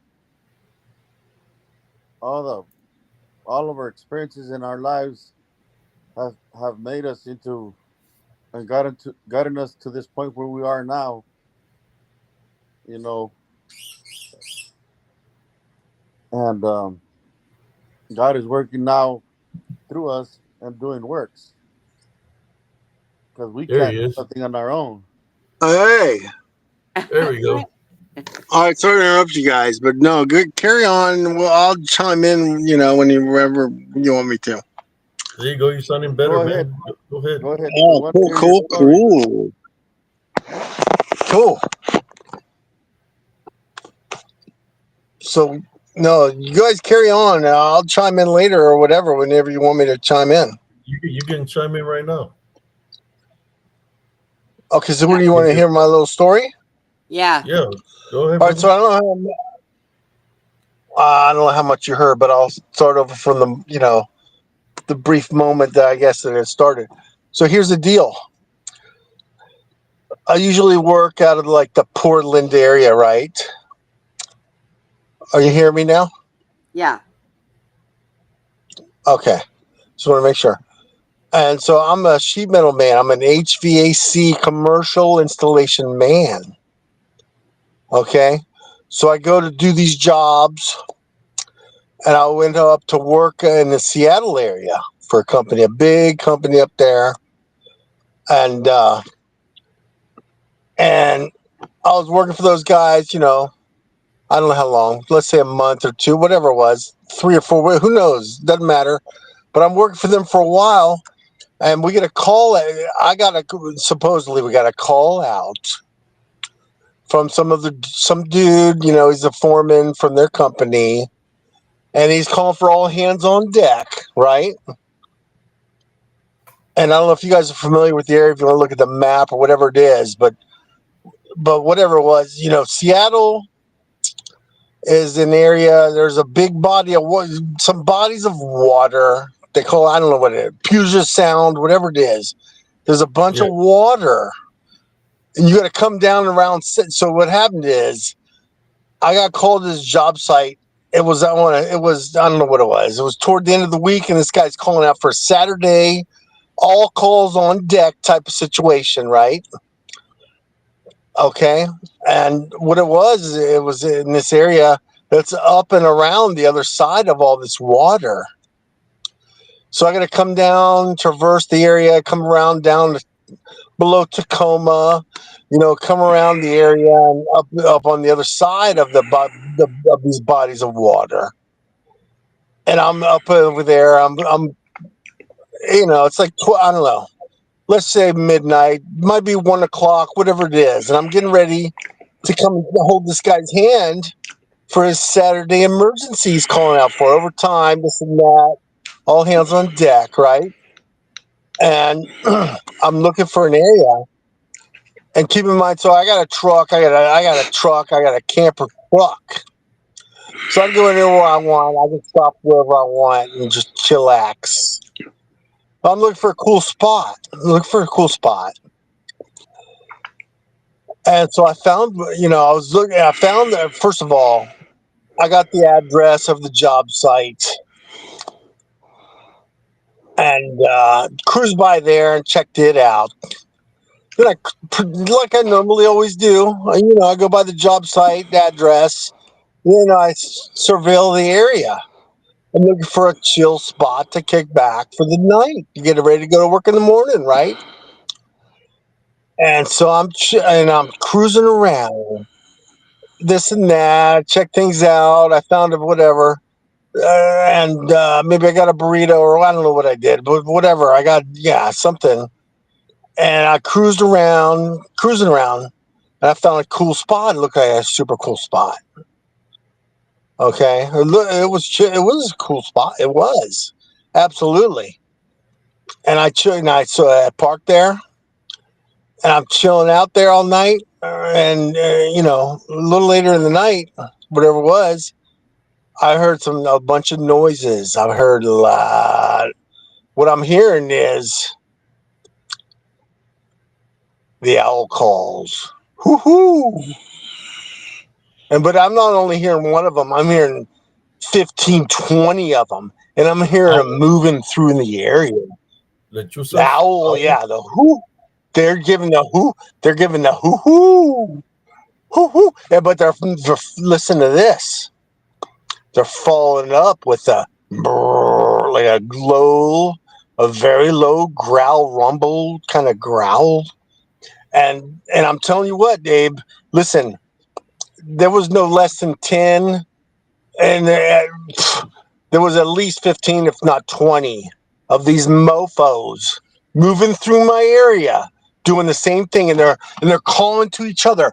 They're doing hoo hoo, and they're just hoo hoo from 15, 20 yards away, and I feel, and they're moving through the area, and they're moving, and each one of these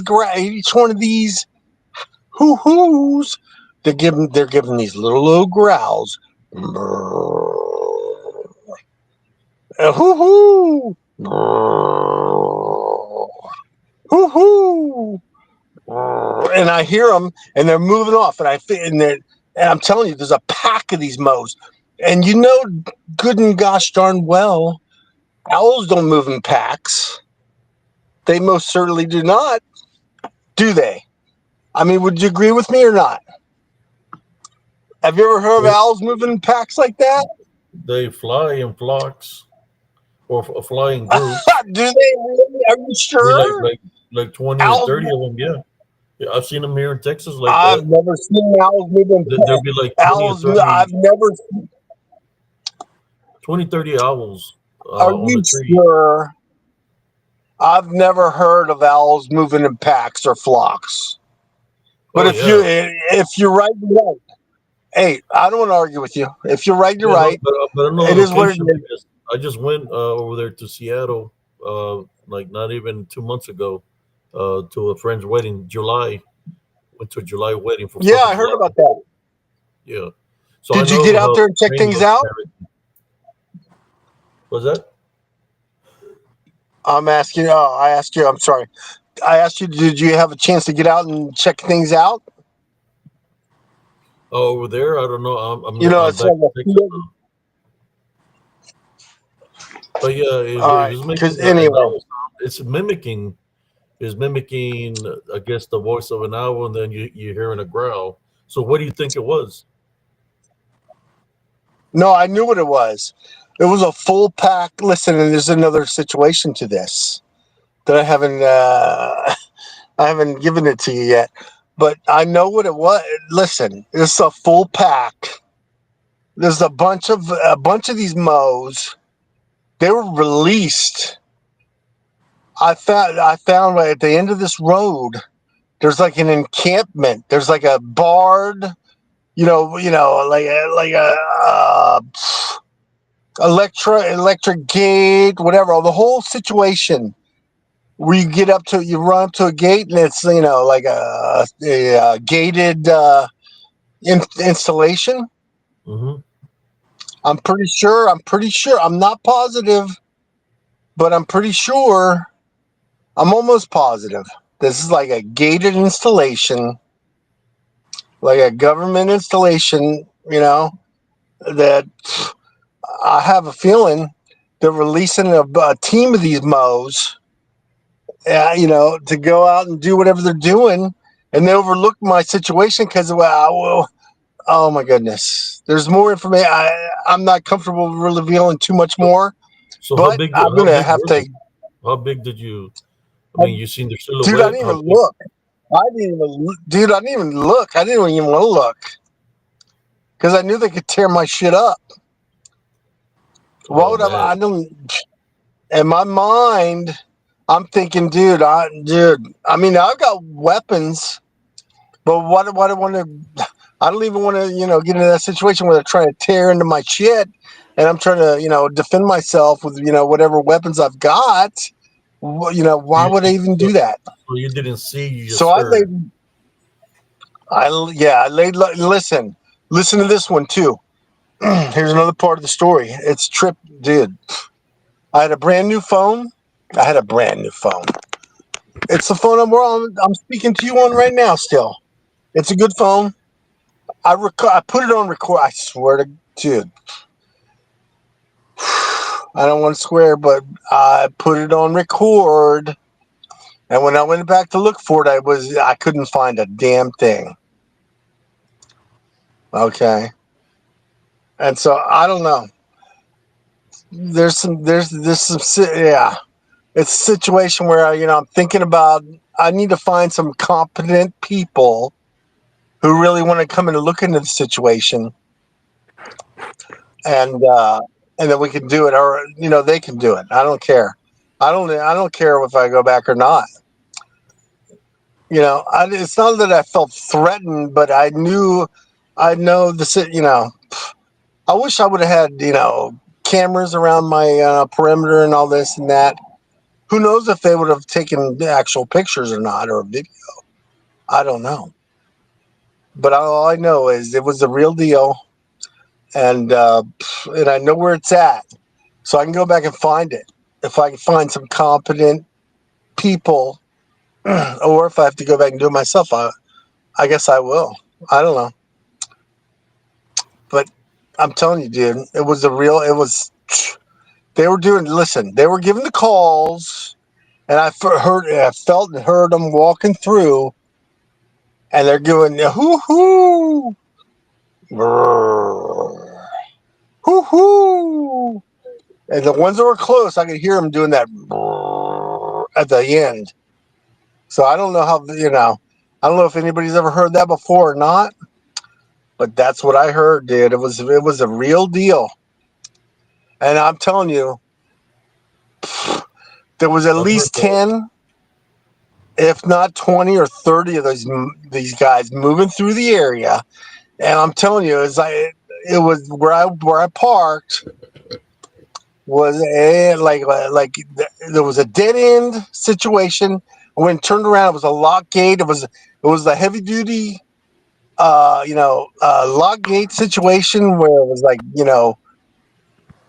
I don't know what else to call it, but it looked like probably a government installation. Yeah, there's a lot of weird stuff over there. I went down there, and this when I took the flight. There's a lot of areas there, or near the airport. There's a lot of bodies of water and lot of woods and stuff. I met a guy that's a hunter, and he would tell me what he's killed. And I asked him if you've ever seen a squash out there, but he said he hasn't encountered one. But he has Uh-huh. encountered other things that he's killed. He's like a bow and arrow guy. So, uh, Yeah. but yeah, that's crazy, man. If you just wish you could have, Anyway, yeah, it's a very interesting situation. know, You know, Yeah. I love to get an answer to it if I can. I don't know. You know, I'd probably have to ask for some backup or find a competent team in my area that would want to go on. It wouldn't be that hard to check out. I mean, it'd be real simple.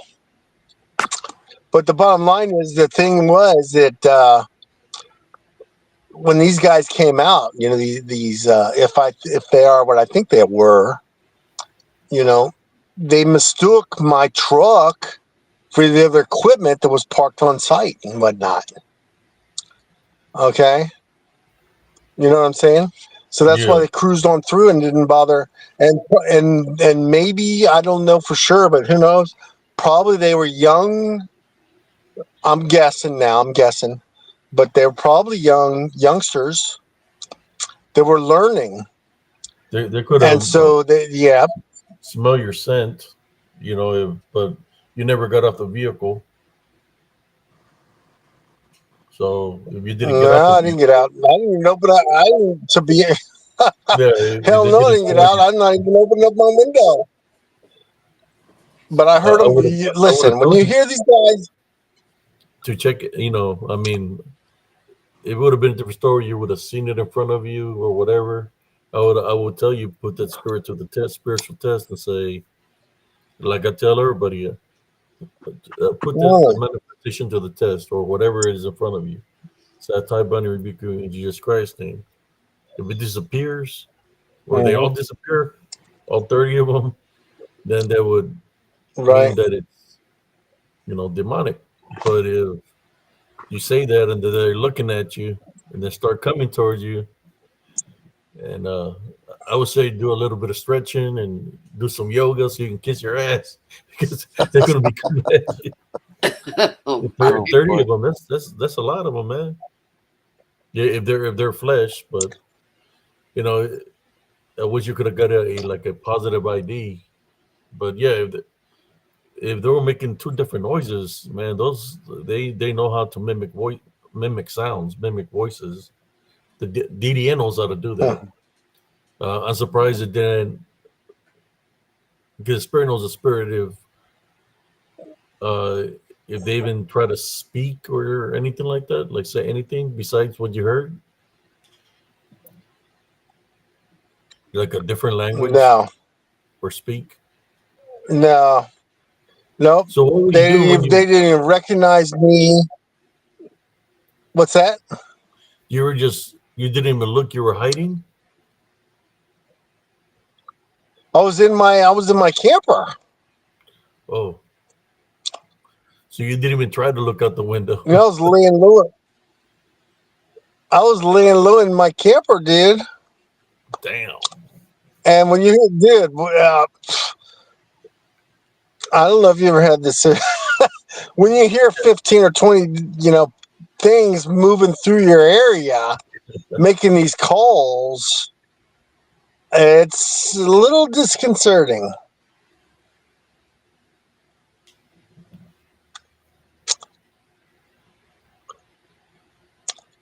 So I don't know if you heard me. So they didn't even like come and hit your little trailer or nothing. That was Yeah, my truck camper, but no, they didn't touch it. that's crazy. You said you They heard didn't an touch it. owl sounds, and then you heard growling sounds. That sounds That's what like the DDN to me over and because over. Each one of them. Listen, I heard. Listen, so I could hear as they're moving through the area. Each one of them were making those noises. They were doing a hoo hoo, and they were doing the low growl at the end. The very low rumble, very low rumble. But I don't think they meant that to be dispersed. That was like, I don't know what that was. That seemed like it was like almost a compulsory noise that maybe they couldn't control. I don't know what it was, to be honest with you. I'm just guessing now. yeah, But yeah. they definitely moved through the area, and I heard them doing the hoo hoo, and I heard the furthest dude, like he's 30 yards away, 40, 50 yards, doing his hoo hoos. Yeah, the only guys I heard was the closest ones doing the low growl at the end. So basically, they were calling each other or communicating. That's what you're saying. Yes, they're calling each other as they're moving out. They're I making remember calls to each other. Exactly. back in the day, when I go to the club, I go, "Hootie hoo," and I'm just playing. Back in the '90s, early '90s, you'll be like, Yeah, no. "Hootie Yeah, that's hoo." I'm just yeah, playing. yeah. No, it wasn't. Hey, you might It never wasn't know. There might that, have but been a mating call, man. I got you. It wasn't that, but Could have been a no, mating this is call. a real deal, dude. You know, I believe you, bro. I'm just Huh? saying that they were No, this communicating is each other. serious. Could have been a mating call. Yes, they were communicating. I think this is I really believe. I don't know for sure. I haven't looked into it yet, but I have a heavy duty belief that maybe this is like a installation site, and they released a bunch of these guys, and Did they're you see any heading out on their footprints? way out. And they're Find any footprints or anything? huh? The following day, did you What's see that? any No, footprints, no, but listen, or this is a any beautiful. bowel movements like poop or anything like that? Dude, that was No, dude, this is a. I'm on the side of the road. This is a road. This is a paved oh, road. This is a paved road. I'm on the side of the paved road, and parked my shit. Excuse my language. Parked my stuff. Amongst some other equipment that was there. So that's what I'm thinking. These guys are used to seeing equipment, different things. All right. And to be honest with you, I haven't done my homework. I got to do more homework, but I'm pretty sure. I don't know positive 100%, but I'm like 75%. There's some kind of installation here. All right. That was a dead end road. There's a gate. There's this and that. I don't know. I'm going to find out. I'll find out. I'm going to have to do more research or find people that's going to be willing to help me out doing the research. yeah, Maybe this will spur some, people into activity. I don't know. But I'm yeah. telling You you, would be dude, able to I hear was senses. chilling out I there. could help you. Uh, Huh? I don't know. I think there might be some people from some organizations over there that have Bigfoot groups in Washington. Just have That's to what I'm look them up. saying. Yeah. Yeah, I'm gonna contact. I'm aware of like maybe one party. I don't know. There's probably more than that. Yeah, If you're there's some aware of them, tall trees over there, man. Very huge trees. A lot of oh my goodness, water it's spots. amazing. Yeah. Yeah. If you're aware of some parties that want to look into this further, please forward them my way or whatever if you can. I don't know if you got the ability to do that or whatever, but yeah, this is a situation. It's opening a situation. It's only been, I don't know. It's been within the past. I'll say within the past year and a half, maybe two. There hadn't been 2 years, I don't think. So, So it's what fairly time frame recent. of the year was it when this happened? Was it summertime, winter?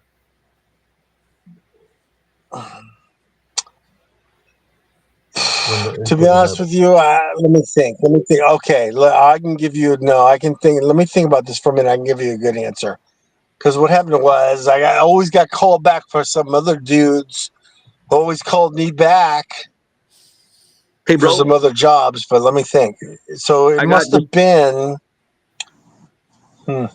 So I got called back, but basically July from these other dudes who want to always call me back year after year. July, August, yeah. So it must have been. It must have been. I'm thinking about this seriously. Let's think. May. It must have been May. Right around May. May, yeah. I'm thinking May. Anyway, yeah. I don't know how relevant that is, but that's my straight answer for that one. Hey, bro, I got a suggestion for you. Can you hear me? Abe, can you hear me? Yeah, we can hear you. Okay, Yeah. this is I'm gonna give you a suggestion, bro, where to look or who to look for, and that's all, man. Look it up. Choctaw Jerry Williams, spiritual predator count, Is he active? spiritual predators. Look him up. That Where's he you'll find the active? answers Where's you he want, man. active? He's on YouTube. He has his own site. Choctaw Jerry Williams, Where's he active? and he has all the answers there, Dude. man. You'll find him. Does he live in No, Washington? no. He lives in No. Oklahoma. Choctaw Jerry Williams. Yeah. Just check it out. You're all Oklahoma's nice, but we need somebody. No, we And you need somebody travel. right in the area. Will travel. Well, You got to if he contact wants to him. come over, come on. Just contact Brent, him. And can you drop a link? Choctaw Well, I'm Jerry on- Williams. Can you drop a yeah, link? just Choctaw Jerry Williams. Yes. Drop a link if you can. I don't know. Okay. You can even go I'll to. call- I'll say He's on hi. YouTube. He has a page on YouTube also. Dude, I'm just telling you, dude. This is a sin. This is a Yeah, sin. I'm not here to bullshit you guys. Yeah, he's a Dude, tracker. Listen, I'm He's a not on here tracker. to bullshit around. Man, he's an expert. There's This nothing is you've serious. seen, bro. He hasn't seen before. This is a serious situation, dude. Whatever. Drop a link. I'll say hi. Yeah, if you listen to him, you're gonna find the answers, man. It's just you're gonna go, whoa! It all makes sense. It'll all make sense. No, That's all I'm gonna say, dude, bro. What? No. What? It's gonna all make sense when you Find the answers? Yes, you want the answers? They're there, man. No, I have no problem So, making and sense. I leave you with that. You're and I digress. on the wrong platform. I digress. Yeah, relax, buddy. Relax. Yeah, that's it. Hey, I'm I trying have to. no You said you wanted problems help. making sense. There it is. No, I know what's right. Okay, that's it, man. I Nah. just want to tell you that. All right, thank you. Appreciate it. Mm. Anyway, listen. I don't know. I just want to get on there and share that with you guys. But yeah, this is a serious situation. Mm-hmm. And I just want to let you know I am what I am. And I'm not one of these fake posers coming around here, acting like I'm from that. Any other things been happening, like spiritually? Like we've been seeing shadow figures or anything like that? No, I've always been pretty cool. I've been pretty strong as far as I know spiritually and like that. Mm-hmm. I mean, I had some weird, I've had some situation. It's not spiritual, but I've had some situations happening. But no, I'm cool. I mean, Brenda, I don't you know if there? you want to hear it. You don't need it. Yeah. Oh, okay, you're there, Brenda. All right, cool. I lost my link. I kept losing my link. But I tell you, man, it's been a sizzler tonight. It's been a sizzler, man. It's been a Abe, it's been a sizzler, man. It's a hot one. Well, it's open Go mic ahead, go night. ahead. You know how open mic mics get. That's it? It's a sizzler. Oh man, it's fun, man. Fun. I love it. Love it. Mm. It's a sizzler. Yeah, go ahead. It's a sizzler. Oh boy. Hey, Yeah. Abe, Hello. Abe. can you hear me, Abe? Yeah. It's a sizzler. I don't know if you can hear me. Anyway, I just want to check in and let you know I'm a real deal over here. Because I know you the other day you were questioning my name and whatnot. But yeah, I've been usually I like to linger. Usually I like to linger around in the background, check things out. Yeah. And I would like to, you don't chime in unless I got something to, to participate with and whatnot. But yeah, rest assured, I'm the real deal. I'm not from these other clowns around here. I'm on your side, 100%. Alrighty, I'm with brother. Nelly. If you can we say a prayer for Nelly? Can you say a prayer for Nelly? I don't know. I haven't heard any updates. I'd like to. We say prayers for. We said a prayer for her yesterday. We had at the beginning of the show. We prayed for Sister Nelly, and of Man, course, can we hear another one? I'd love to hear another continued one prayers. because you know what? I love Nelly and Josh, all those guys. If you would lead a prayer for us, that would be awesome, dude. I want to say a prayer for you, brother, first. Mm-hmm. If you I think can. for all of us, because Mm-hmm. I don't know, man. It was making an owl sound, dude, and then it's making a growling sound. To me, that's demonic, dude. It's making an Well, it could Mm-hmm. have been. I don't know. Yeah. owl sound. But I'm gonna put you in prayer. And it makes me feel like Okay. if Thank you. whoever your boss was set you up, man, because if you were the only one there and everybody was supposed to meet there and you're the only one there, it's like, what happened to everybody else?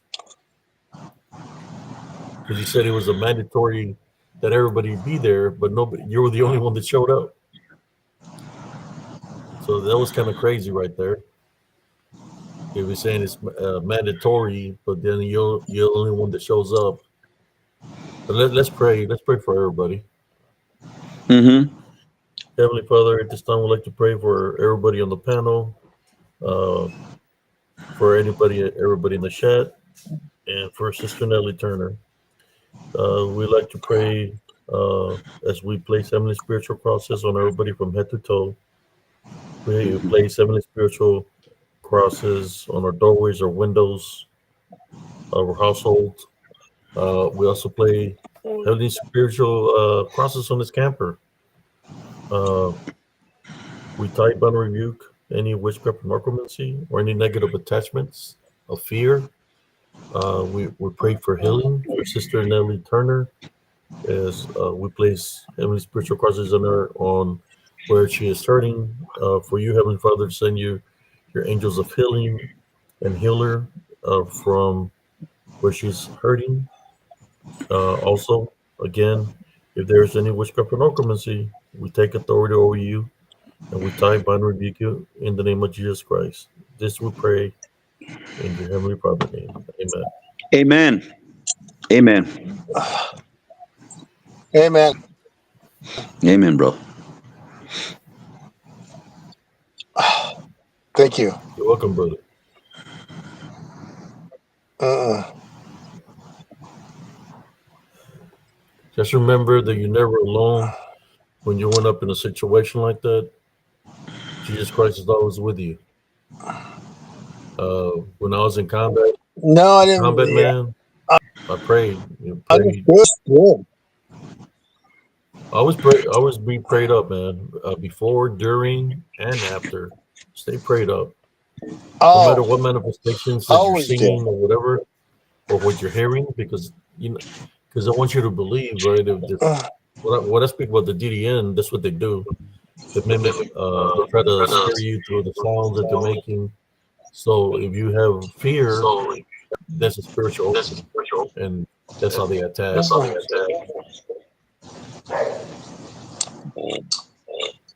Just stay prayed up. If you went up in a situation like that again, pray. Pray to the Heavenly Father, man, and they'll come and assist you. Somebody's echoing. Who is that? Okay. I think the Simon. Yeah. But I appreciate you, brother, coming on here and sharing your story. That's something else that I'm going to keep on is because I've captured something that's like an owl, man. That's what I was trying to say. Not that I was being a smart ass, is because I got it. I got a footage here of something that looks like an owl that's like around 13 to 14 foot tall. That's the reason I was asking you. I'll show it to you. This happened here in Texas. If you got the time to view this before you go, let me share it with you. I'll show you the regular footage of it, and then I'll show you the close up. Because you were saying he was making an owl sound. If I'm correct. Can you hear me So now? here we go. Yeah, I'm gonna share the video because I was just trying to. That's the only reason I asked him about the owl sound, because he said he was making an owl sound. Well, I got a video of something that I captured here in Central Texas Huh. that is making a sound like an owl, but it's huge. And that's what I wanted to share with you, Commotion Man, because I was hearing your story, and I said, "Hey, man, I think I got a video of something making some kind of weird sound," and I caught the image of it, how tall it is, and it's turning its head. But I Oh, want to show you the footage. oh. Okay, let me share the If you footage. can you hear me now? Yeah, I can hear Can you you. hear me now? Okay, I got back in. Yeah, share the footage. That'd be cool. What I'm Here we telling go. you, Abe, listen. Here we go. I'll I share don't know real if you can quick. hear me while you're doing this. Go ahead, I'll wait for you. Right here. My hair's already stood up, brother and sisters. I feel something here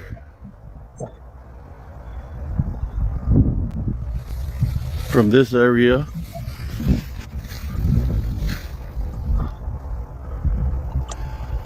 This is the open space where the thing was hovering. Came from the. Check it out.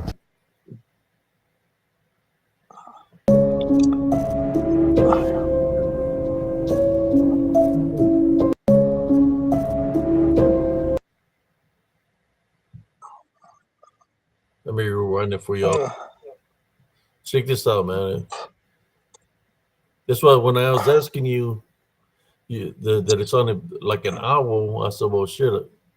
The reason I was asking you that is because I have here it is, the eyes and the beak, man. It's huge, and it turns its head all the Yeah, way from one side to the other. You see, yeah. right here, look, it's facing the other way, Oh, yeah.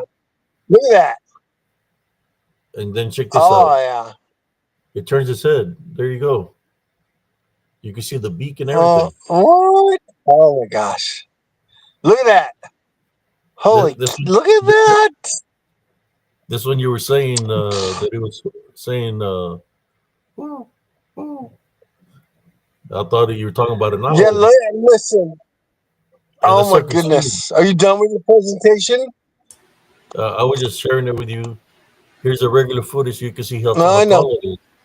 That's like 15 foot, 16 Oh, my foot tall. goodness. Yeah. There it is. Dude. That's, Uh, alrighty. Let me take this Abe, off. Abe, can you Hey, hear me? I can hear you. I just wanted to share that with you, Okay. man. So, When you were telling me your listen, story, here's the deal. I just wanted to show you that. No, that's exactly. No, I appreciate that, dude. But listen, let me tell you, dude. Imagine someone being in their truck camper, and which I was, and I'm hearing and feel these guys walking, and they're walking by me, and they're doing the hoo hoos. They're doing hoo hoo. And I can only hear the close ones by me doing that. Doing the follow up of the little grumble. So they're getting further out. They're getting further out. They're moving out. And I'm hearing these dudes, dude. And I'm counting them. There's like, I lost count. There's got to be at least 10, 20 maybe even 30 of these mows. They're cruising out. They're doing these whoo-hoo. And I'm hearing the further ones out. I'm hearing the guys that are far out now. They've moved out. They're now probably 20, 30 yards, whatever they are, out. And I'm hearing the ones that are right close to me now responding and saying, hoo-hoo. And that's when I hear the low grumble of whatever. That's not meant to be heard, I don't think. That's like something, I don't know what it is. But it is what it is. I'm here. Listen, I'm here. All these dudes are reporting back and forth to each other. And I'm telling you what, I'm not bullshitting you. I'm not here to bullshit anybody. There had to have been at least 15, if not 30 of these mofos. All right? These guys are cruising out. These guys are heading it. Imagine this. Imagine, and what I'm thinking, I don't know if it's a reality or not, but what I'm thinking is there's some kind of facility here that's releasing these dudes. These guys are heading out. They're getting out just like guys, in the Navy on a ship or whatever. In single file. They're heading, they got freedom or whatever. They got liberty, whatever they call it. They're cruising. They're cruising out. They're cruising for whatever pussy and excuse my language, but whatever. You're gonna go get a couple of drinks or whatever they're doing. They're happy. They're. This is the same attitude. I don't know. I got the impact. This is a very similar situation, is what I thought. Anyway, in my mind, these dudes are heading out. These guys are cruising. Yeah, and I only got I got this like the second half of this party of dudes that are out there getting ready to cruise out and check things out. It's very similar. I don't know. In my mind, I think it's very similar to that. What do you guys think? Scott, You guys have any thoughts on that? Commotion. Did you see a base out there, or did you find a gated off area? Did you mention that? I thought I heard you mention that. You did. Yes. Did it look military? Yeah. Did it look like covert military? Dude. Yes. It's off the grid. It's not like on a map or nothing. It's just off the grid. Yeah, I think so. Yeah. Oh, okay. Well, I'm not saying I know the answer. Dude, I'm just saying, I don't know. hey. I'm just letting you know, dude. All these dudes cruise by me. It was like at least 15, if not 30 of these mows.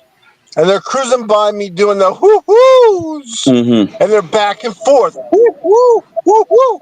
And their dudes are close to me. I heard them doing the low growls at the end of their hoo-hoo. Commotion. But Commotion. If you would have looked up, me. Nobody ever touched my stuff. Nobody ever touched anything, because I think what they thought was my equipment was just their normal equipment that was already laying around the area. It's a serious, dude. This is a very interesting situation, and I'm gonna have to look into it or find someone who wants to, who has a brass balls enough or whatever to check this out with me or without me. I don't care. But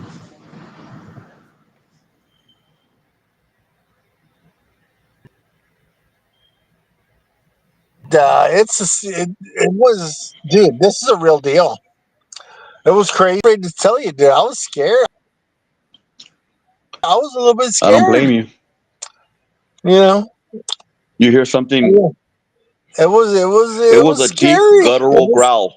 It was scary, dude. These were real dudes. Listen, no, these were real dudes cruising through the area. I don't care about the guttural growl. I know that's what you heard. I don't care about that, but I care. It didn't sound human. Oh yeah, there was a low growl. Yeah, The ones around my area, the ones that were Uh-huh. close to me, close enough to me that I could hear it. That's what I Deep. heard. Oh yeah, deep Yeah. guttural growl. It was, it was low. But I don't know. I think that was like an unintentional. They thought probably nobody's in the area. Is probably in their mind. I don't know. I'm just throwing my mind into it. But I have a feeling they probably thought, why else would they give that, extra guttural growl? Because they probably thought nobody's in the area. I don't know.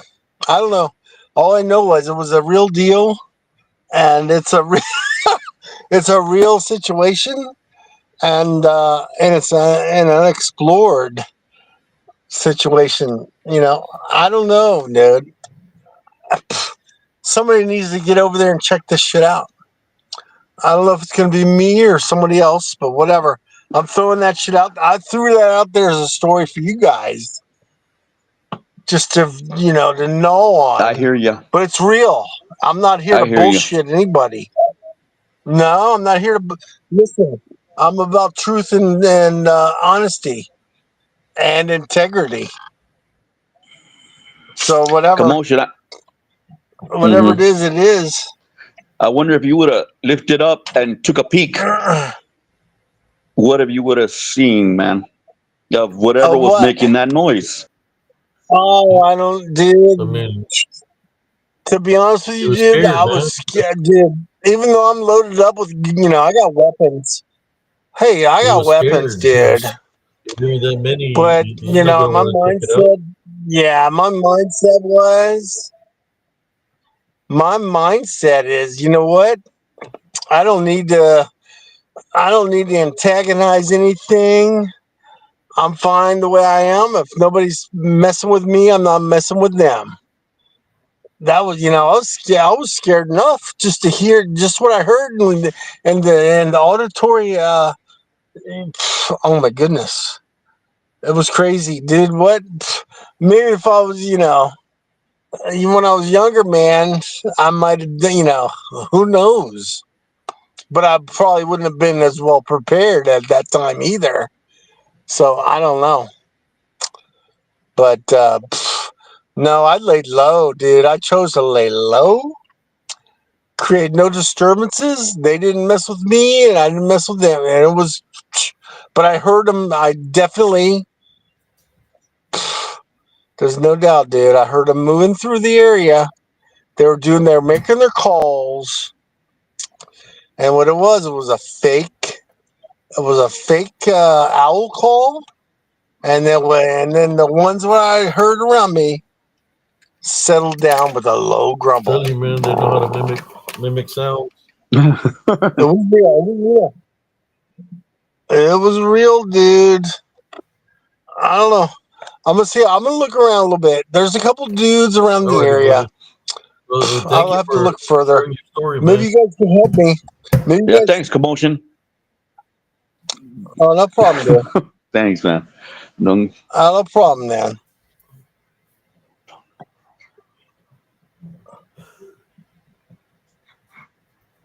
okay.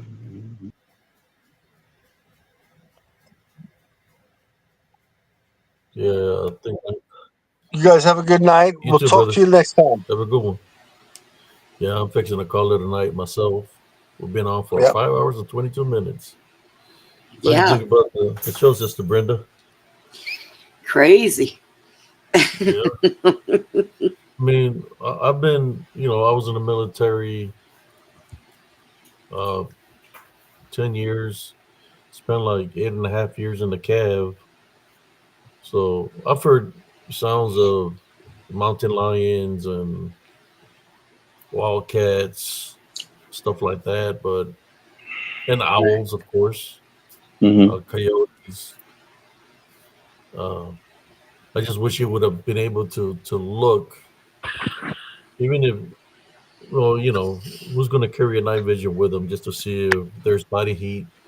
With a night vision, you would have been able to see what it was to truly ID whoa, it was some kind of moose or something, right? That's making this mating call.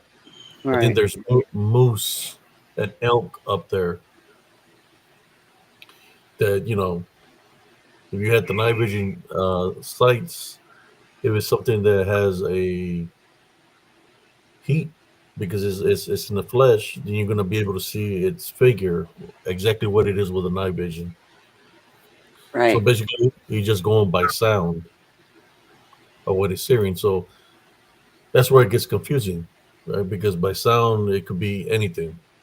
You don't know exactly what it is if you're not seeing it visually, so you're just hearing it.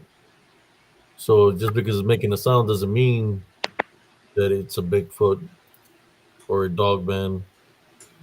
But he says as I was around 30 because he was hearing them all around him. I don't know. Uh, but yeah, I believe that he heard something.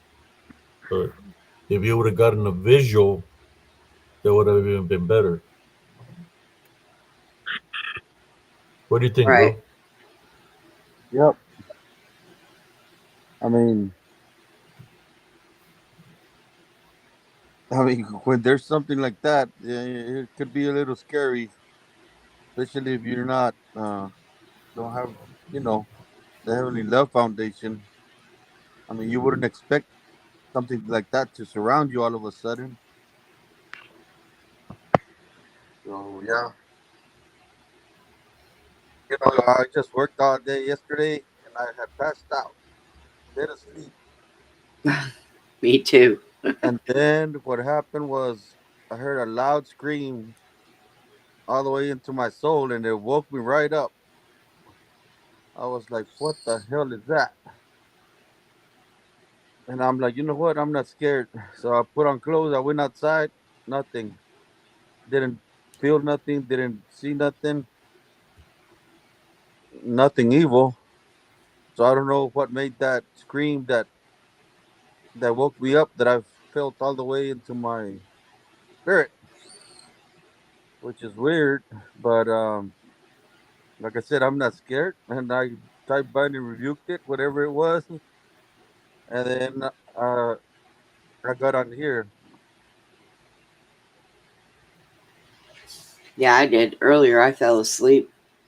I woke up and it had already been 2 hours into the show, and I was like, "Oh my gosh!" I'll give you a story of something like that.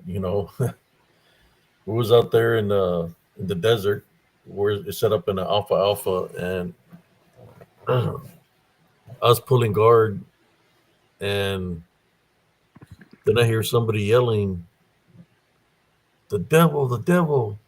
And you hear, "Bah, bah, bah, bah," Oh, and lets it rip with an eye mil, right? It was my friend Tony.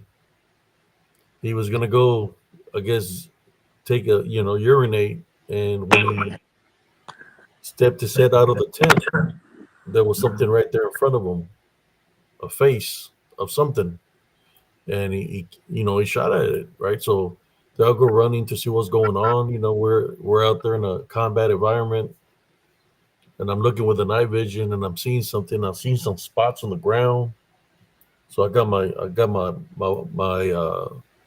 M16 loaded, and I'm following it with my night vision goggles. I'm following the trails of blood on the sand. Then I see something over there laying down on the ground. I was like, oh, it looks like a body. So I'm going towards it, and I said, identify yourself. Identify yourself. And I'm trying to see what it is. When I get close to it, it wasn't the devil. If y'all want to know, it was a camel. oh, geez. Oh my God. Oh boy!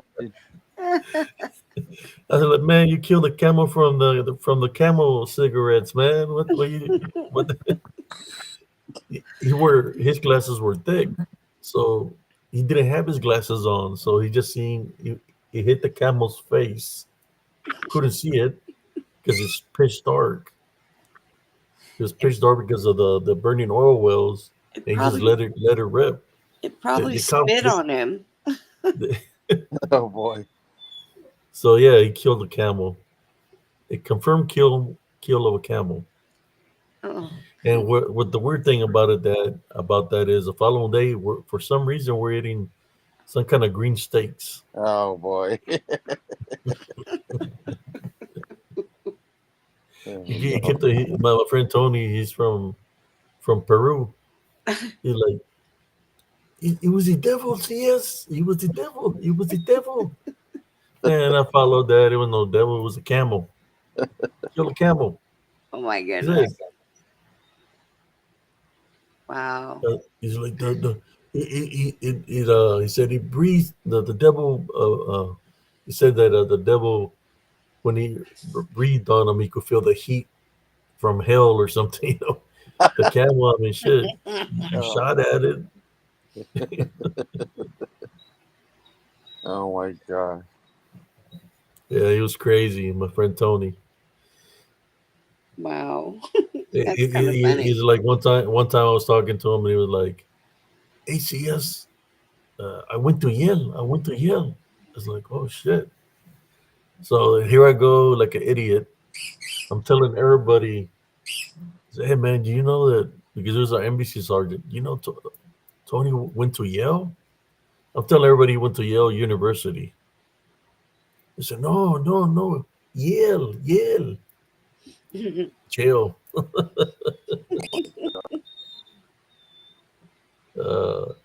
Yeah, the only thing I can say to a brother is don't dwell of what, because you're hearing something but you didn't see nothing, so you can't be thinking that what we're hearing was something real, because that's how the DDN work.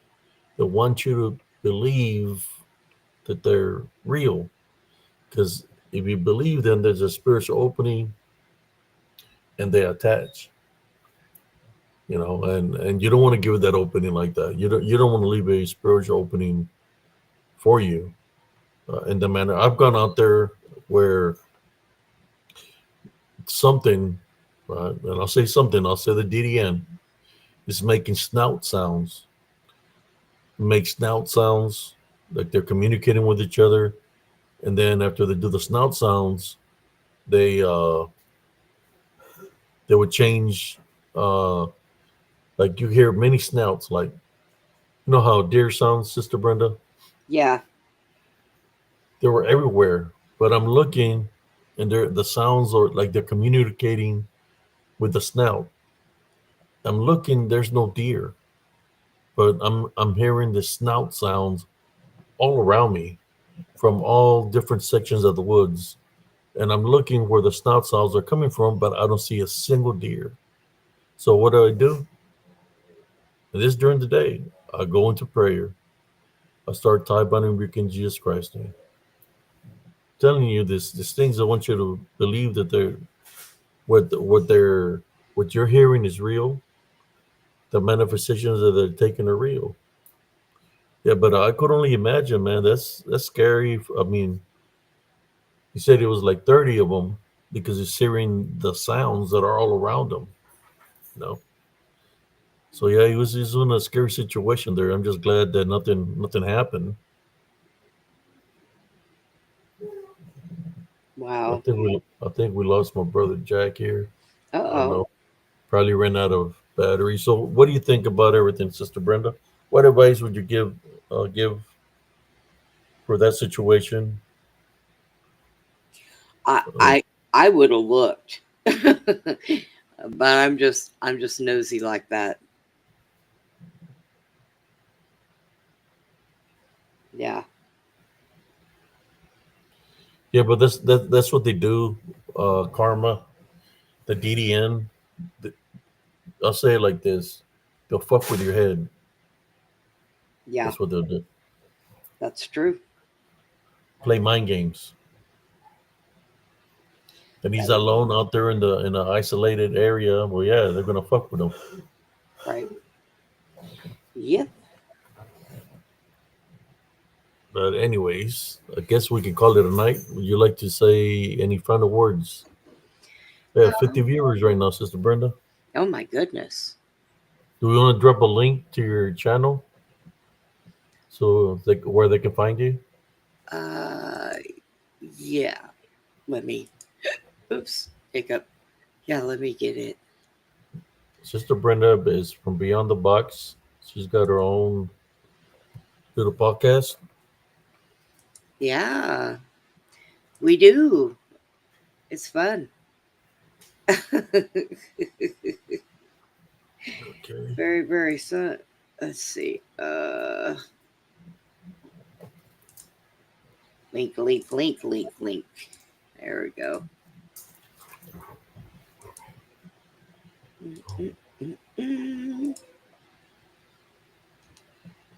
There you go. It's in there for you.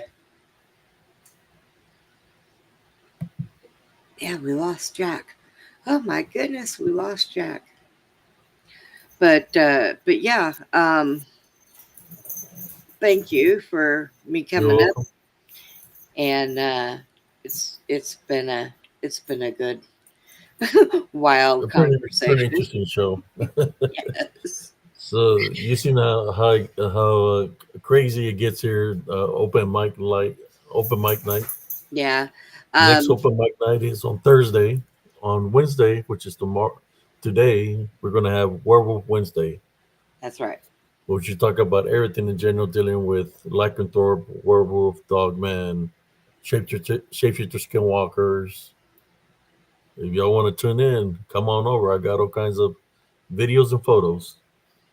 And Texas, my next live is Friday night, and then starting Monday, we'll be doing some during the week, myself and Chad. So we're adding a few more shows earlier in the evening. So Yeah, appreciate to all the viewers that tune in tonight. Hope y'all enjoyed. I normally I don't talk too much on this nights. Like I wanted to leave it for the people on the panel and whoever wants to jump on. But if they ask me a question, I will answer. Uh, I try to give it the opportunity for whoever's on the panel to or whoever joins, right, to share their stories, like just like we did tonight.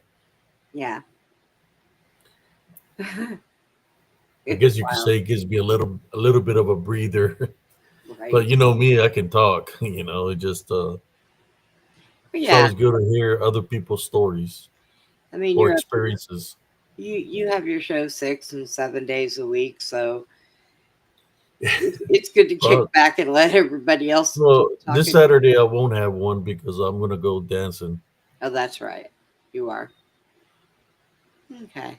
Well, I'm going to get off of here. All right, Sister Brenda. So, good night to everybody. God bless, and you guys have a good good day for the rest of today, I guess. All right, Abe. We will talk to you later. Good night and God bless you, sister, Good night. Sister Brenda.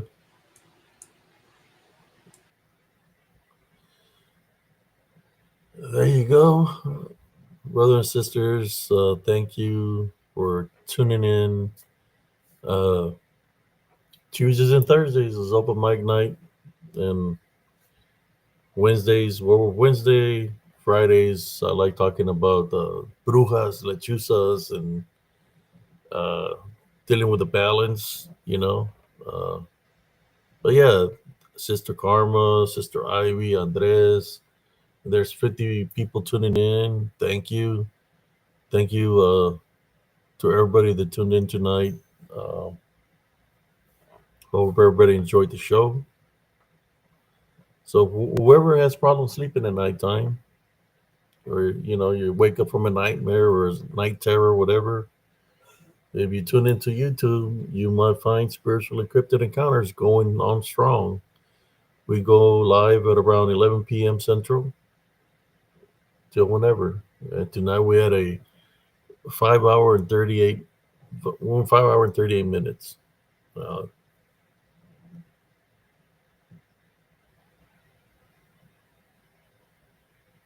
Thank you, Sister Wendy, and of course, continuous keep Sister Nellie Turner in your prayers, brothers and sisters. so that you can make a full recovery. The power of prayer is very important.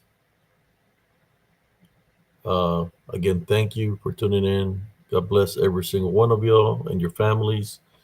Always remember to always maintain your Heavenly Love Foundation. Tell your loved ones to love you. Give them a hug. Tell them you love them. And have your relationship with Jesus Christ. You're never alone. He's always with you.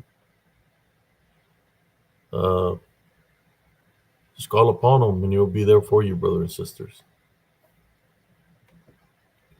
I want to thank Sister Brenda, Jaime Lananese, my brother Scott, for being on the panel.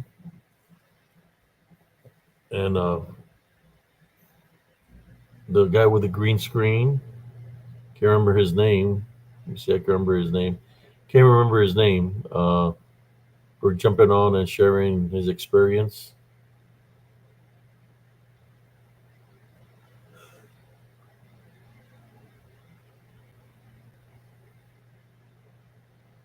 In saying that, let me finish up here. Get to the.